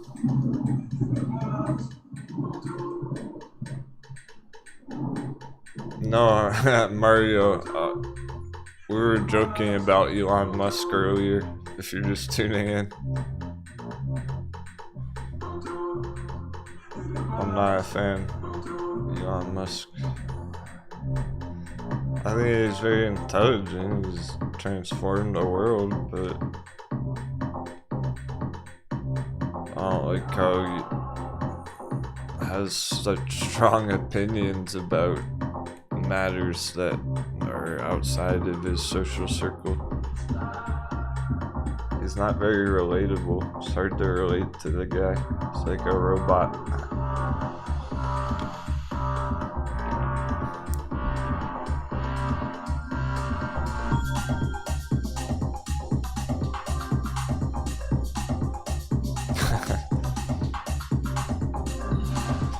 When will they have crypto gift cards? Well, you really can buy lots of things with crypto. My older brother used to say that last year or 2 years ago. I kept telling him there's nice entries on Bitcoin under $10,000, and he wasn't accumulating it.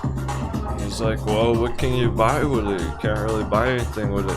Yeah, you can. You can't. People, there are services that convert your Bitcoin to money to pay for whatever you want. And they have credit cards now and everything, so anywhere that you could use a Visa credit card, you're gonna be able to pay with crypto essentially. It's happening.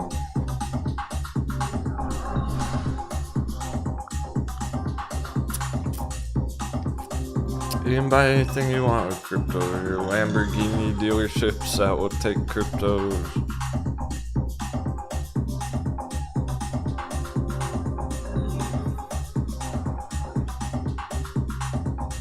And that's directly without even going through a middleman service. All those same bearish things are on Tesla. I mean, I'm not gonna say much about it. You can see it for yourself on the RSI. It's got the Ethereum situation going on, the Etsy situation.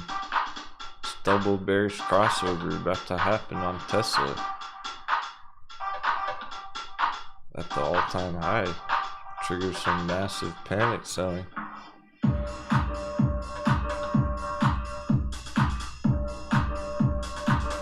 The worse the indicators are looking, the more lost confidence there's going to be on it.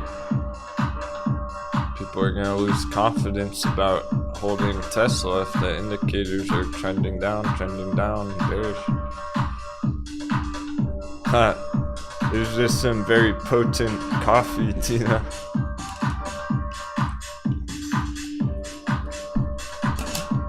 Just keep them buzzed on the caffeine.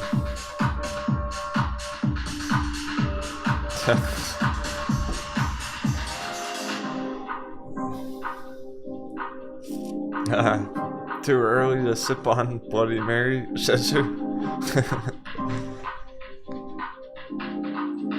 I would put some rum in my cup if I had a bottle laying around.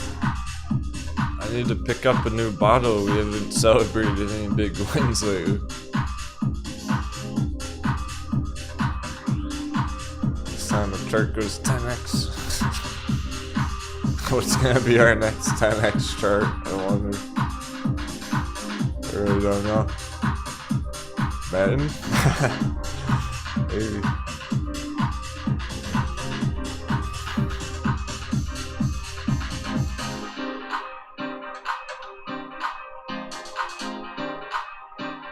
Oh, just revving.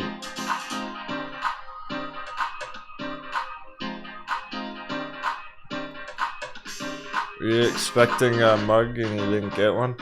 Send me an email, okay? Just revving it. And make sure your addresses are on Patreon to get your coffee cup shipped out.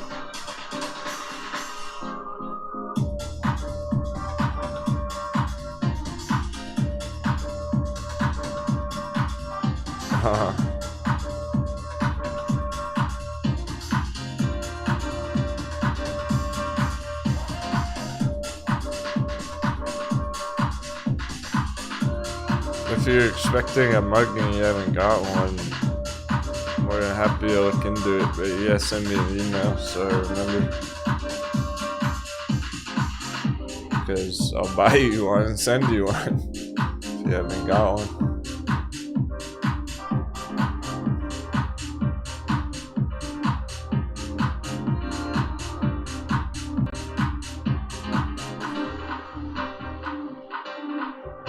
That's pretty bullish on Etsy puts. It's close though, 225 next week. Yeah, that's actually on track. Ideally, you should have got longer dates though. Etsy was supposed to be longer term than that. Not just for 2 weeks. 1 week, 2 weeks. Trying to hold those Etsy puts into next year.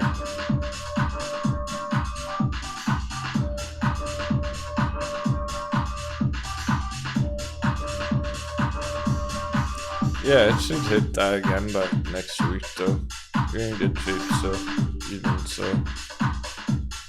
But that was too bullish, too bearish, more like. You didn't give it enough time. If you had that same strike with another month tacked on there for the expiry, be in a lot better shape.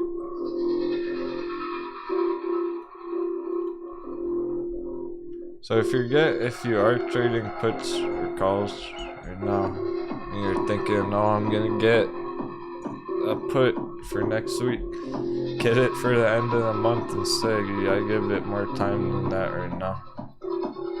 Too much chaos in the markets where they have bounces for a whole week long or fake outs and everything.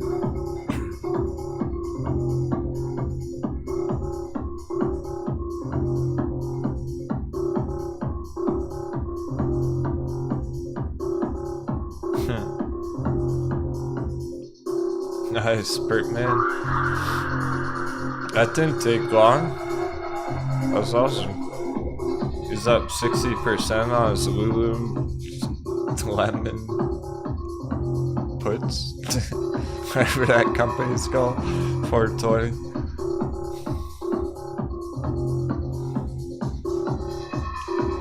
It's a lemon, alright.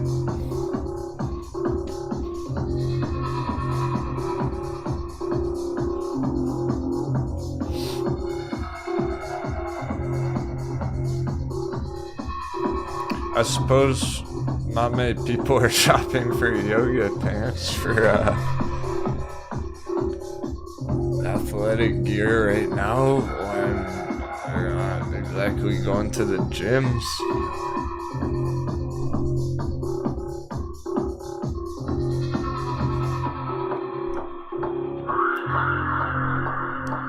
Tina, I'm actually expecting tomorrow to be more green than today. On our charts, on our favorites. But yeah, it turns out that majority are red today, whereas yesterday majority were green. We were pretty much expecting that, so I'm not seeing anything too concerning really. The ones that went down 8-9% red, that just put them back where they were yesterday afternoon. It didn't push them back down very far, so Hexo's still over $1, 102, even though it's 7% red on the morning. Courtesan 7% red, but it's still over $13. So it kind of just pushed them back to where we were yesterday. Avir at Taya, it's down 6%, but it's still over $8.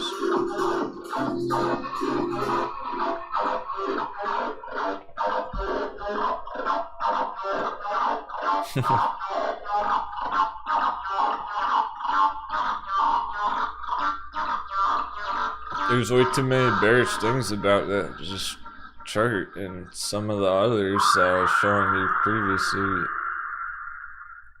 you can't ignore it. It's unignorable. You really have to take it into consideration if you're looking at these assets. If you're trying to enter anything right now, you should be checking stuff like this, making sure you're not getting in at the all-time high.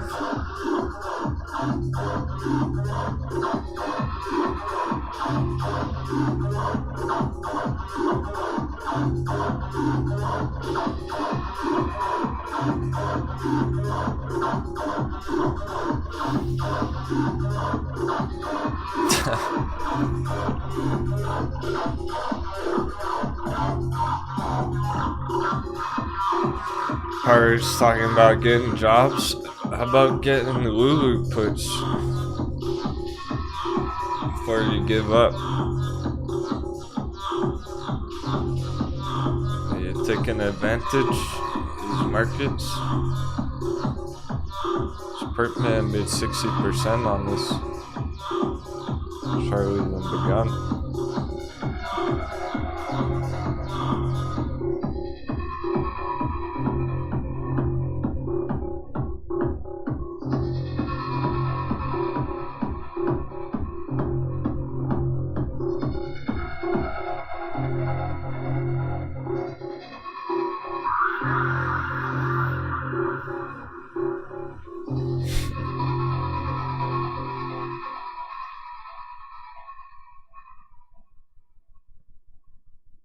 most important trade happens offline, so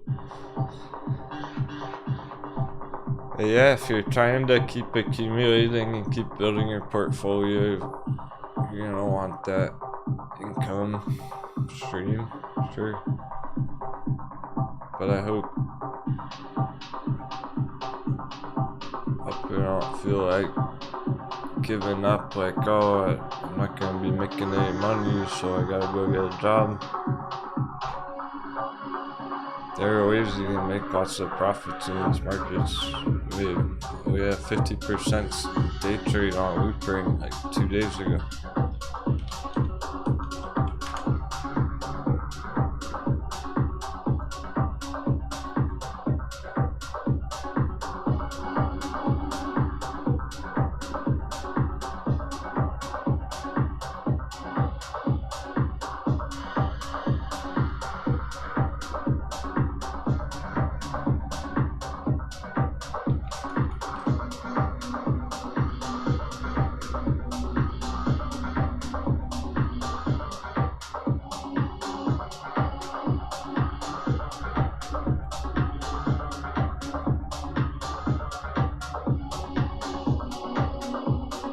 We had a 40% day trade basic attention token a week or two ago.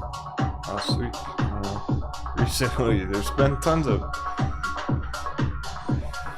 very good trades all over the place. Those are just 2 recent crypto scalps that came to mind because they were day trades. I put in those moves the same night.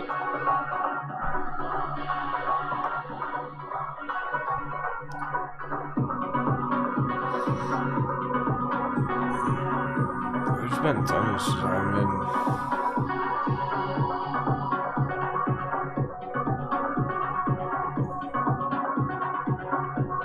it's just hard to balance your lifestyle, your expenses. If you're trying to use your profits and pay the bills, that's where it gets tricky. So I think that's really the roadblock that you're hitting. Feel that way.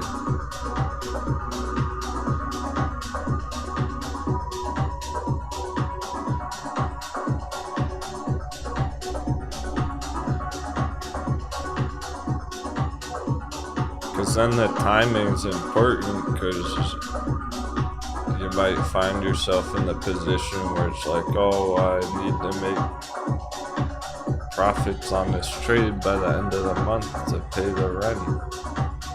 So it gets tricky. So that's where a job makes a lot of sense. If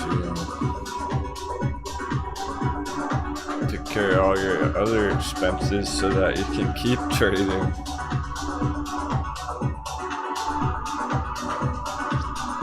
But yeah, don't give up on the markets yet in terms of making some profits or some scalps or anything. There's tons of awesome opportunities. How about Power Bridge on the dip yesterday? Well, a couple of days ago.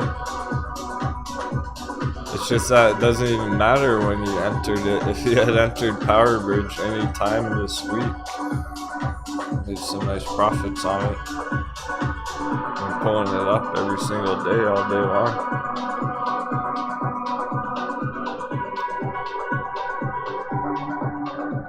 It's gone up 55% this week in a few days.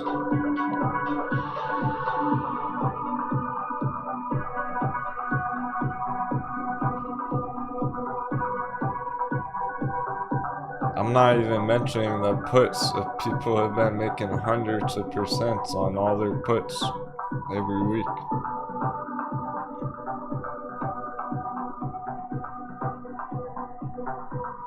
Corey made 1,800% on his purple puts.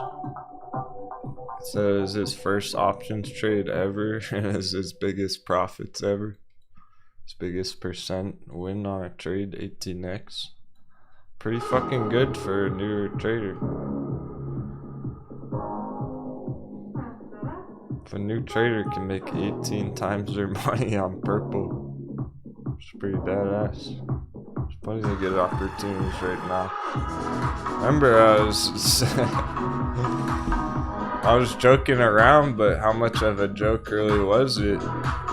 Should just be going all in puts right now. All in YOLO fucking Etsy puts. You want to make some money? All in YOLO Etsy puts, not financial advice.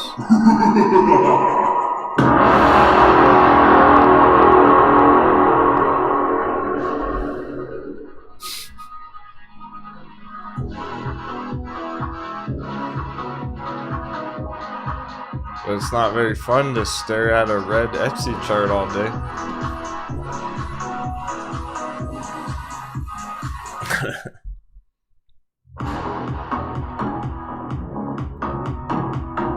Seven, 7. Remember a couple of weeks ago? A week or two ago? If you were watching that day? We talked all about it. It's like, we should just fucking go mega bear on everything. If we really wanted to make some good money, but some people are, and not everyone's into that. Not everyone wants to go bearish, so that's where the money's at. I don't know. Do whatever you want. Yeah, Whiskey doesn't even know how to buy a put. But yeah, I understand. That's why I'm not completely focusing on that.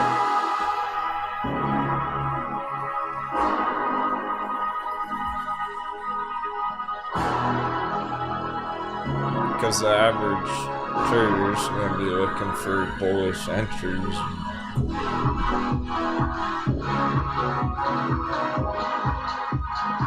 But if you're sitting there like, struggling to find a winning trade, they're right here on the bearish watch list.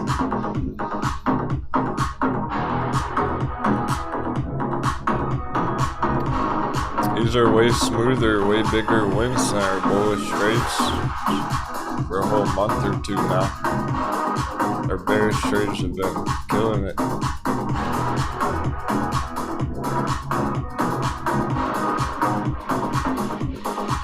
So that's where the money's being made. If you were wondering.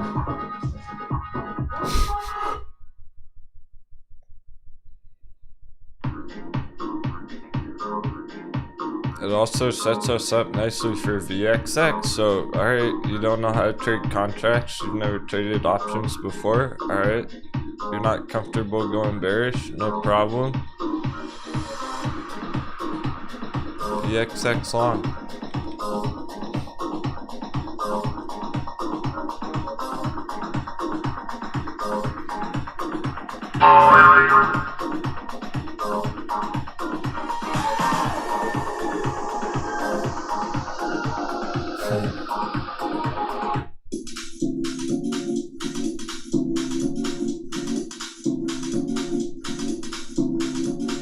Didn't trade this long like any other stock.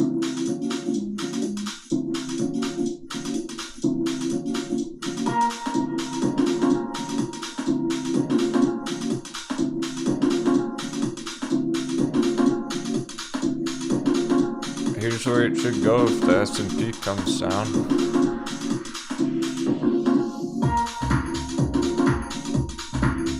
You know, it's a casual 1,400%. No big deal.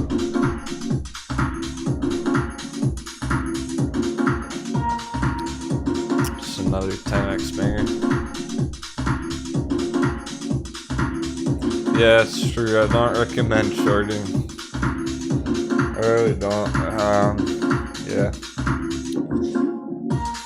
That's why when it comes to bearish charts, I'm talking about puts every time. I'm saying Etsy puts, buy puts. I'm not saying short, lose. We're not really talking about margin, leverage, shorting, anything like that. It's a bit of a difference.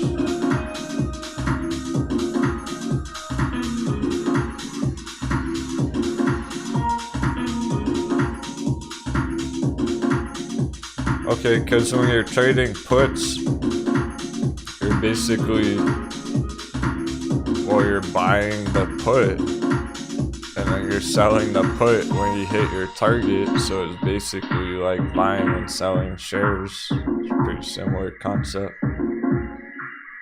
You're just entering it at different times.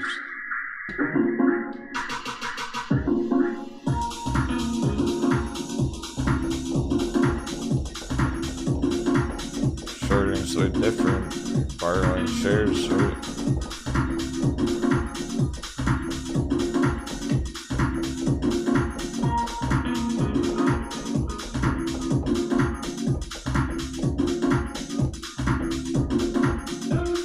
Yeah, that sounds good, Lisky.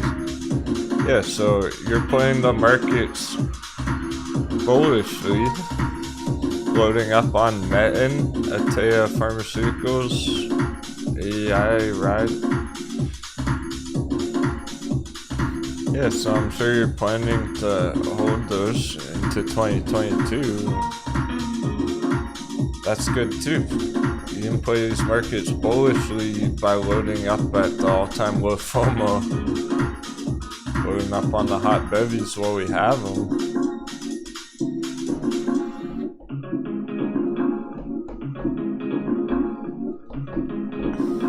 If you like FAMI, stuff like that, the electric vehicle ones, which are good choices right now. If you're accumulating like that, yeah, you're just... That's good too. You can do that too. But you have to be patient that way. The puts are making money right now. Going long diamond hands is gonna take time and patience. So I'm saying all this while I'm still thinking about, I still have it on my mind, people talking about getting jobs. Saying I need to get jobs because they're red markets or whatnot. Well, if you need to make some quicker trades, some quicker profits, the puts are the way to go right now because it's just consistently every day, every week they're paying out. But if you're planning for the long term and have time to do that, you don't need to make money next week. Then you could just be accumulating the hot bevies. And that's valid too. It's not a better way to do it, it's just these ones are lit right now, the bearish ones. So if I was entering a day trade today, I'd probably enter a put or whatnot. I would enter a bearish scalp today, most likely, rather than a long breakout scalp. That's all.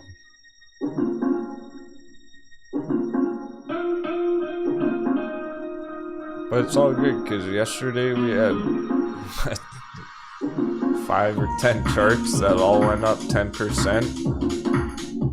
We didn't have any big moves on our bottom barrel entries, so they just might take another month or two to really be paying out nice and good.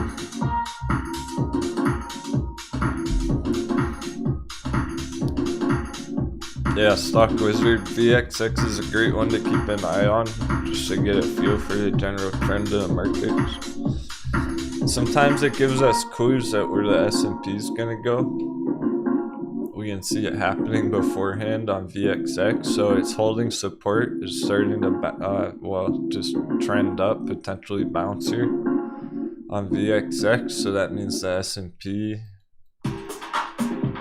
is probably hitting a resistance, probably starting to roll over.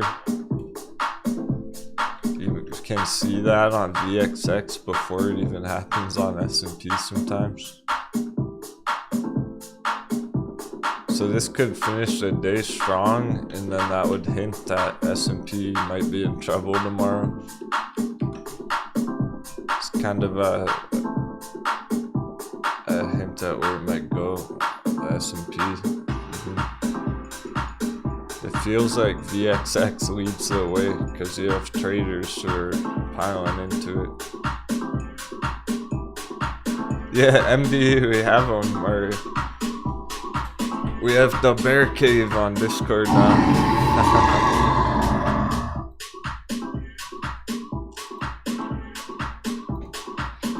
That's our newest discussion channel.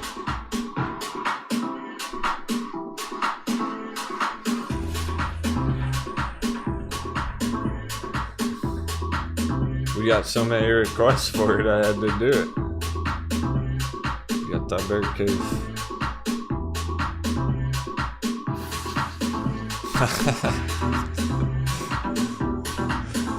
kind of funny. Posted it so do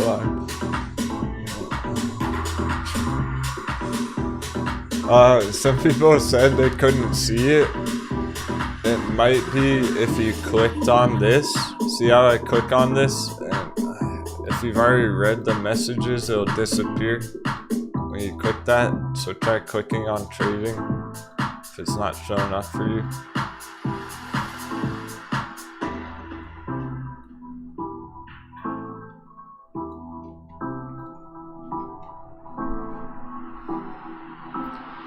Oh no, Aggro Grizzly. I wasn't watching the after hours at the end of the day yesterday. Big spike on QLGN after hours. I'm not surprised because these things are getting spicy. So it might not be green today, but it's been trying to go higher and higher. It's getting a solid bounce from the support down at $1 here. That's where we were looking at for the bottom. We were waiting to see. Well, we tried to get a bounce at 150 and it never happened, so we got our second chance down here, the real bottom. Yeah, I'm bullish on QLGN from here. Overall.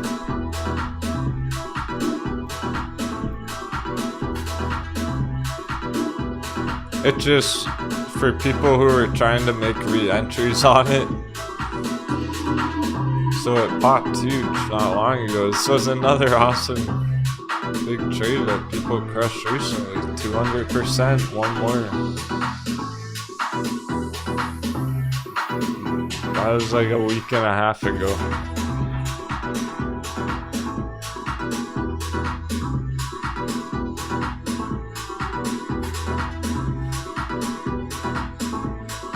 After that, so people took profits on it because we were like, hell yeah, you're up 200%, take some profits. So we took profits, locked in the green, came down real hard. Almost instantly that afternoon, it crashed 45% in 5 minutes one afternoon there. And we were trying to spot the perfect penny for a re-entry. It ended up coming all the way back down where it started.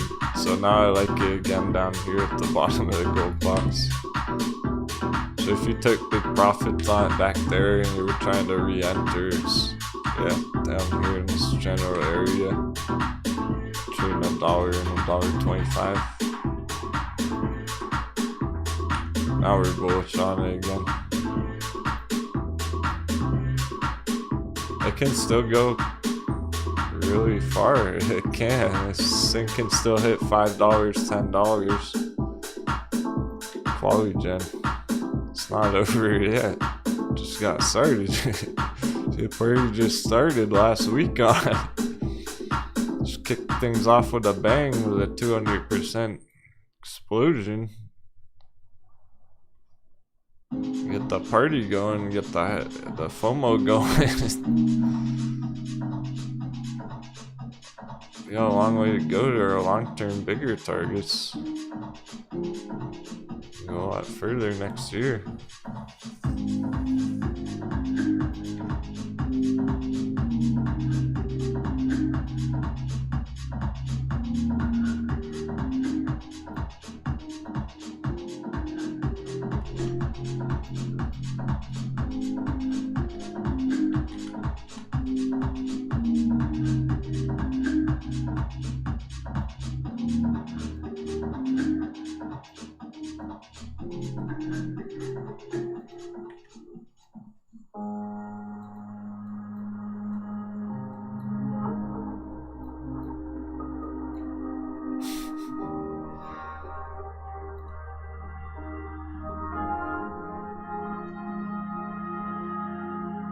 Okay, Jupiter Wellness maintaining over 150. Yeah, all those lit ones from this morning still cruising. Power hour 30 minutes.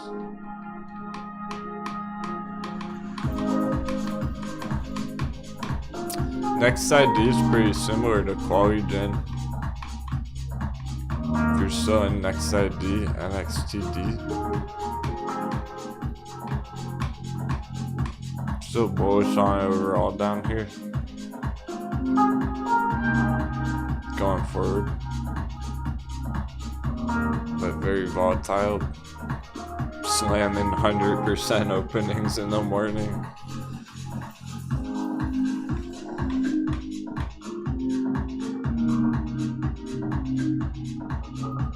Yeah, NEW Puxton's been looking real nice too, and Cala, CALA, has been developing. We might have caught the bottom on that a couple days ago. 70 cents, and 80 cents.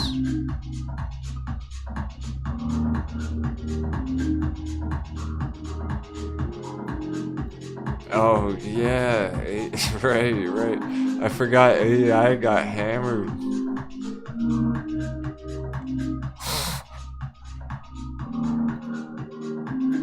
That was pretty wild. Giving us a hot bevy on it.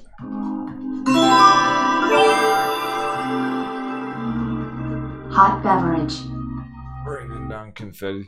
It wouldn't have been that way. The only reason it's a hot bevy on AEI is because it got hammered last week.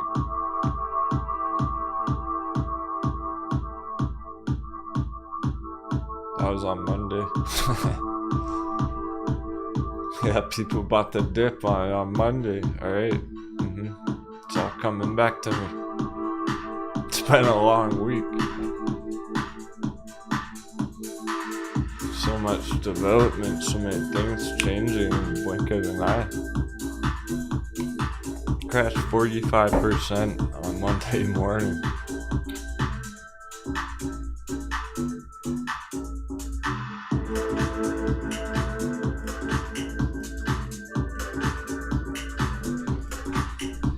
Yeah, sure, you could get a double bottom here with not a lot of these almost dice roll gap fill type targets anyway. Yeah, they have been hitting it twice, hitting the hot bevy twice like that, double dip. But overall it's in good shape. As long as it's not going straight down every day, we're in good shape, because it didn't crash 45% after we entered. It crashed 45% before we entered. We're going for 45% in the other direction.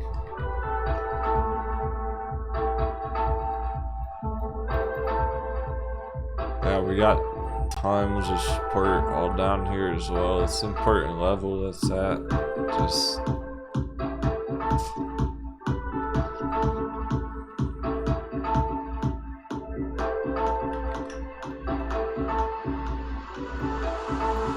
so basically, if it's gonna bounce and go bullish, it's gonna be from here. So now or never on it going into the next year. After our earnings a couple weeks ago.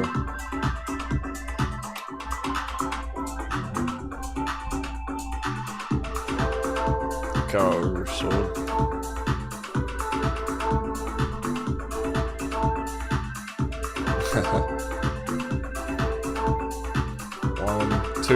Third time's the charm.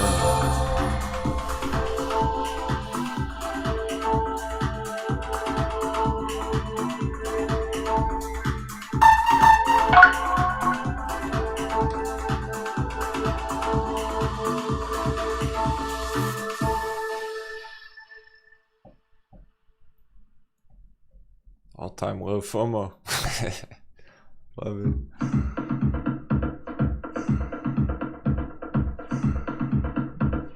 I'm glad a bunch of you being brave. We need this pillaging. It's that end of the year pillaging. We gotta make the most of it, because we might not have these kind of opportunities next year.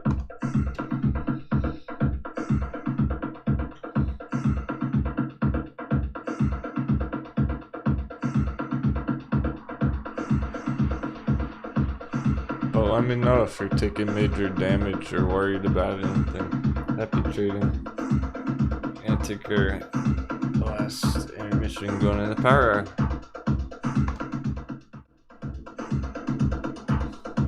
We will do crypto crunch after.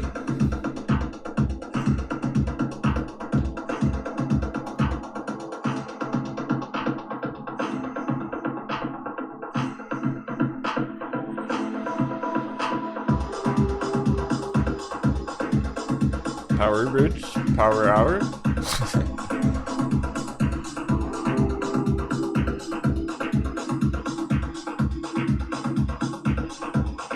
People are struggling making profitable trades. I'll chart bearish charts all day long. We'll chart crypto all day long if that's what it takes. Just money makers.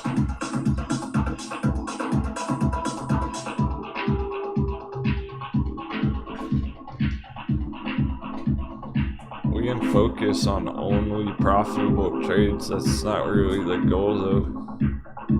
It's not what I've been doing. Keeping up with all our favorite trades primarily, whether they're good or bad or ugly.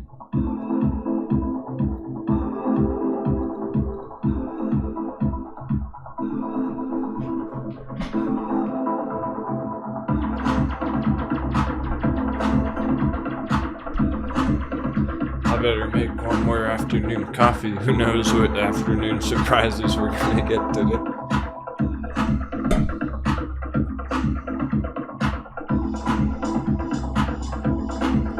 Yeah, it is Josh Covey. 25 long-term support lucid.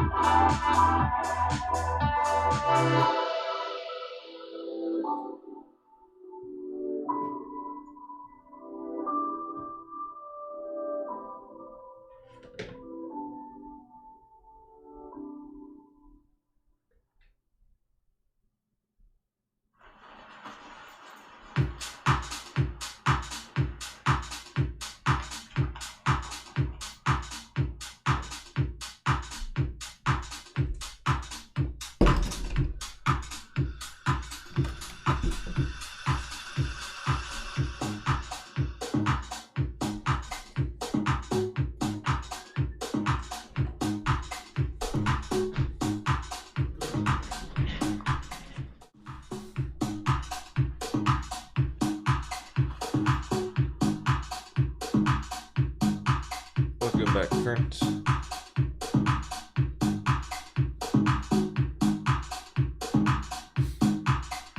Catch them with the check.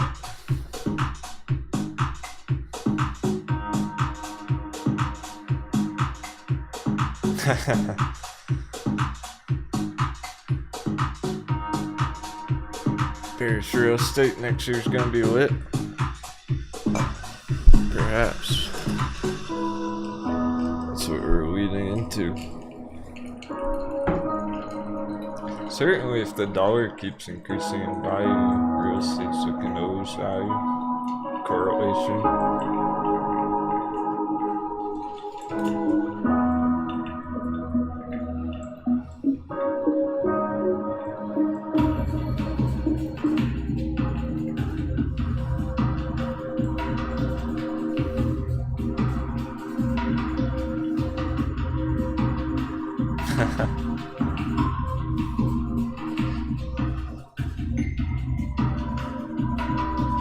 Yeah, gotta be patient on Lucid for sure. At this point. Don't only be wanting to re-enter Lucid just for the values, right? Mid-20s, low 20s. Just like Virgin Galactic.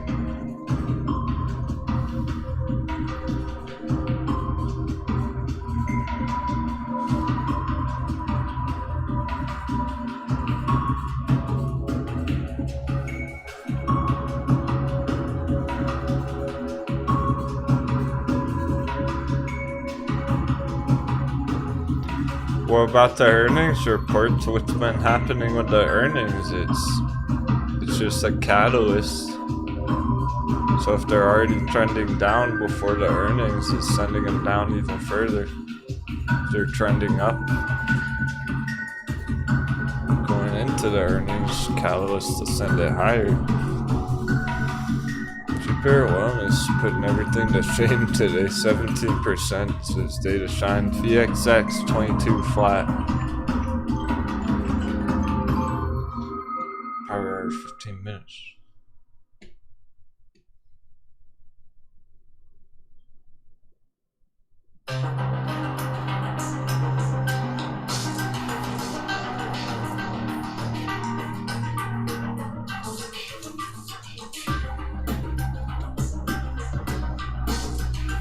Sometimes when you see all these major hot bevies all at once, all-time low FOMOs, it can mean we're coming to a conclusion. We're getting a conclusion where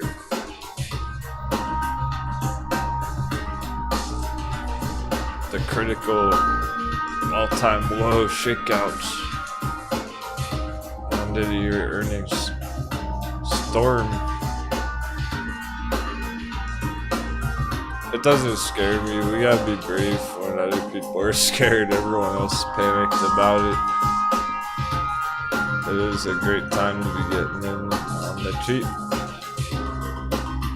It has been for a while, so it's, yeah, we got our accumulations on our bullish favorites. But the bearish ones are the money makers at the moment.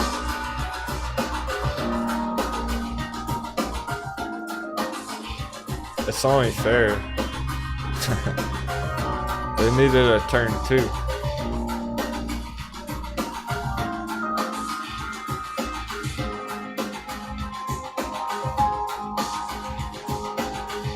Let's check it out. There's no difference from the bulls and the bears. Yeah, it's kind of bulls versus bears with not mentality. We're all the same on the inside. It's like the moon boy mindset. You got your bullish mindset, and you got your bearish times when it's appropriate. It's the same people, it's the same traders. It's not really mega bulls versus mega bears. It's not really as extreme as moon boys versus hedgies. Those are the extreme sides of the spectrum. It's really just that people switch back and forth. Sometimes you go long, sometimes you go short. Sometimes there's profits being taken, sometimes there's undervalued entries.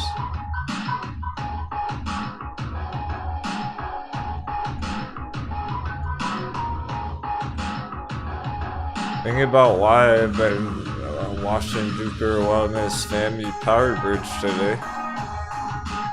Been time, EBI. Why are we watching this today?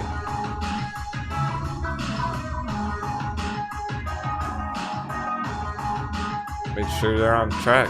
Crush our targets for tomorrow and end of the week.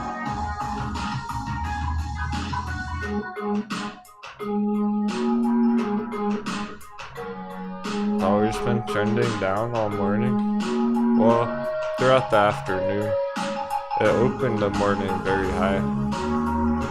The dollar chart, so it's still working in our favor, even just for power hour, if anything.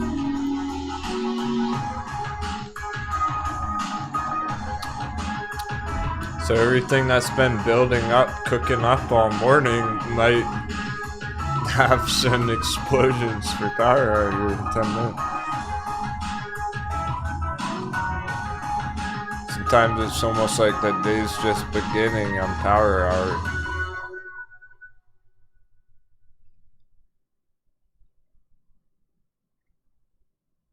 Okay, let's see if anything's taking major damage besides dice roll and lucid and grayscale. Well, that's okay.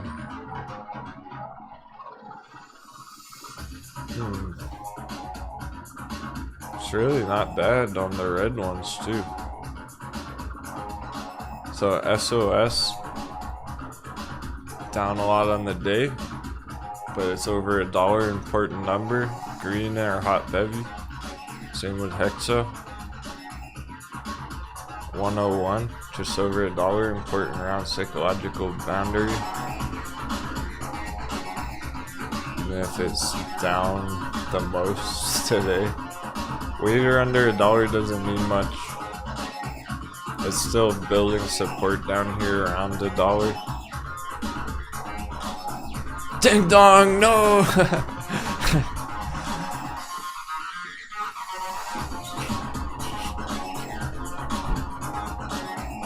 That's the real travesty. Tragedy.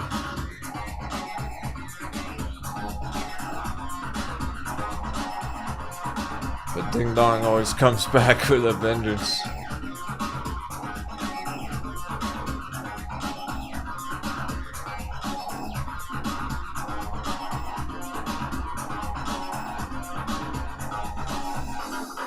Full sell. Double dippage, not a big deal.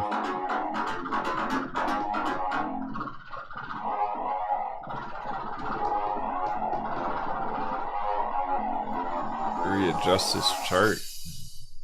Yeah, update some of these charts now.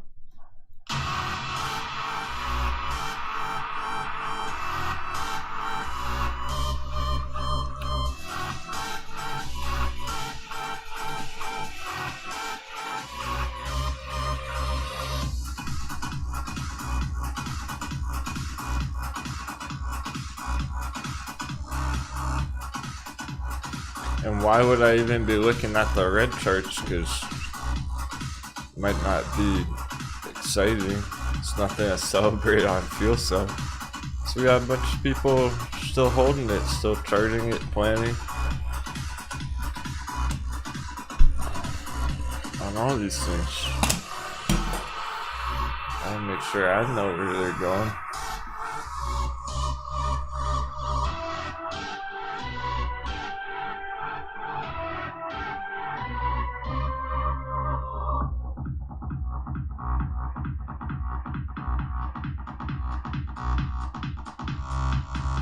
TCAT's a good example. It's like, okay, TCAT 6% red, but it was nice yesterday. Yesterday was awesome on that.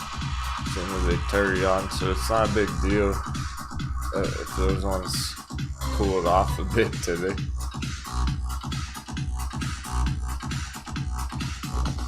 My med's still under 2.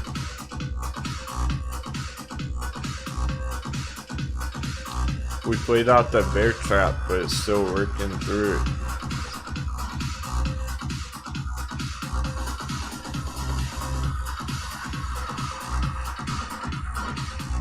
Sphere 3D just under 4, pretty similar. Still in the coffee cup. Already had a massive bounce on Sphere 3D. 25% this week, earlier this week. Slightly down on the day, not a big deal. Still up from Monday.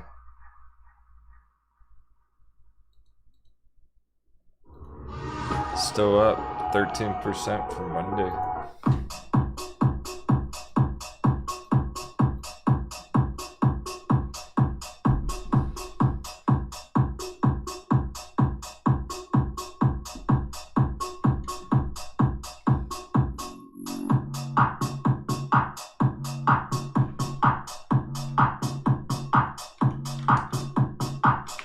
Oh, Jupiter 1 is just blew up. People talking about Arca in the chat.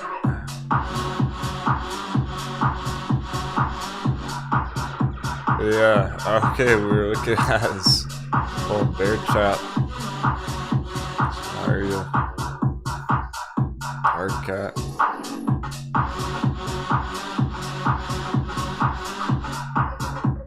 Yeah, that's long term though. Well, things might change quick next year. January, you'll see quick turnarounds on some of these things. Jupiter 1 is pop. 163.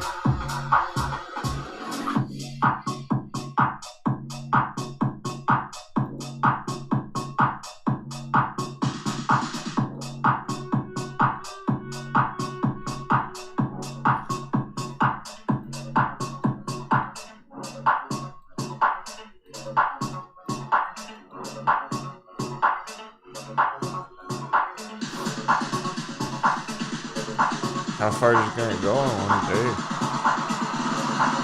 Hour.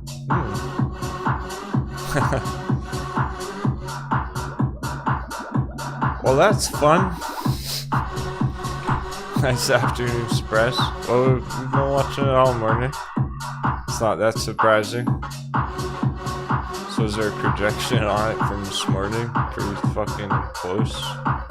Pretty accurate.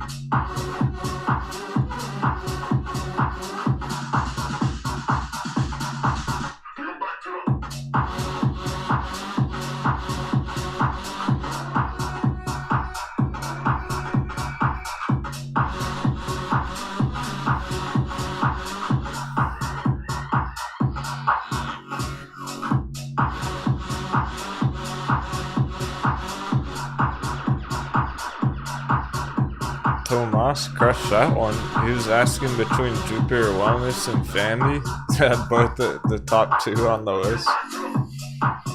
He went with Jupiter Wellness. That was the right choice today. 18.5%, whereas everything else like 5% at most.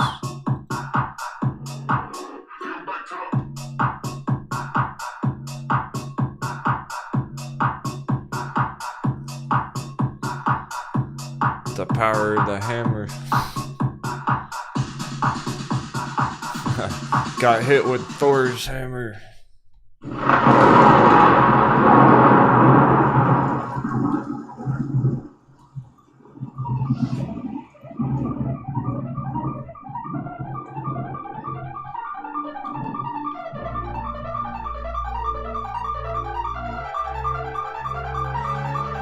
It's almost at the resistance, so 170. But at this point, it's like we're going for $2 tomorrow on it. Because these are end of week targets they're shooting for now. It doesn't really matter so much what it closes at specifically in the next hour.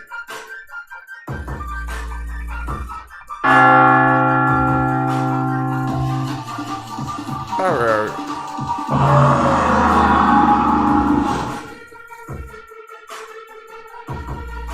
Those afternoon bulls might FOMO in. They get back from work, they see it green, they FOMO. But that's only for our green charts. Maybe we'll get some more flashing green. We better check the dollar. Copy. Just be expected. Because it's just looking to trend up in general for a while. We're lucky when we get dollar dip. That's what's exciting about it. So it's been dipping throughout the afternoon, but and nothing magical there. Maybe tomorrow will be better. And the Dixie. It's good though in some ways. It's good for our bears primarily. Get all the bearish watch lists now. They're all melting.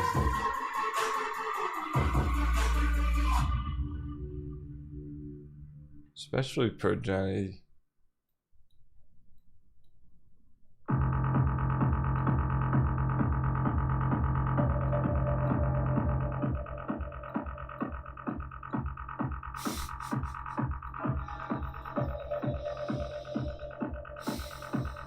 Looks like it's going to $1. That's a pretty big crash. 75%, 80%. It's halfway there. It was 5 last month, over 5. Now it's 250, melting.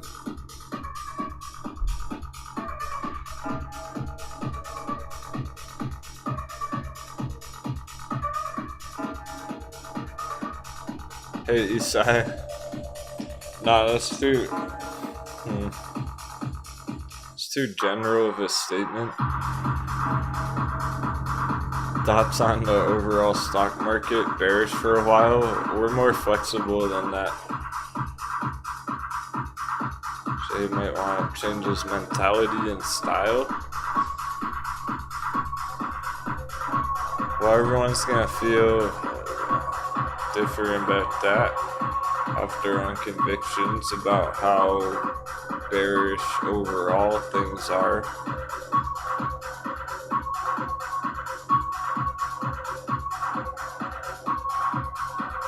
Let's put it this way, there are bearish opportunities and there are bullish opportunities. You could truly succeed either way right now. So it's kind of like the choice is yours.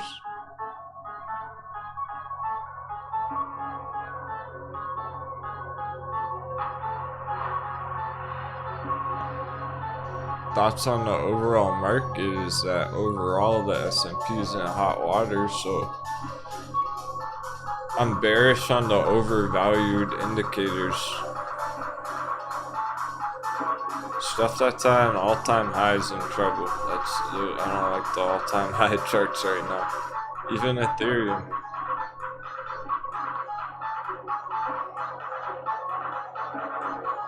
The S&P.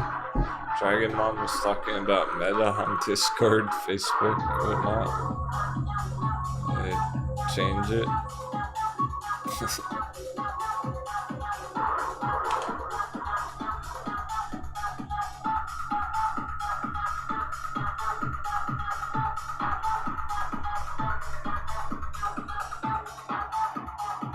It's not even really worth it. Sure.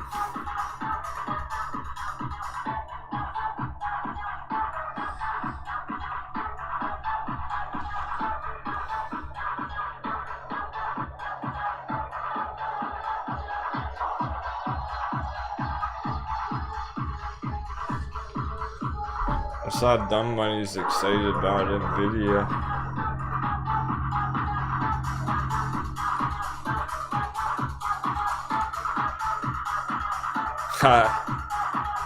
Higher than it even should be. We were already looking at this as potentially bearish a couple of weeks ago.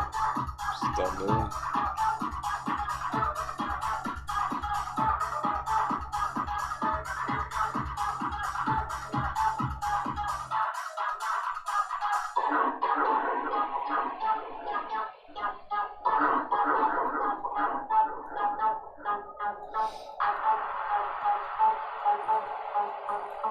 Yeah, thought I spotted that. I was looking at it on my phone earlier in the intermission. It's hard to identify. There's bearish divergence on Nvidia. It is at the all-time high. So I'm leaning bearish on things that are at the all-time high, even if it's a bullish company like Nvidia. When there's giant bearish divergence, MACD looks like that. That means it's already at the moon. So you certainly wouldn't enter Nvidia here. You'd be a coconut to FOMO into Nvidia. So that makes you wonder if maybe it's viable for a bearish entry. Perhaps, but it is a solid company, right? So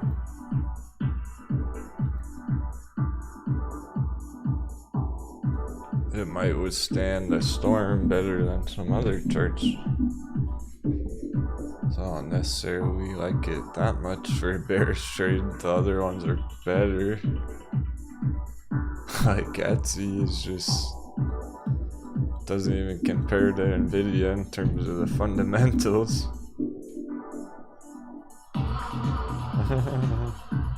Yeah, Isai.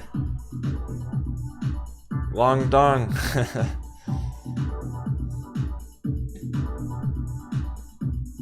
It's all-time low FOMO on Ding Dong. Hey, Power Bridge is going, finally. Alright. Decided to do things in the day, finish strong.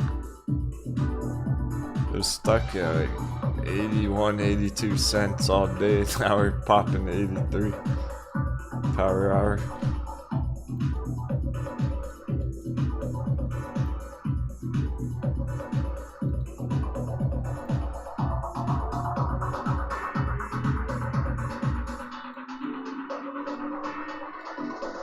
Yeah, it's been cooking up all afternoon, just waiting for right now, basically.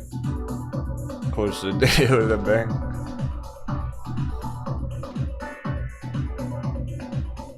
Oh, my Xena.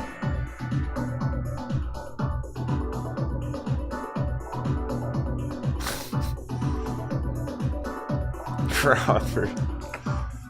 You're funny, Robert. You gotta work on that stuff. Work on your mindset. You know you're doing it wrong, but you're still doing it. He said he knows it's gonna go down, but he's still holding it for some weird reason. Ah, Power Bridge popped again. 84 cents now, I'm paying higher. Now it's up 10% on the day, which is a lot more from the bottom.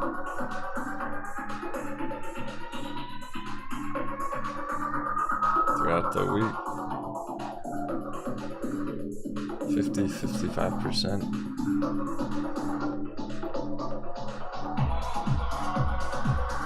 My Xena, you must have been busy a couple of weeks or something. Yeah. When we were talking about taking profits on Lucid a while ago, I meant that you had to take profits.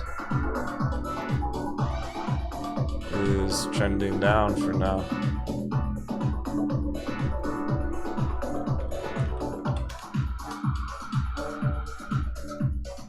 Here's our Lucid chart. We are bearish on it short term. There are different ways to strategize that, handle it. Some of the savages traded it to the downside, got puts on it. I never talked about that. I just said take profits. We hit our Fib target, our Fibonacci targets. People locked in double, triple their money. Which is awesome. Congratulations again. Won that Lucid trade. 250% from the bottom to the top.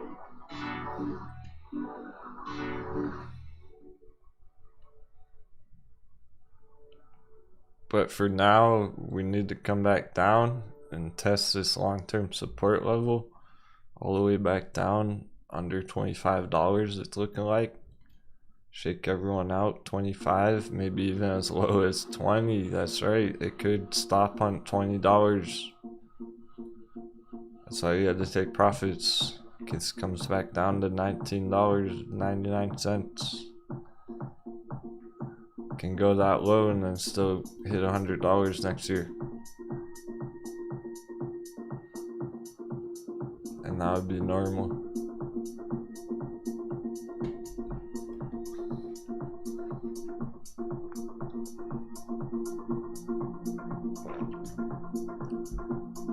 So we're not exactly bearish on it, but you had to take profits on it at the target.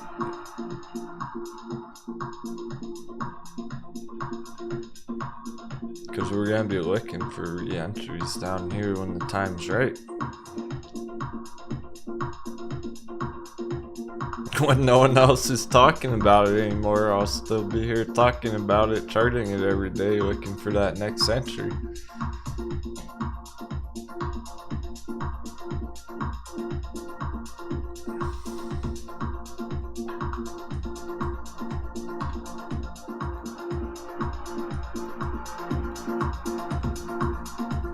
The biggest reason it's coming down is because it went so big already. Bear treasure, bear, not saying any names. Very cool. Thanks for 7's evil tour.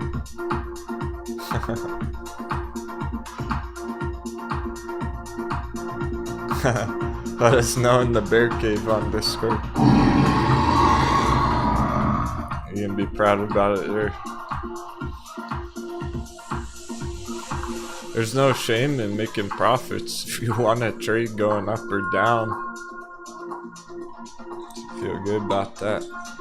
VXX continues up today as well. This is a big hint. Talking about earlier how VXX is a hint at what the S&P is looking to do next. Is holding support, so the S&P is still in hot water, holding resistance. There's a re-entry on VXX from that target. We crushed VXX swing trade. That was 50% swing trade last week.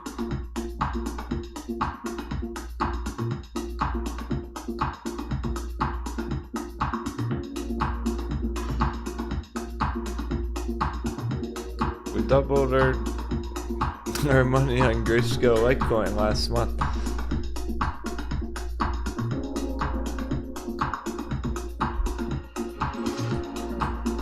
There are plenty of ways to win in these markets.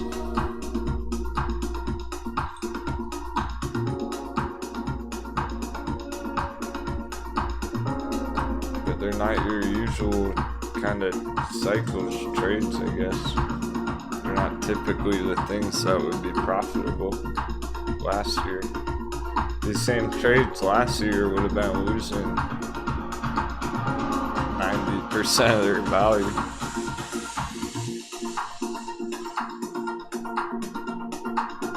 That's just what the climate's like nowadays end of the year.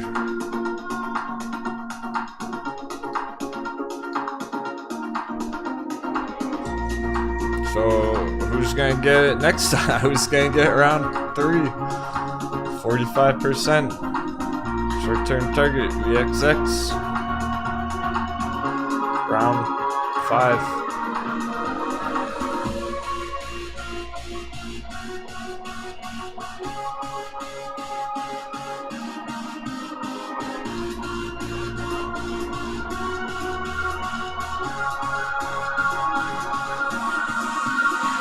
I never said we're done with VXX.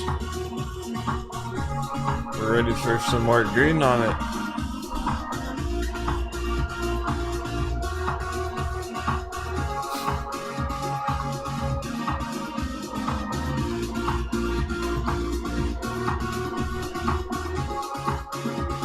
Nice. And codes in Jupiter Wellness. That's gotta feel good. You've been patiently waiting on that for a while. Patience getting rewarded. You had the double down.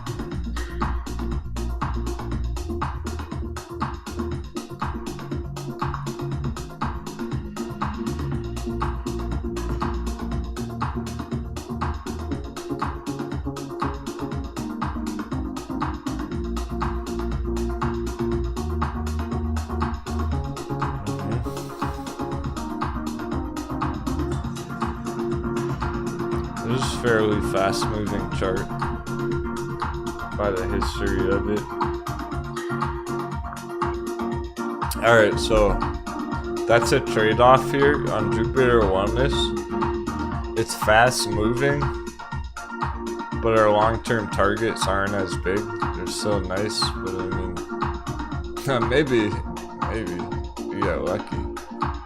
Best case scenario, we go up there. That'd be overly bullish. That'd be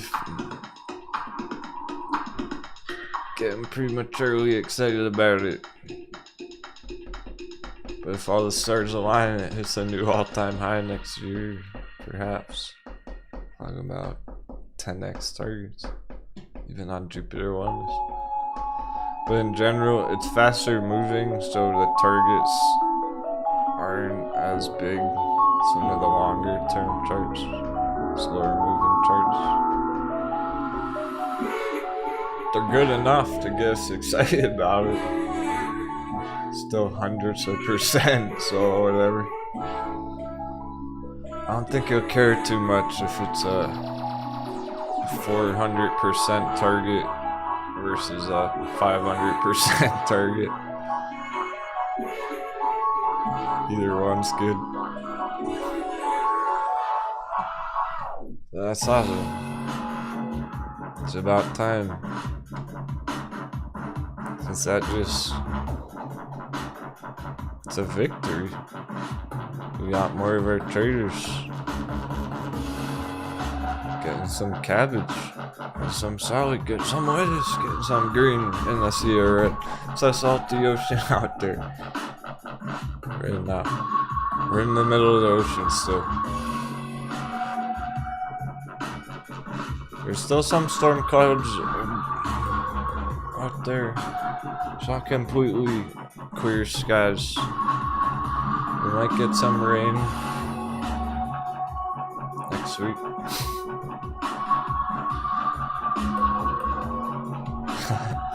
Hornet fell asleep, woke up to some red today. No panic though, because you're probably getting more used to it now. That's your experience talking.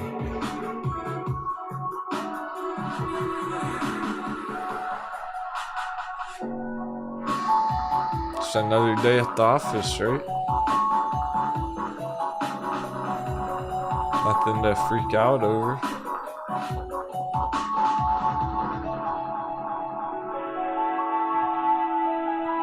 I asked earlier if anyone was worried about anything. I didn't see anything.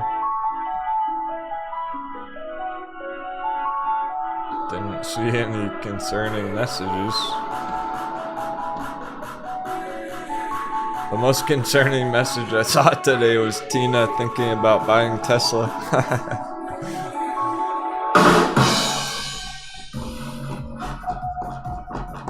Just playing.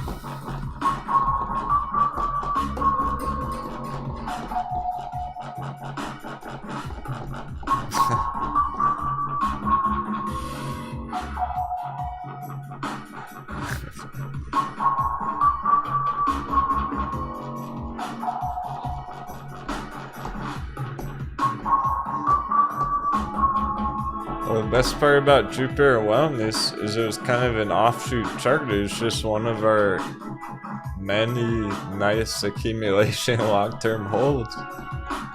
Now it's crushing it. So this shows you that any of these bottom barrel entries can do this real soon. If you got Ride down at the bottom, you got Wish, XO, Nikola, Fami, Metin.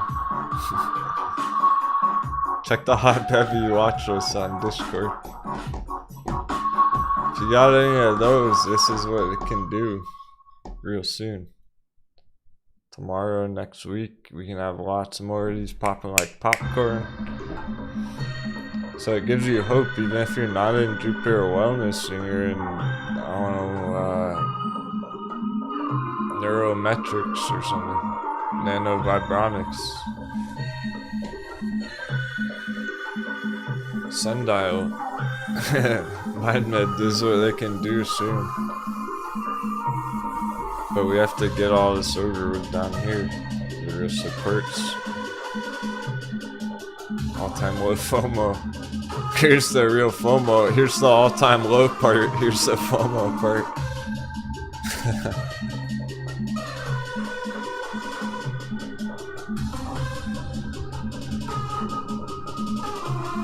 The key is getting in it beforehand, getting in it in the buy box on here before it does this. So if you liked Jupiter Wellness before all this, it was an obvious entry there, an obvious double down bear trap, just like all our other favorite charts.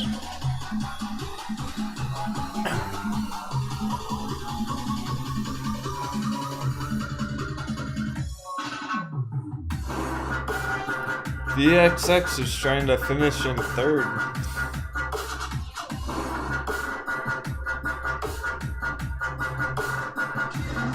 I like these kind of days because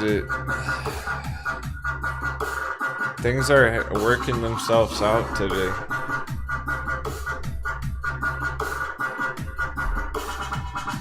All week, really, this whole week.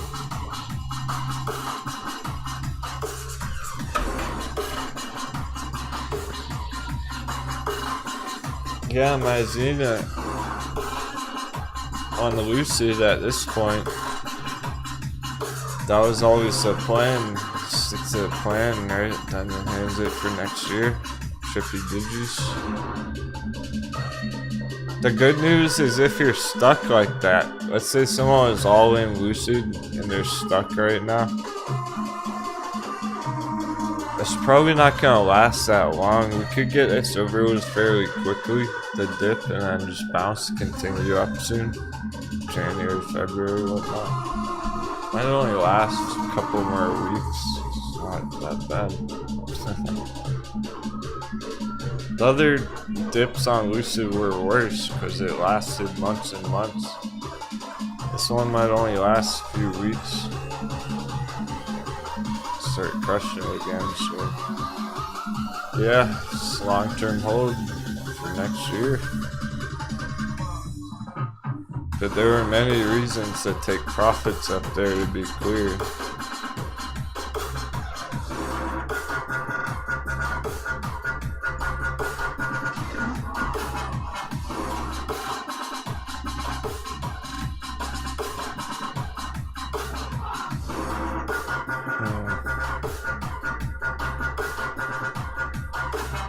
But we have people scalping it right now, too.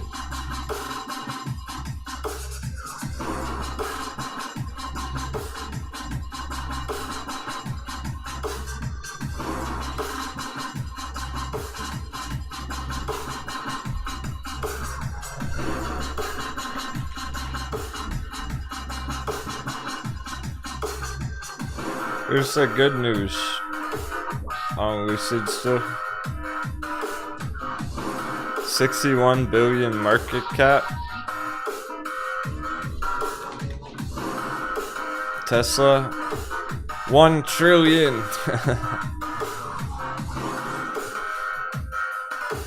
Lucid's like 1/15 the size of Tesla. Lucid could go 10x and still be like half the size of Tesla.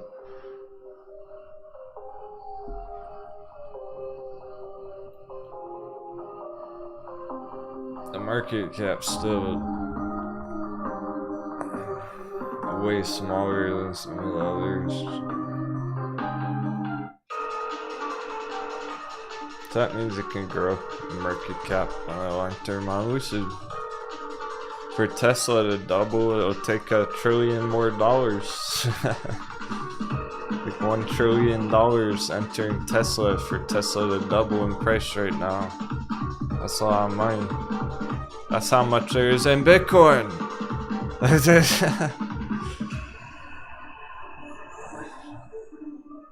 Did you catch that? For Tesla to double in price right now, it would take all the money there is in Bitcoin to go into Tesla. It's gonna close under 1,000. Tesla puts, Tesla puts, Tesla puts.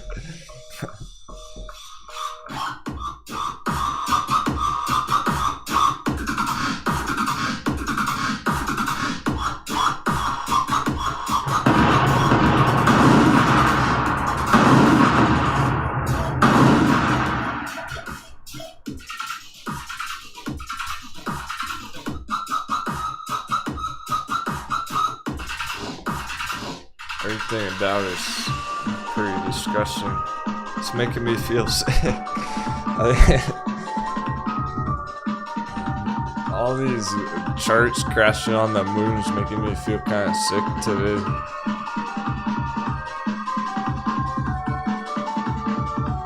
How much money people are about to lose on all that shit. And then they'll probably show up in the chat in 6 months and be like, "Arg, I'm down 50% on Tesla, what did I do?" And be like, "Damn, that sucks." Looking for an entry on open. My alert was set at $15. Mind getting some eyes on a cap? Yeah, for sure, Native. Thanks, man.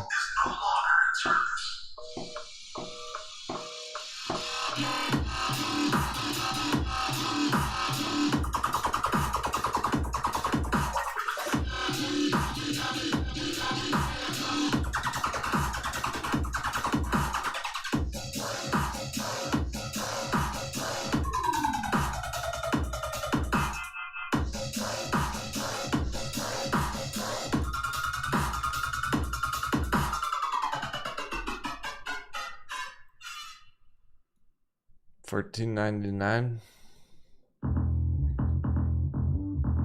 Suppose it's going for a battle over 15.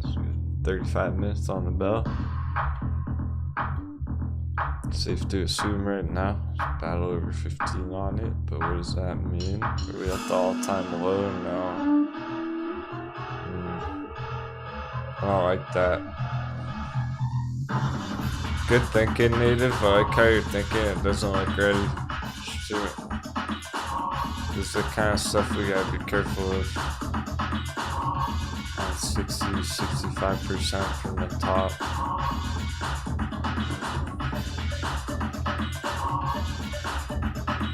Alright, this is what beginners are gonna see. That's not good. That's not valid. Well, that's something that you could watch. Is that trend line? 1340. It's really more like this.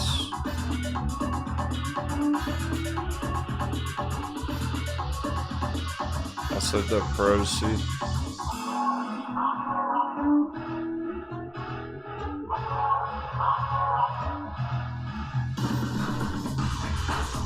I don't like it right now. But good idea. Good job scouting it out. Close but no cigar. Because I wouldn't be surprised at all if this drops below here. We've seen that too much. We've seen that all too often lately.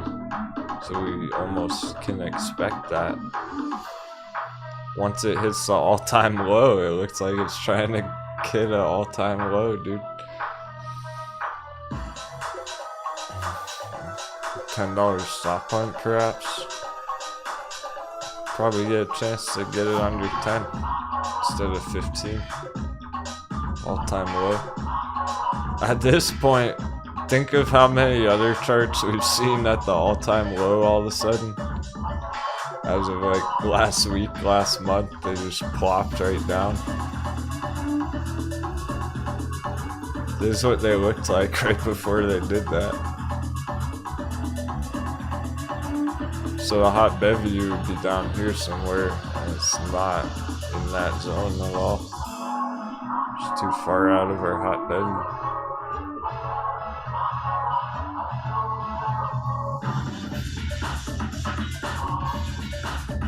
Seven. There you go. Done. 777.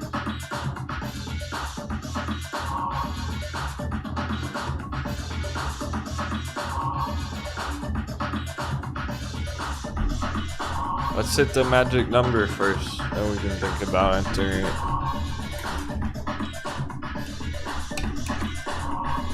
These are ones that are tricky because you might get excited about the company and it looks like it's potentially trying to form a bottom there, but is it really?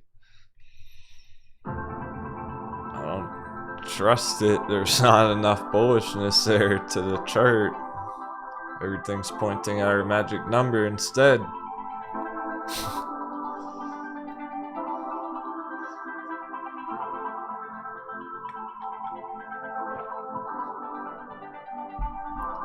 You have to at least give it more time. It's not ready yet.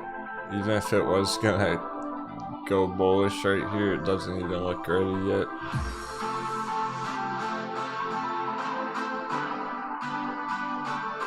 But nice scouting it out on the radar anyway. There are some entry signals like, okay, it's very oversold. Technically undervalued, but is that enough? I don't think so.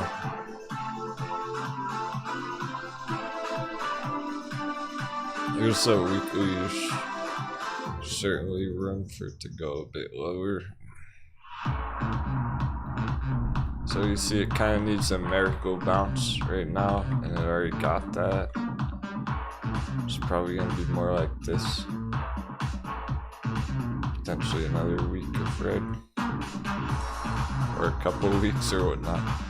So that's the kind of thing you would want to, at the very least, wait until tomorrow, wait until Monday, see how it looks. If it's still over 15 or under 15, could be some relevance to that, but it's looking not attractive.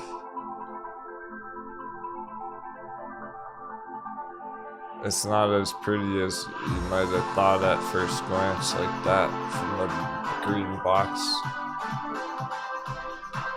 That's not confirmed yet. That's not established yet. Too much risk.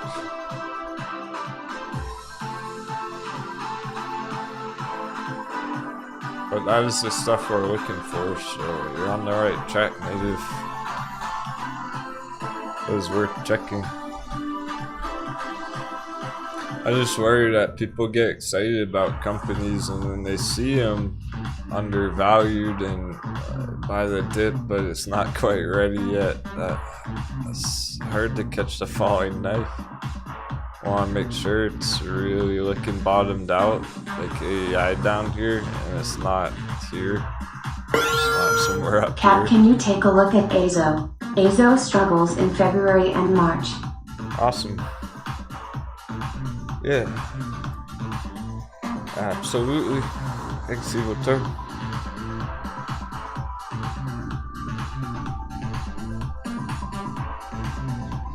Cool, cool.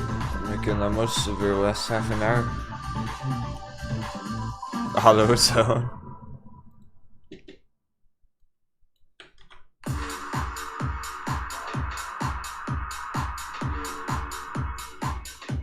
Oh boy.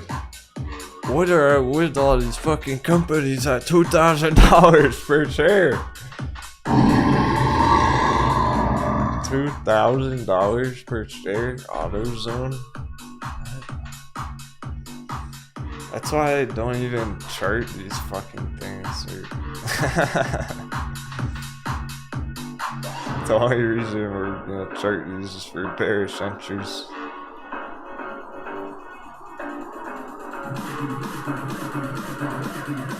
Okay, BlackBerry earnings coming up. 2 weeks. Yeah, so we're not completely done with all the earnings stuff. That's why we gotta be patient till January. Nice, Nerdy Dark. You took those lucid profits.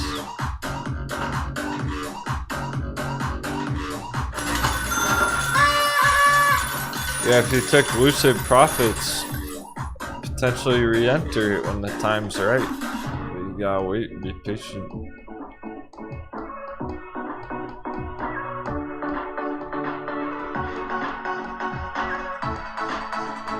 I mean, Evil Toro is already in hot water without even really looking at it. Holy cow. Talking about parabolic bull run. This stuff is just stupid.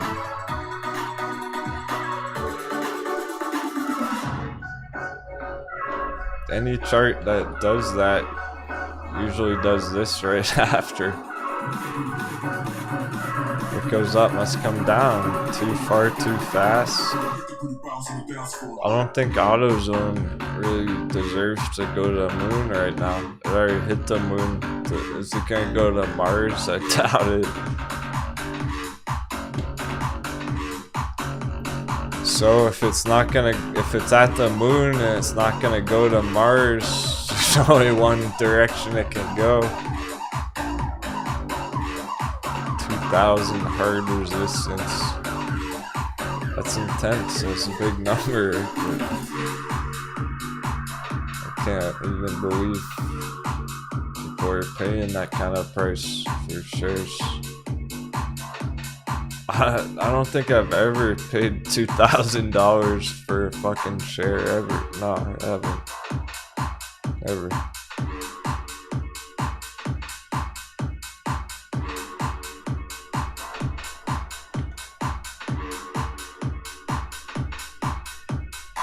I'd rather buy $2,000 of penny stocks. That's like 4,000 shares of Sundial. Holy shit. 1 share of AutoZone or 4,000 shares of Sundial? That's a no-brainer. If you have time, can you tell me the bottom of BLIPLS? My spider senses are tingling. A. Oh, cool. Hashtag paper ants. Sounds good. BLI, are you talking about BBI? The one that we were charting this morning? Just double checking. Let me finish with this one first. 1 minute. This one's not gonna take long. 2,000.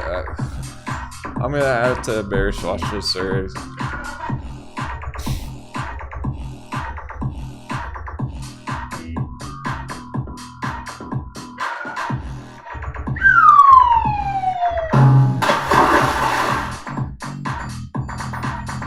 AutoZone off the plank. Treading water, all-time high.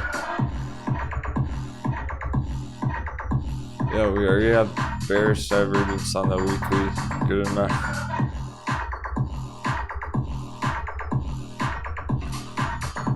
Daily.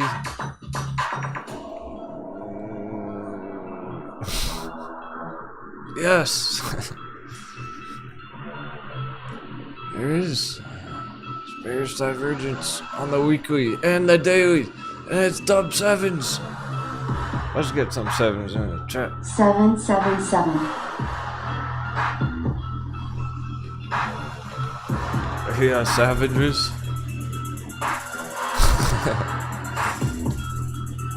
I'm gonna banger.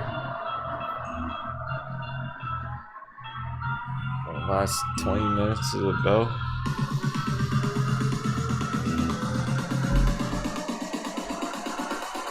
Yeah, so we got bearish divergence on the daily. It's hard to see. You can barely see it. It looks flat.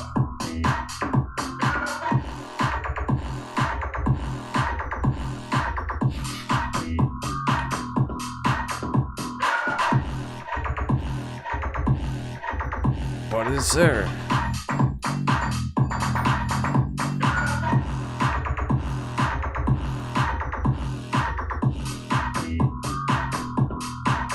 And on the weekly, that matters. So that's extra confirmation. The weekly's even better. This whole way, doesn't matter where you draw it. Major bearish divergence. I doubt it's gonna get through 2,000 again.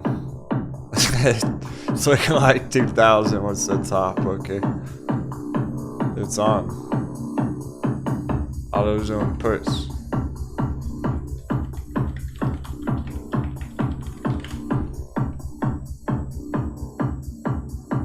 $41 billion market cap.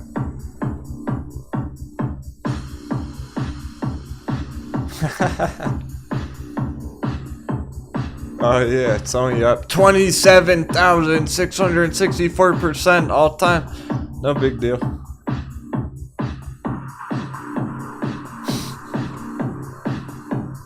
That's why it's $2,000 a share. Stupid. Overvalued. Market panic.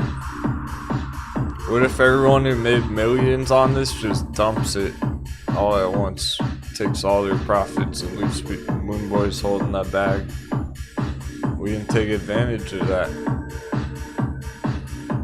I doubt it's gonna crack through 2,000 again. That was likely the top. So yeah, perfect time to spot this one. Great scouting that one out, Evil Toro Man. We got everything we're looking for. Pretty straightforward. Add it to our watch list. See if it goes red again tomorrow. Red on Monday. We should be in good shape. Well, it's under 2,000 and I don't even expect it to break back over there, so looking fairly safe, fairly low risk actually. In terms of advanced trade.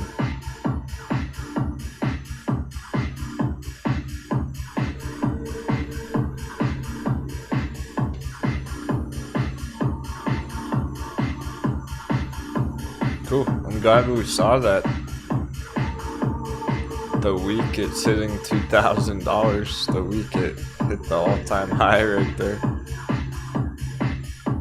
Now it's under 2,000.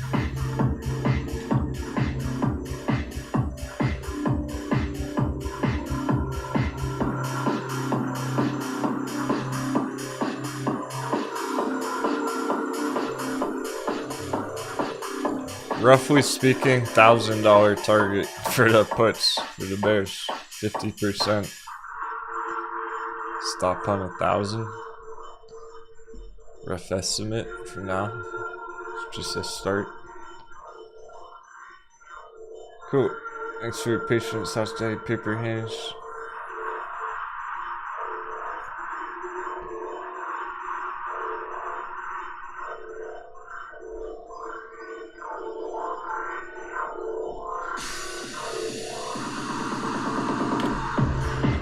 I'm not sure if you're talking about BLI or BBI.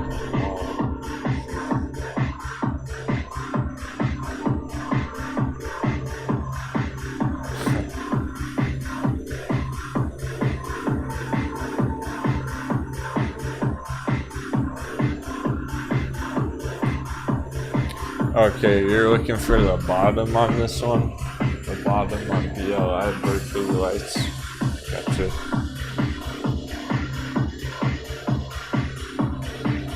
Okay, well, we can do some quick measurements on it.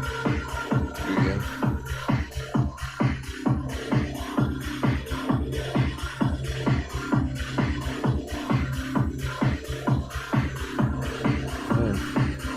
Down 70%.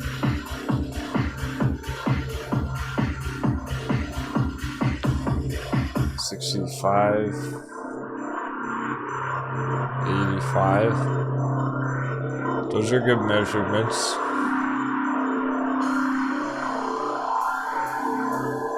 Earnings sell-off last month, early November.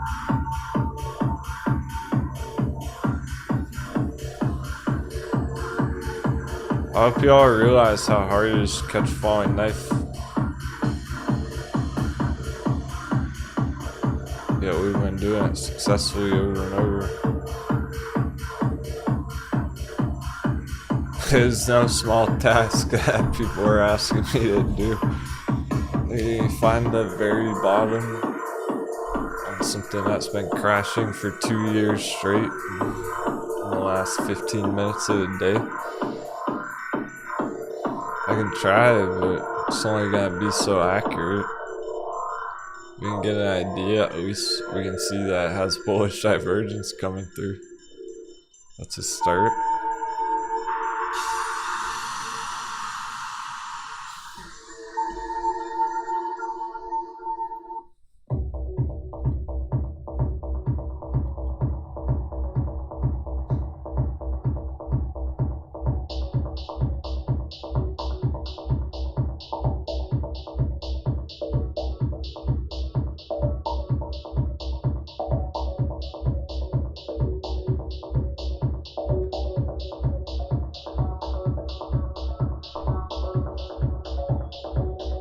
Sean Connery's message is not coming through. Okay. Take a look into it. Thanks, J-Big. Sure, Sean Connery. Sure. J-Big, you accidentally put him in the break.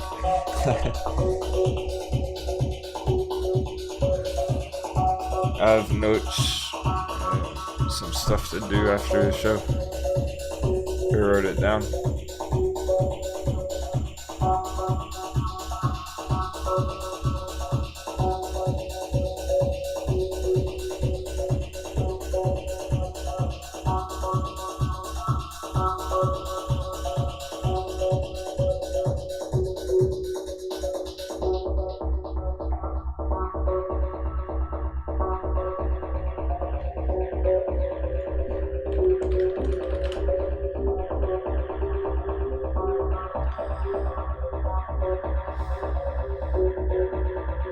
1.25 billion market cap.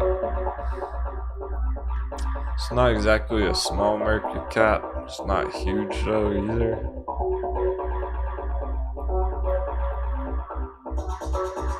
It used to be a lot bigger before it lost all that value.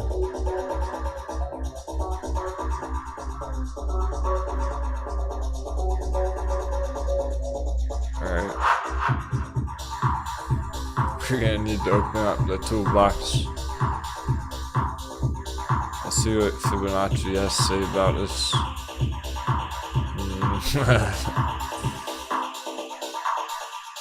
Okay, that's better.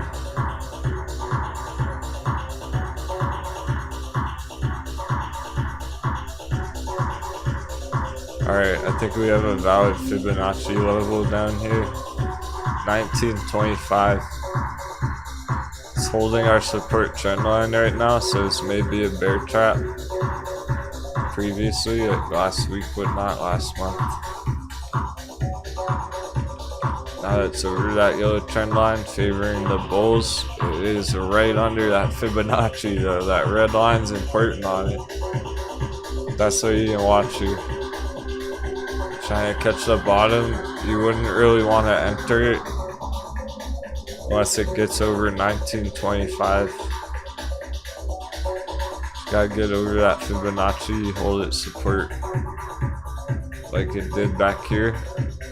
It's currently underneath. If it does this again, then you have an entry.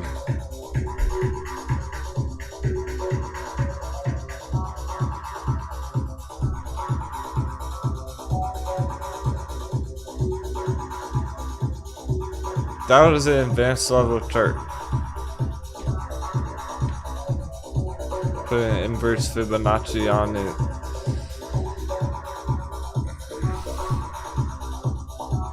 It's not easy to spot all those things and actually know if they're valid or not.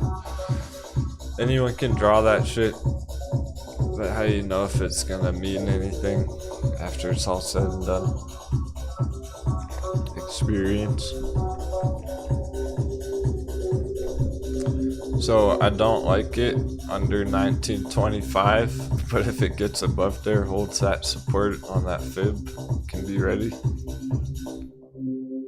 Gives you a nice tight area to keep an eye on.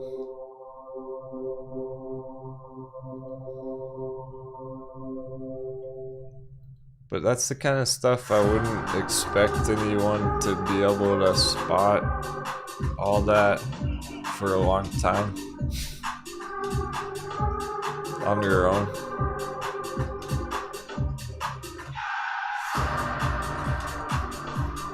Hopefully you understand what I just did there, walking you through it all, step by step.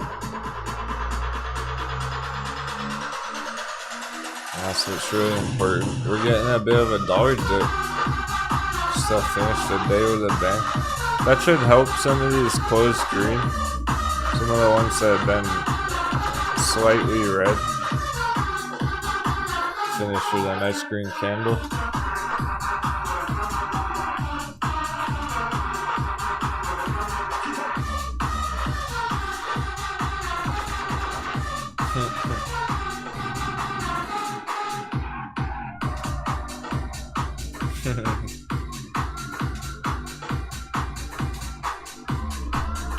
Yeah, if you want to learn more about options trading, I get in on those bearish puts. Look at our bearish watch list, they're all red.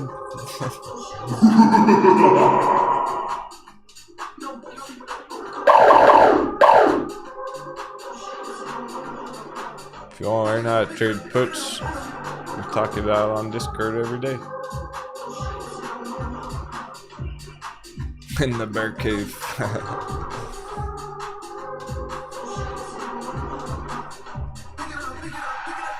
Wow, yeah, Grizzly Giant. Some of those contracts are very expensive to enter the trade on ACO on AutoZone. $80,000 for one contract. That's a big trade, that's a big bet on AutoZone.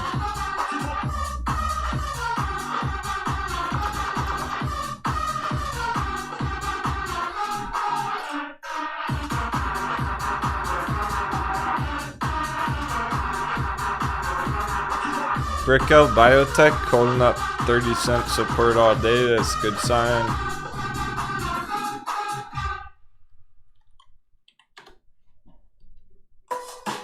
I tell you, that's still over 8.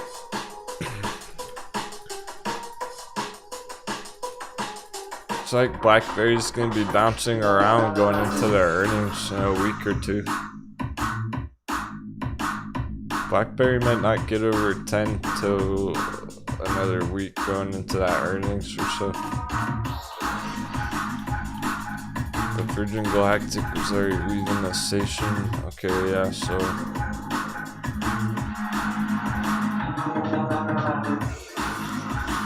If I had to guess, I would anticipate Virgin Galactic continuation tomorrow.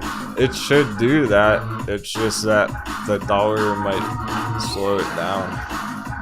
Depending on if the dollar's going straight up tomorrow or not.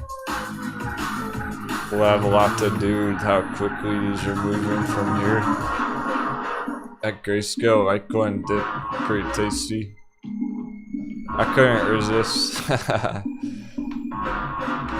That all-time low FOMO grayscale Litecoin. That's fire.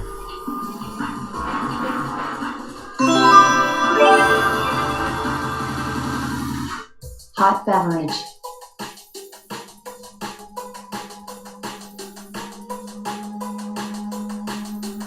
We're still making entries. We haven't, trade hasn't even begun.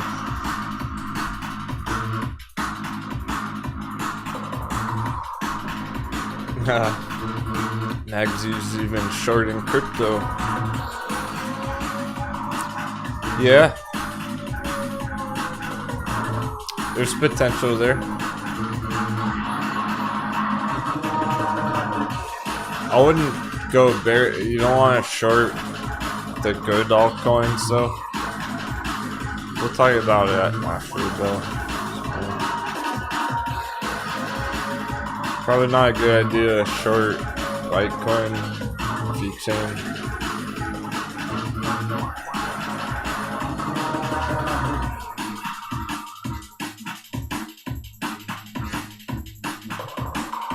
I'm really not mad about it if Bitcoin goes down, if it keeps going down here. Looks like we'll be figuring out pretty much tonight. Today, tomorrow, to the very end of the week here is, at this rate, it's not holding very well. So it's currently has been back into the scenario of where, well, if we get Captain stuck. is Dollar HD ready for puts also? Thank you, 777. Of course. Let's check it out.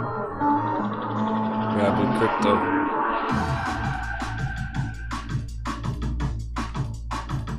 Home Depot. Oh my goodness.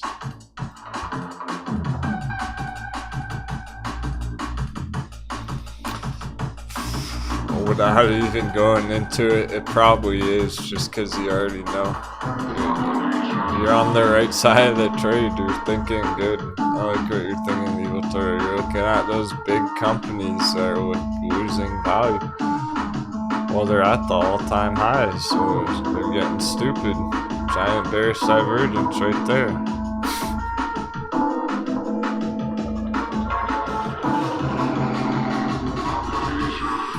It's not in good shape, that's for sure. It's not.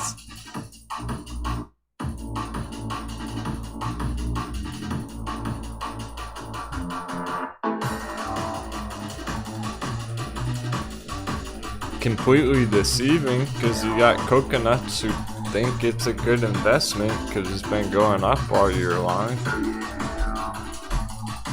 and then it crashes on them and they go, ah, what happened, the markets are rigged, manipulation. It's like, nah, you just bought the all-time high. Just FOMO'd in at the top. That's not the market's fault.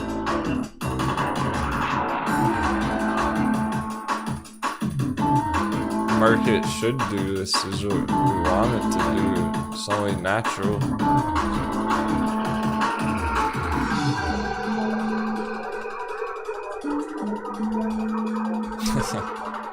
Look how far back this goes on the other side.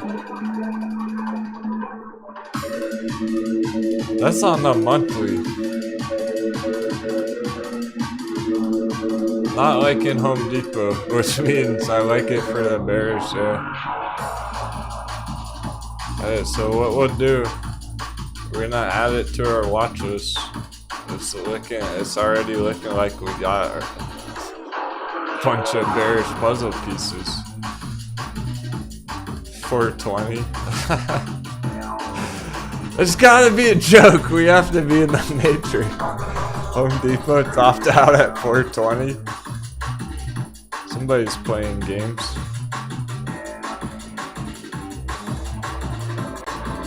Some hedge fund guys making a joke out of that.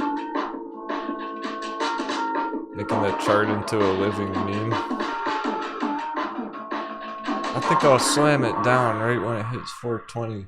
I think I'll unload my 1,000,000 shares of Home Depot right at 420. Haha.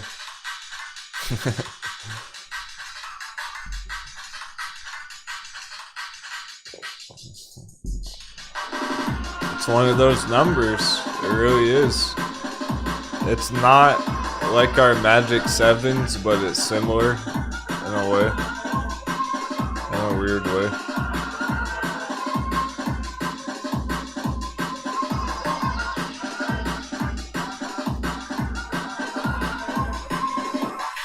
Alright, I'm adding it to the bearish watch list. We only have a couple minutes. So. It's a start. We started, we did some freestyle charting. We got a nice idea.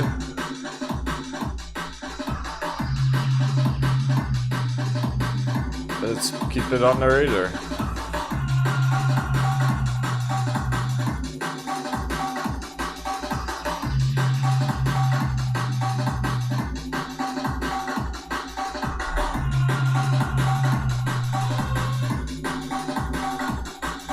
Probably should be finding more of those since there's not that many that are green today. Hard to make money on a green trade today. Maybe Jupiter Wellness besides that. Only if you bought the dip yesterday. If you bought the dips yesterday, the day before, you're probably in the green today on those. But that's the catch-22. It's like, well, if you're struggling on the bullish charts, still got VXX too. Forget about VXX. Is anything battling it out right now? Power Bridge, 80 cents. It's an important number on it. But not exactly make it or break it. 81, just over 10 seconds. 5, 4, 3, 2, and 1.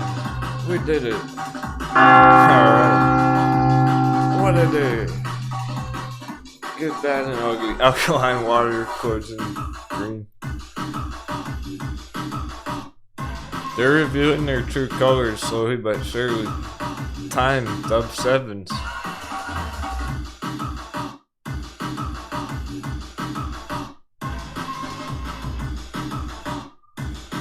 I like the ones that close green. Family green from the hot bevy, still working its way up. What did we do today? Basically confirm our bear traps.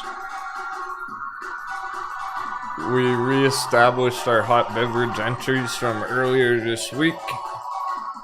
We got in FAMI a few days ago. Just the fact that it maintained up here above our entries, above our double dip, means it's on track. We just had to maintain today on a bunch of those, which we did successfully. That's great to see.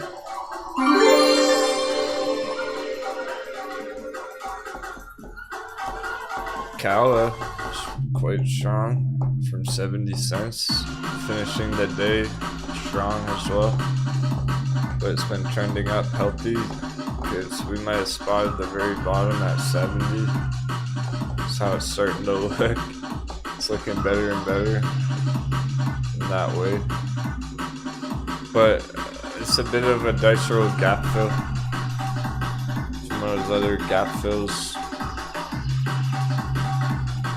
VXX, green all day, bouncing from the support, inverse the S&P, so the S&P in hot water. Things are returning to how they were previously. There's been a couple of weird days lately because of the S&P going straight up here.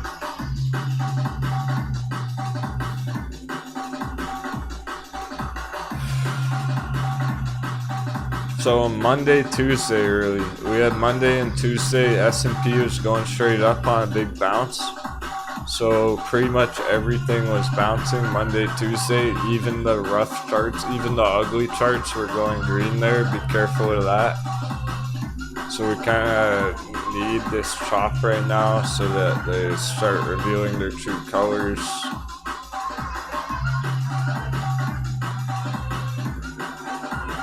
Overall is trending down. We're still bearish on it.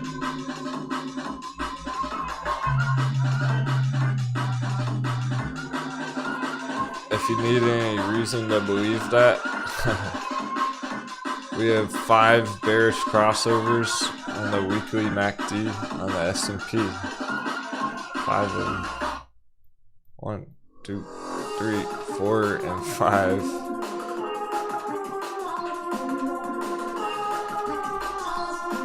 So it would need a lot to be bullish again. To turn bullish again after 5 bearish crossovers on the long-term weekly chart on the S&P is going to take a lot. If it's ever going to come down, now's the chance. Now's the time when there's market panic, there's talk of market crash, a second pandemic wave, and all the bearish signals on the chart. Alright, cool. We're gonna take a 2-minute break. Dive into crypto. Stay tuned, Captain's Crypto Crunch.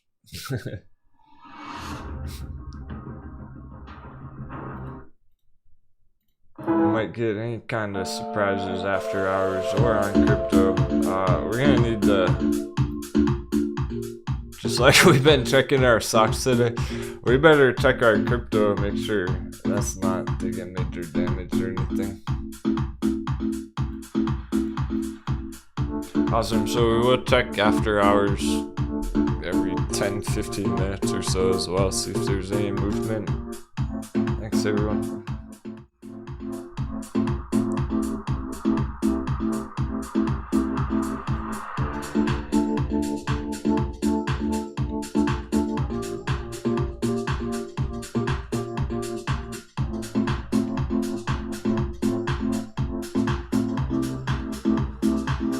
I'm sure I'll be comparing and commenting crypto to stocks too, so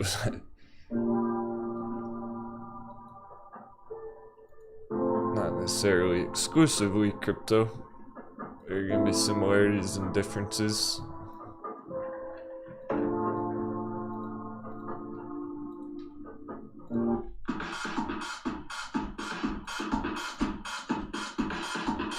Overall, pretty good day in terms of our watch list, but nothing too mind-blowing.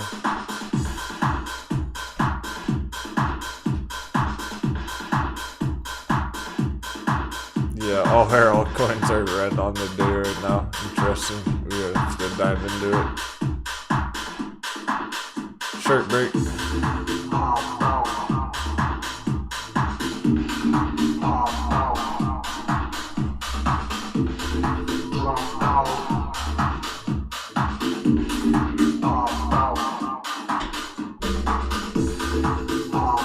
Bitcoin's hardly even moving yet. We'll give it a couple minutes after the bell anyway. zoom way in.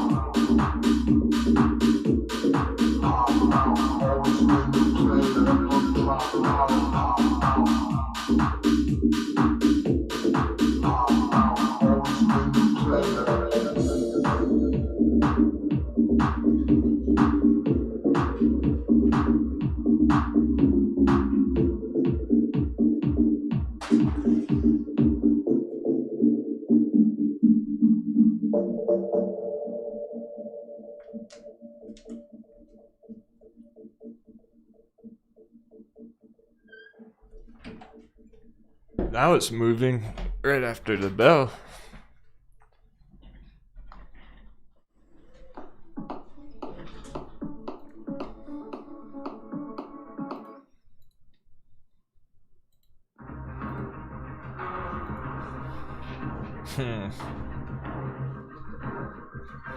When to buy Bitcoin?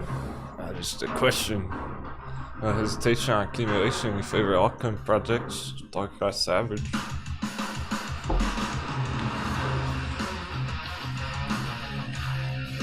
I bought some crypto today, this morning, on the break.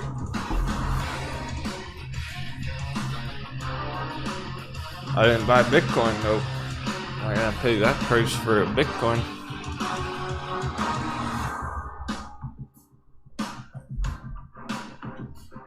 That's a whole lot of altcoins you could get for the price of one Bitcoin.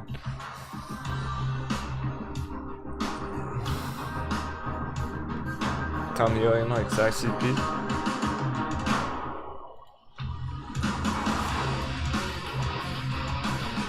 Okay, well if Bitcoin's $47,730, ICP's $30, you could get 1,591 ICP tokens for the price of one Bitcoin.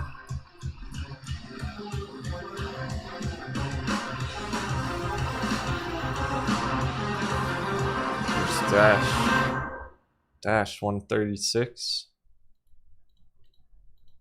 You get 350 Dash coins for the price of one Bitcoin.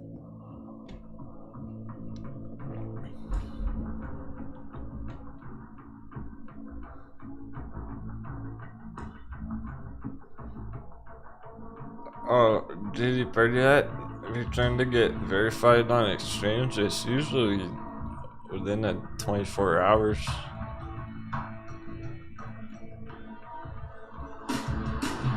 Unless there are lots of people trying to sign up. Sometimes you have an altcoin season, everything's ripping.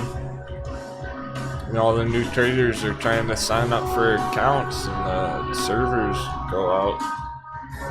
Take weeks. That's why you gotta get up all set up beforehand.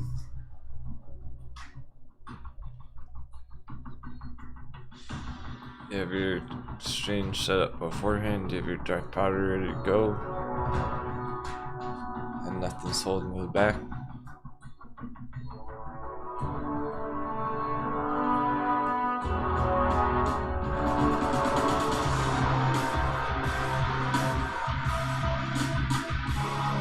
Got the after hours.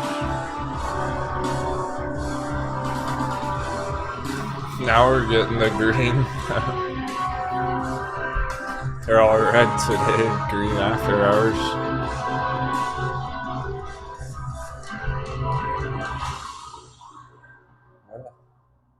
Still lots of buying pressures, Omedica, Metacrine, Sphere 3D.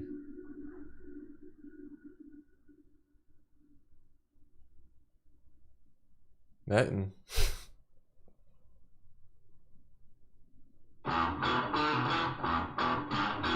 Tau. TAL closed over 5 is good. Yeah, so now Bitcoin's moving. After the stocks are closed, it's been doing that a lot lately. So yeah, it's not over yet. There's a warning sign on BTC. It's saying, chart saying, hey, warning. It could turn into a bigger downtrend. We already knew that. But we're so good at the moment. It might just crush right back over 50,000 real soon. Next hour. Could get a substantial bounce from down here, but it's in this tight corner at the moment. We can pop through here at least. Look at all the 7s on that.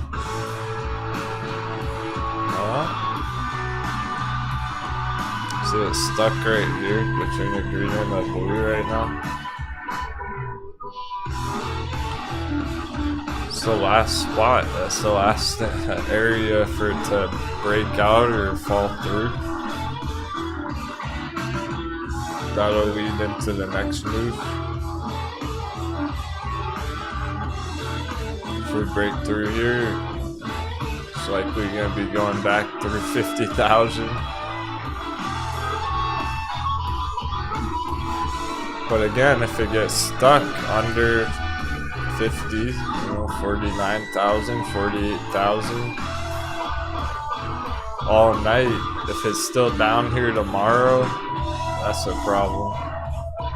The longer it stays down here, the worse it's going to look. But we were ready to give it a couple of days. We knew it was gonna take a couple days anyway. 50,000 area. So this is what we've been waiting on it to develop here, because at the moment we have a bit of a breakout here from the resistance. We're gonna call that breakout. This is gonna be our support retest right here, and then we got double support retest, which happens pretty frequently. So this is the real support test now, and it's looking to decide that pretty soon. Probably not within the next 30 minutes though. Hey William Capewell. Did you just show up for Crypto Crunch?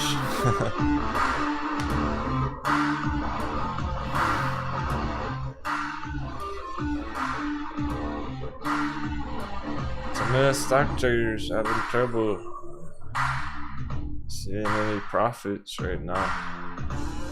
We've been getting nice profitable trades on the crypto charts pretty consistently. We've been brainstorming.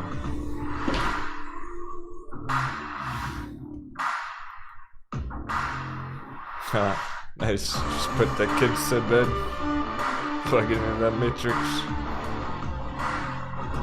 Just revenant, got dry powder ready to fire. How do you still have dry powder after today? That's the real question.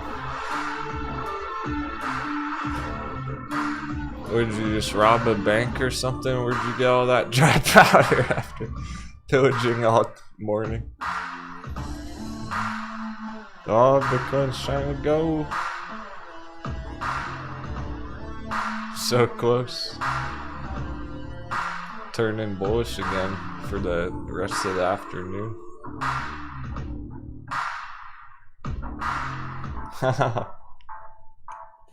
Yeah, Pablo. 2022 Matrix Resurrections.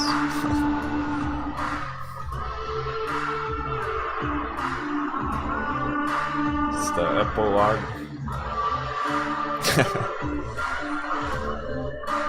Well, there's many good choices for the altcoins. There goes Bitcoin through the resistance. It's doing it right after the bell. That didn't take long. It's about to smash 48. Archie blows.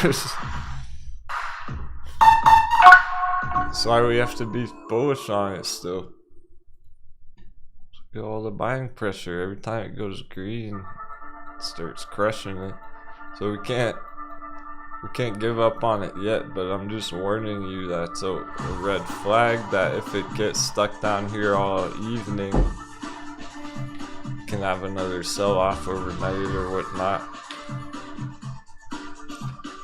It's not out of the woods yet. We're quite literally, we're still in bear force on it. That's what this gold box is.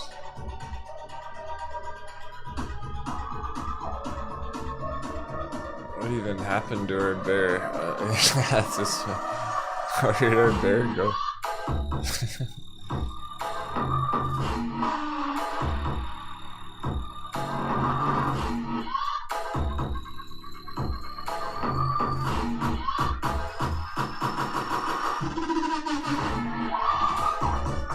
We've been up in this area for a while now. Oh shoot. I might have erased the bear or something.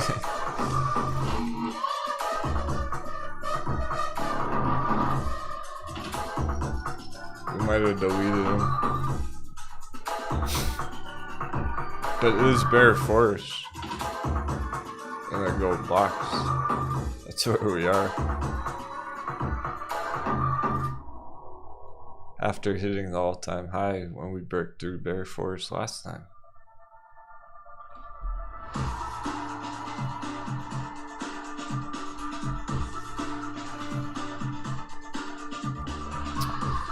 So it's pretty normal stuff, pretty reasonable, longer term cycle. When you look at the long term, it's more clear. It's tricky on the midterm there, Bitcoin.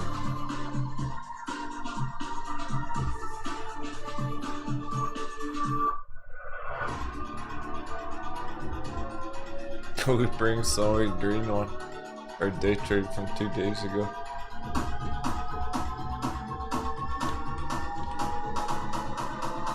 Yeah, I've been brainstorming though. I might start putting Bitcoin in the front of the title.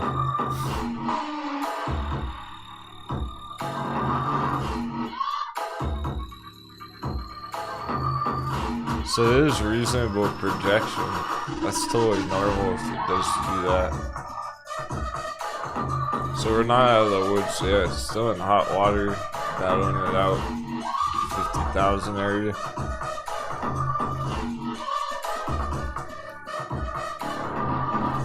Even if it did that, it wouldn't be too bad. Oh. The real what if question is, what if it does this? That would be much more significant. Since this is a possibility, we want to be aware of it. Get ready for it just in case, but overall, we're still gonna have to be bullish on it for now. It's not quite enough. Not quite enough bearishness just yet on it.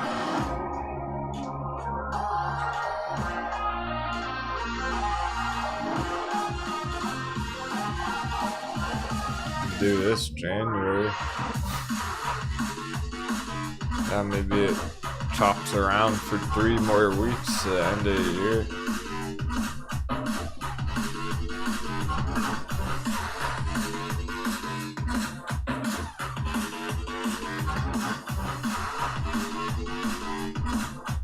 That would be a reasonable projection on it. 100,000 next year.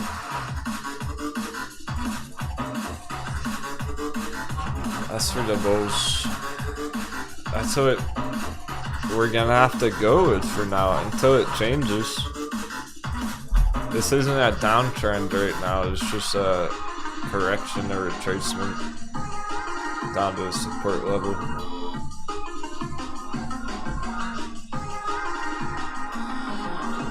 I'll be bearish on it if it turns into more of a trend, more of an actual downtrend like so. Then we'll be bearish on crypto for now, going in the short midterm going forward.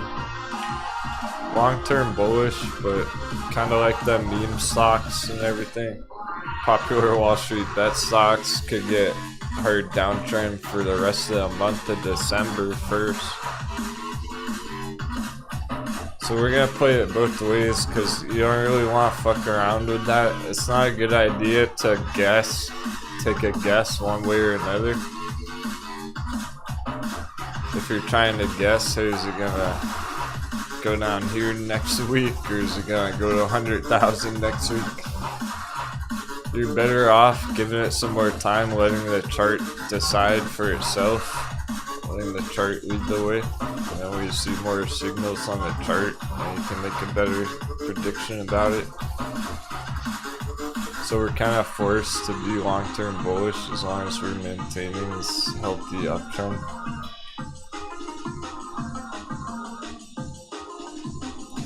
So far, that's just a normal retracement. It's not yet a downtrend, but there are bearish signals, there are bullish signals. So it's definitely still trying to battle it out, figure it all out. We do have a similar MACD that we had on those other bearish charts, where we have a double bearish crossover. It is on Bitcoin as well.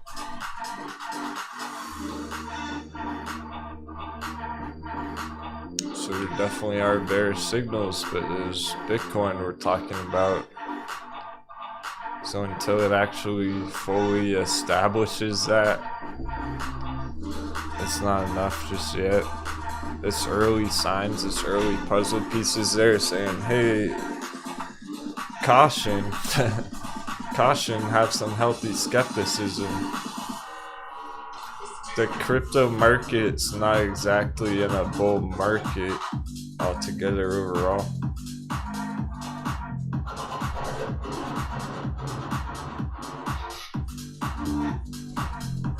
So you don't want to be moon boy about it. You still need to hunt for those value levels. Those bottom barrel entries stashed down here. Quite literally at the bottom of our buy box.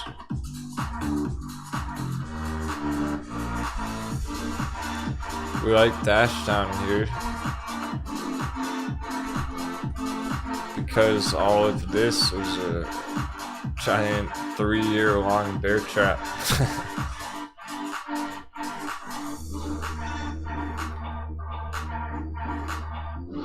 These are the entries on dash, really, ideally, in green.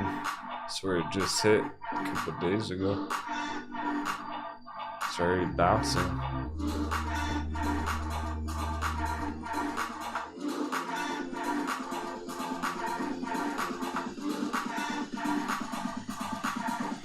I'm excited to find some new ones too going forwards. We've added a couple recently that have potential. Starting to see a coin chart. Keep it on the radar.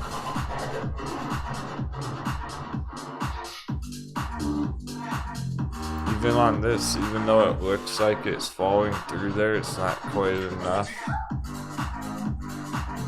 It's not bearish enough.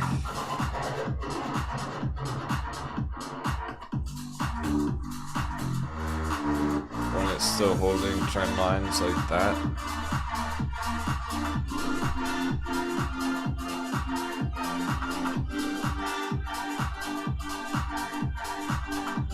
So for now, we have to assume that's gonna hold, bounce, keep going up next year.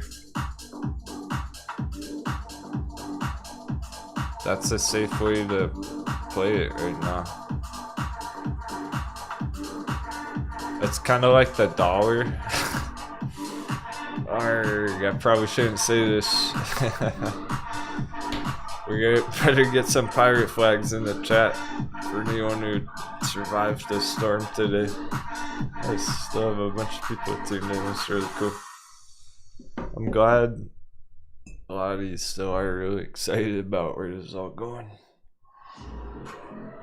It's not easy to visualize what's coming next.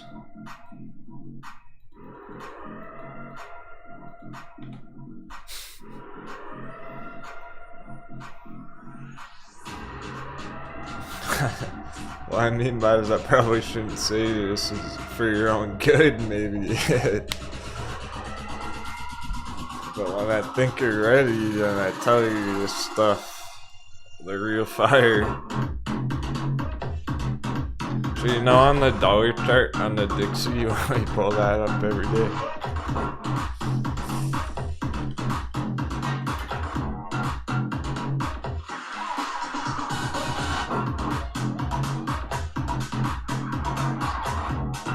Everyone knows no FOMO, so I think I'm mature enough to handle it.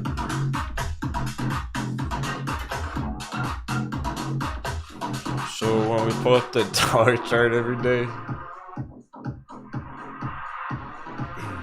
we're expecting it to be straight up every time, really, because what are we doing?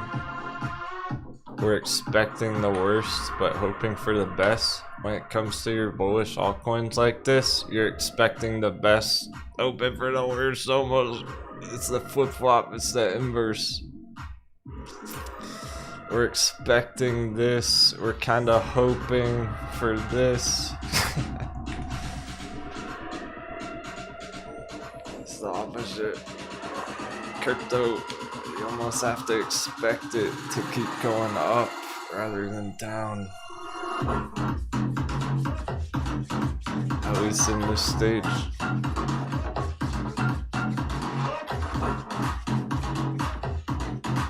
So when I'm looking at these long-term support trend lines holding successfully right now, I'm expecting the best, meaning a giant bounce from here. but I'm kind of hoping for the worst, meaning a double dip, a hot bevy entry. It's counterintuitive.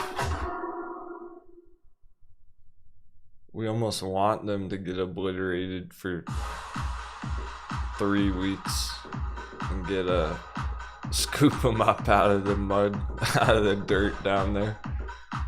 If it gets hammered right into the ground, we kind of hope for the worst, but we have to expect the best, meaning it's profitable.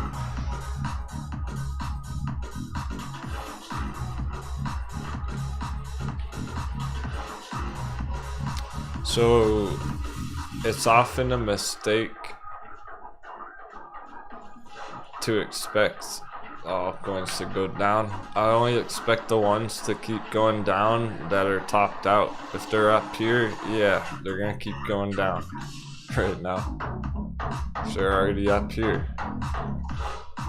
But if they're holding the long-term support and a long-term bull run,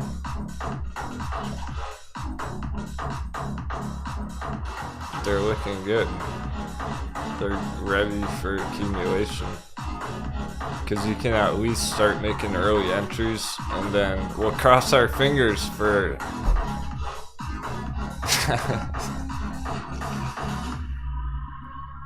I'm kind of crossing my fingers for it in a way. I have mixed feelings about it, I really do, but those are just feelings.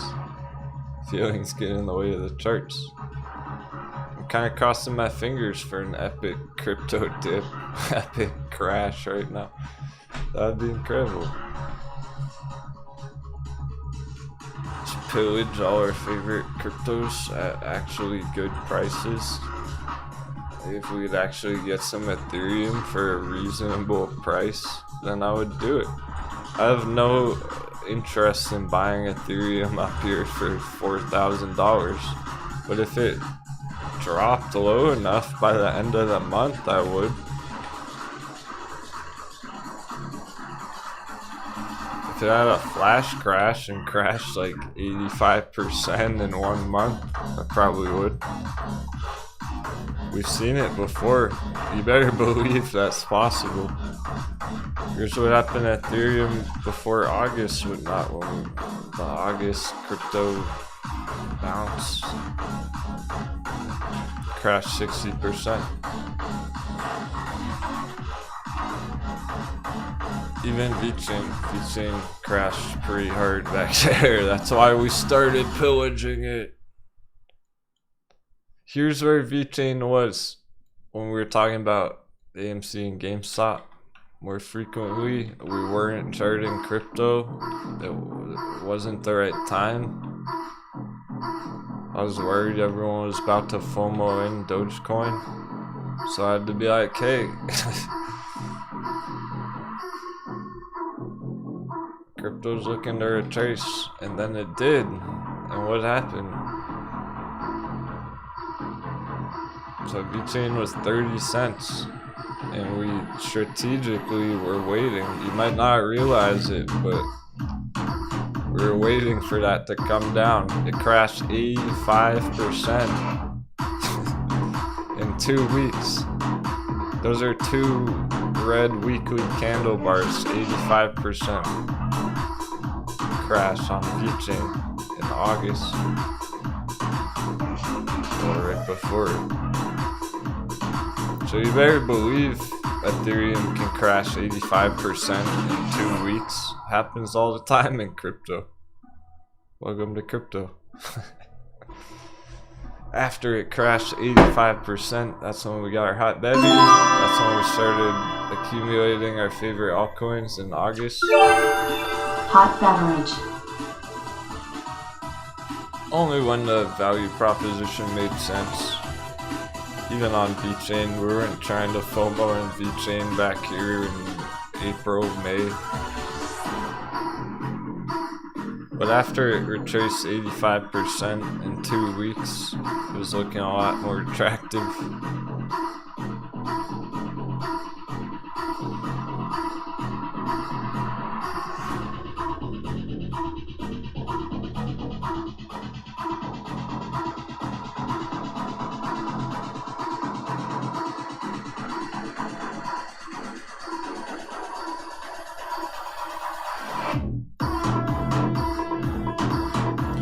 there's a lot of hype and chatter about loopring. So much talk about loopring nowadays going around with GameStop and everything. This might show us a way. We'll see. Depending on how it behaves.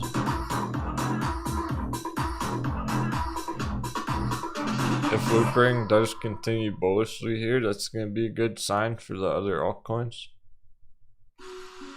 If one of them can do it, more of them can do it. Kind of like our stock charts this morning. When we're getting that Jupiter wellness. Nice green action on. That was showing us, okay, if one of them can bounce huge today, then maybe some more can as well. So if one of our bullish altcoins continues on crushing targets, maybe some of our other altcoins will as well. We'll look for every signal we can get like that.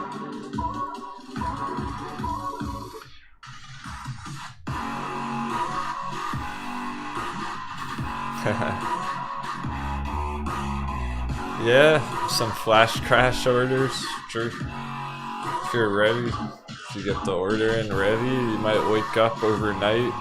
Oh man, my order filled overnight, flash crash. That's fairly common too. So,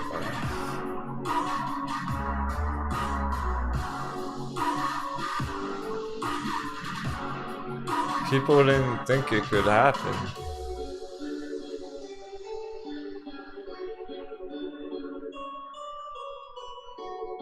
It definitely happened.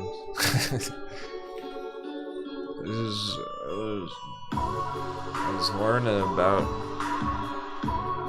all years the bearish scenarios. Hey, if it does have a flash crash, whatnot, we're looking at under $10,000 for entry. It did that overnight on Binance. So it is quite possible. This is our bearish case right here. We're staring right at it. Just like it did last month. Can actually get that whole move playing out for real. I'm not gonna be mad about it. I just don't want people like to lose money if they are buying crypto nowadays. So exercise caution. Stick to the plan long term. Be ready to diamond hands whatever altcoins you're looking at for at least till next year, obviously. 2022, but really beyond. You're gonna have to play these with lots of patience. So if somebody was buying Bitcoin right now, they wouldn't go all in right here. They would maybe make a first entry, then a second, then a third, then a fourth. Dollar cost averaging. But there's no reason to wait on some of our favorite altcoins. You would probably want to wait on Bitcoin if you're trying to buy Bitcoin. I wouldn't wait on Dash, Litecoin. Those are attractive enough right now that they're worth accumulating already. Balancer. The whole thing's a hot coffee on Balancer.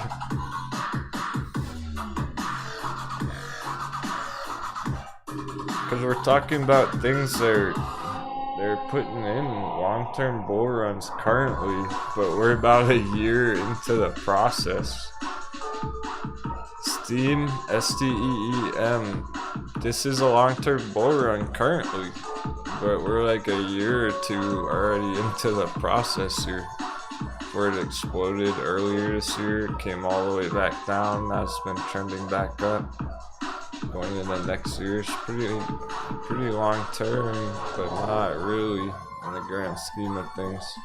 Because if we get an epic bull run, a real alt season, it's going to do something like this.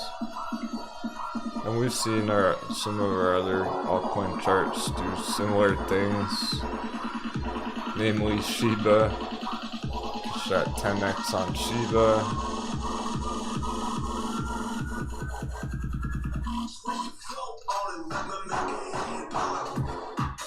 You might want to know that this is a real possibility right here, that might happen going forward. So get ready for that too. That's why we're not hesitating to accumulate. What if we're heading right into this next year, January? Boom. On all our favorite altcoins, we better start loading the boat while we still can.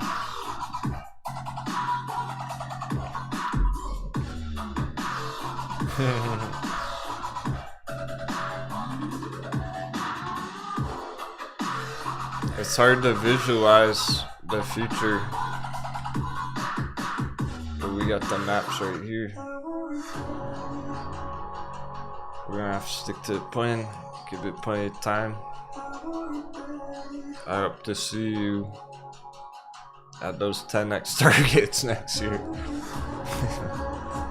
I hope you make it there. It's gonna be a bumpy ride along the way. Always is, so you gotta feel confident, comfortable with what you're holding. Make sure you do your research on the altcoins, due diligence. Bitcoin's busting through 48, so alright, that's that. We never were bearish on it here.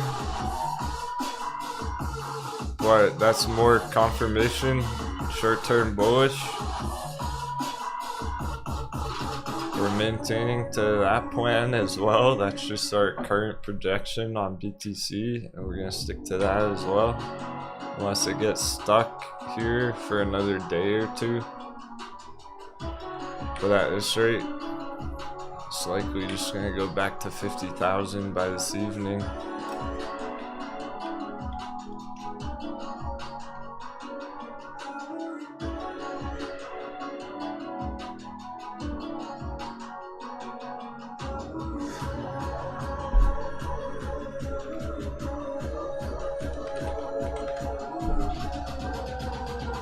Okay, no change on the dominance. Let's just check the total charts.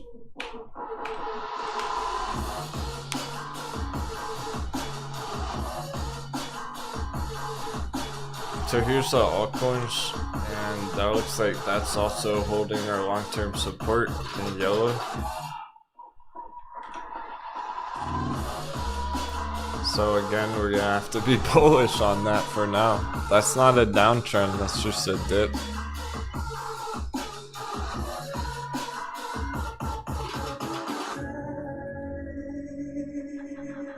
Here's this week's price action. Hard dip on the altcoins, just like Bitcoin. But now we've been trending back up, putting in higher lows. So let's not doubt the bullishness of these charts.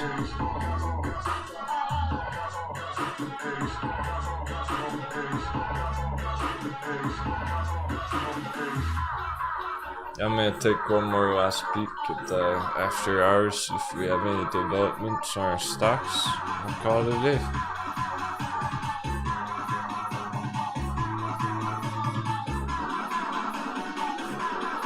Start nice and early again tomorrow, pre-market.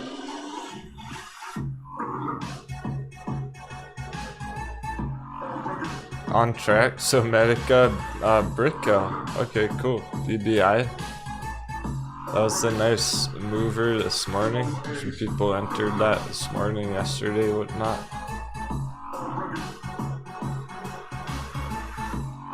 Looking good, but it's choppy waters. I don't have to tell you, you know that by now. Nothing we haven't seen before. Alright, we're gonna call it another successful day.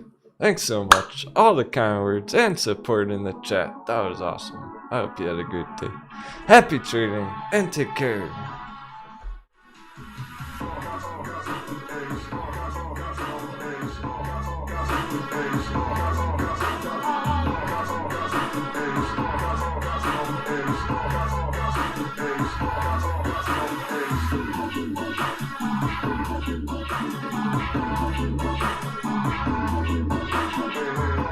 You're all doing great. I'm so impressed.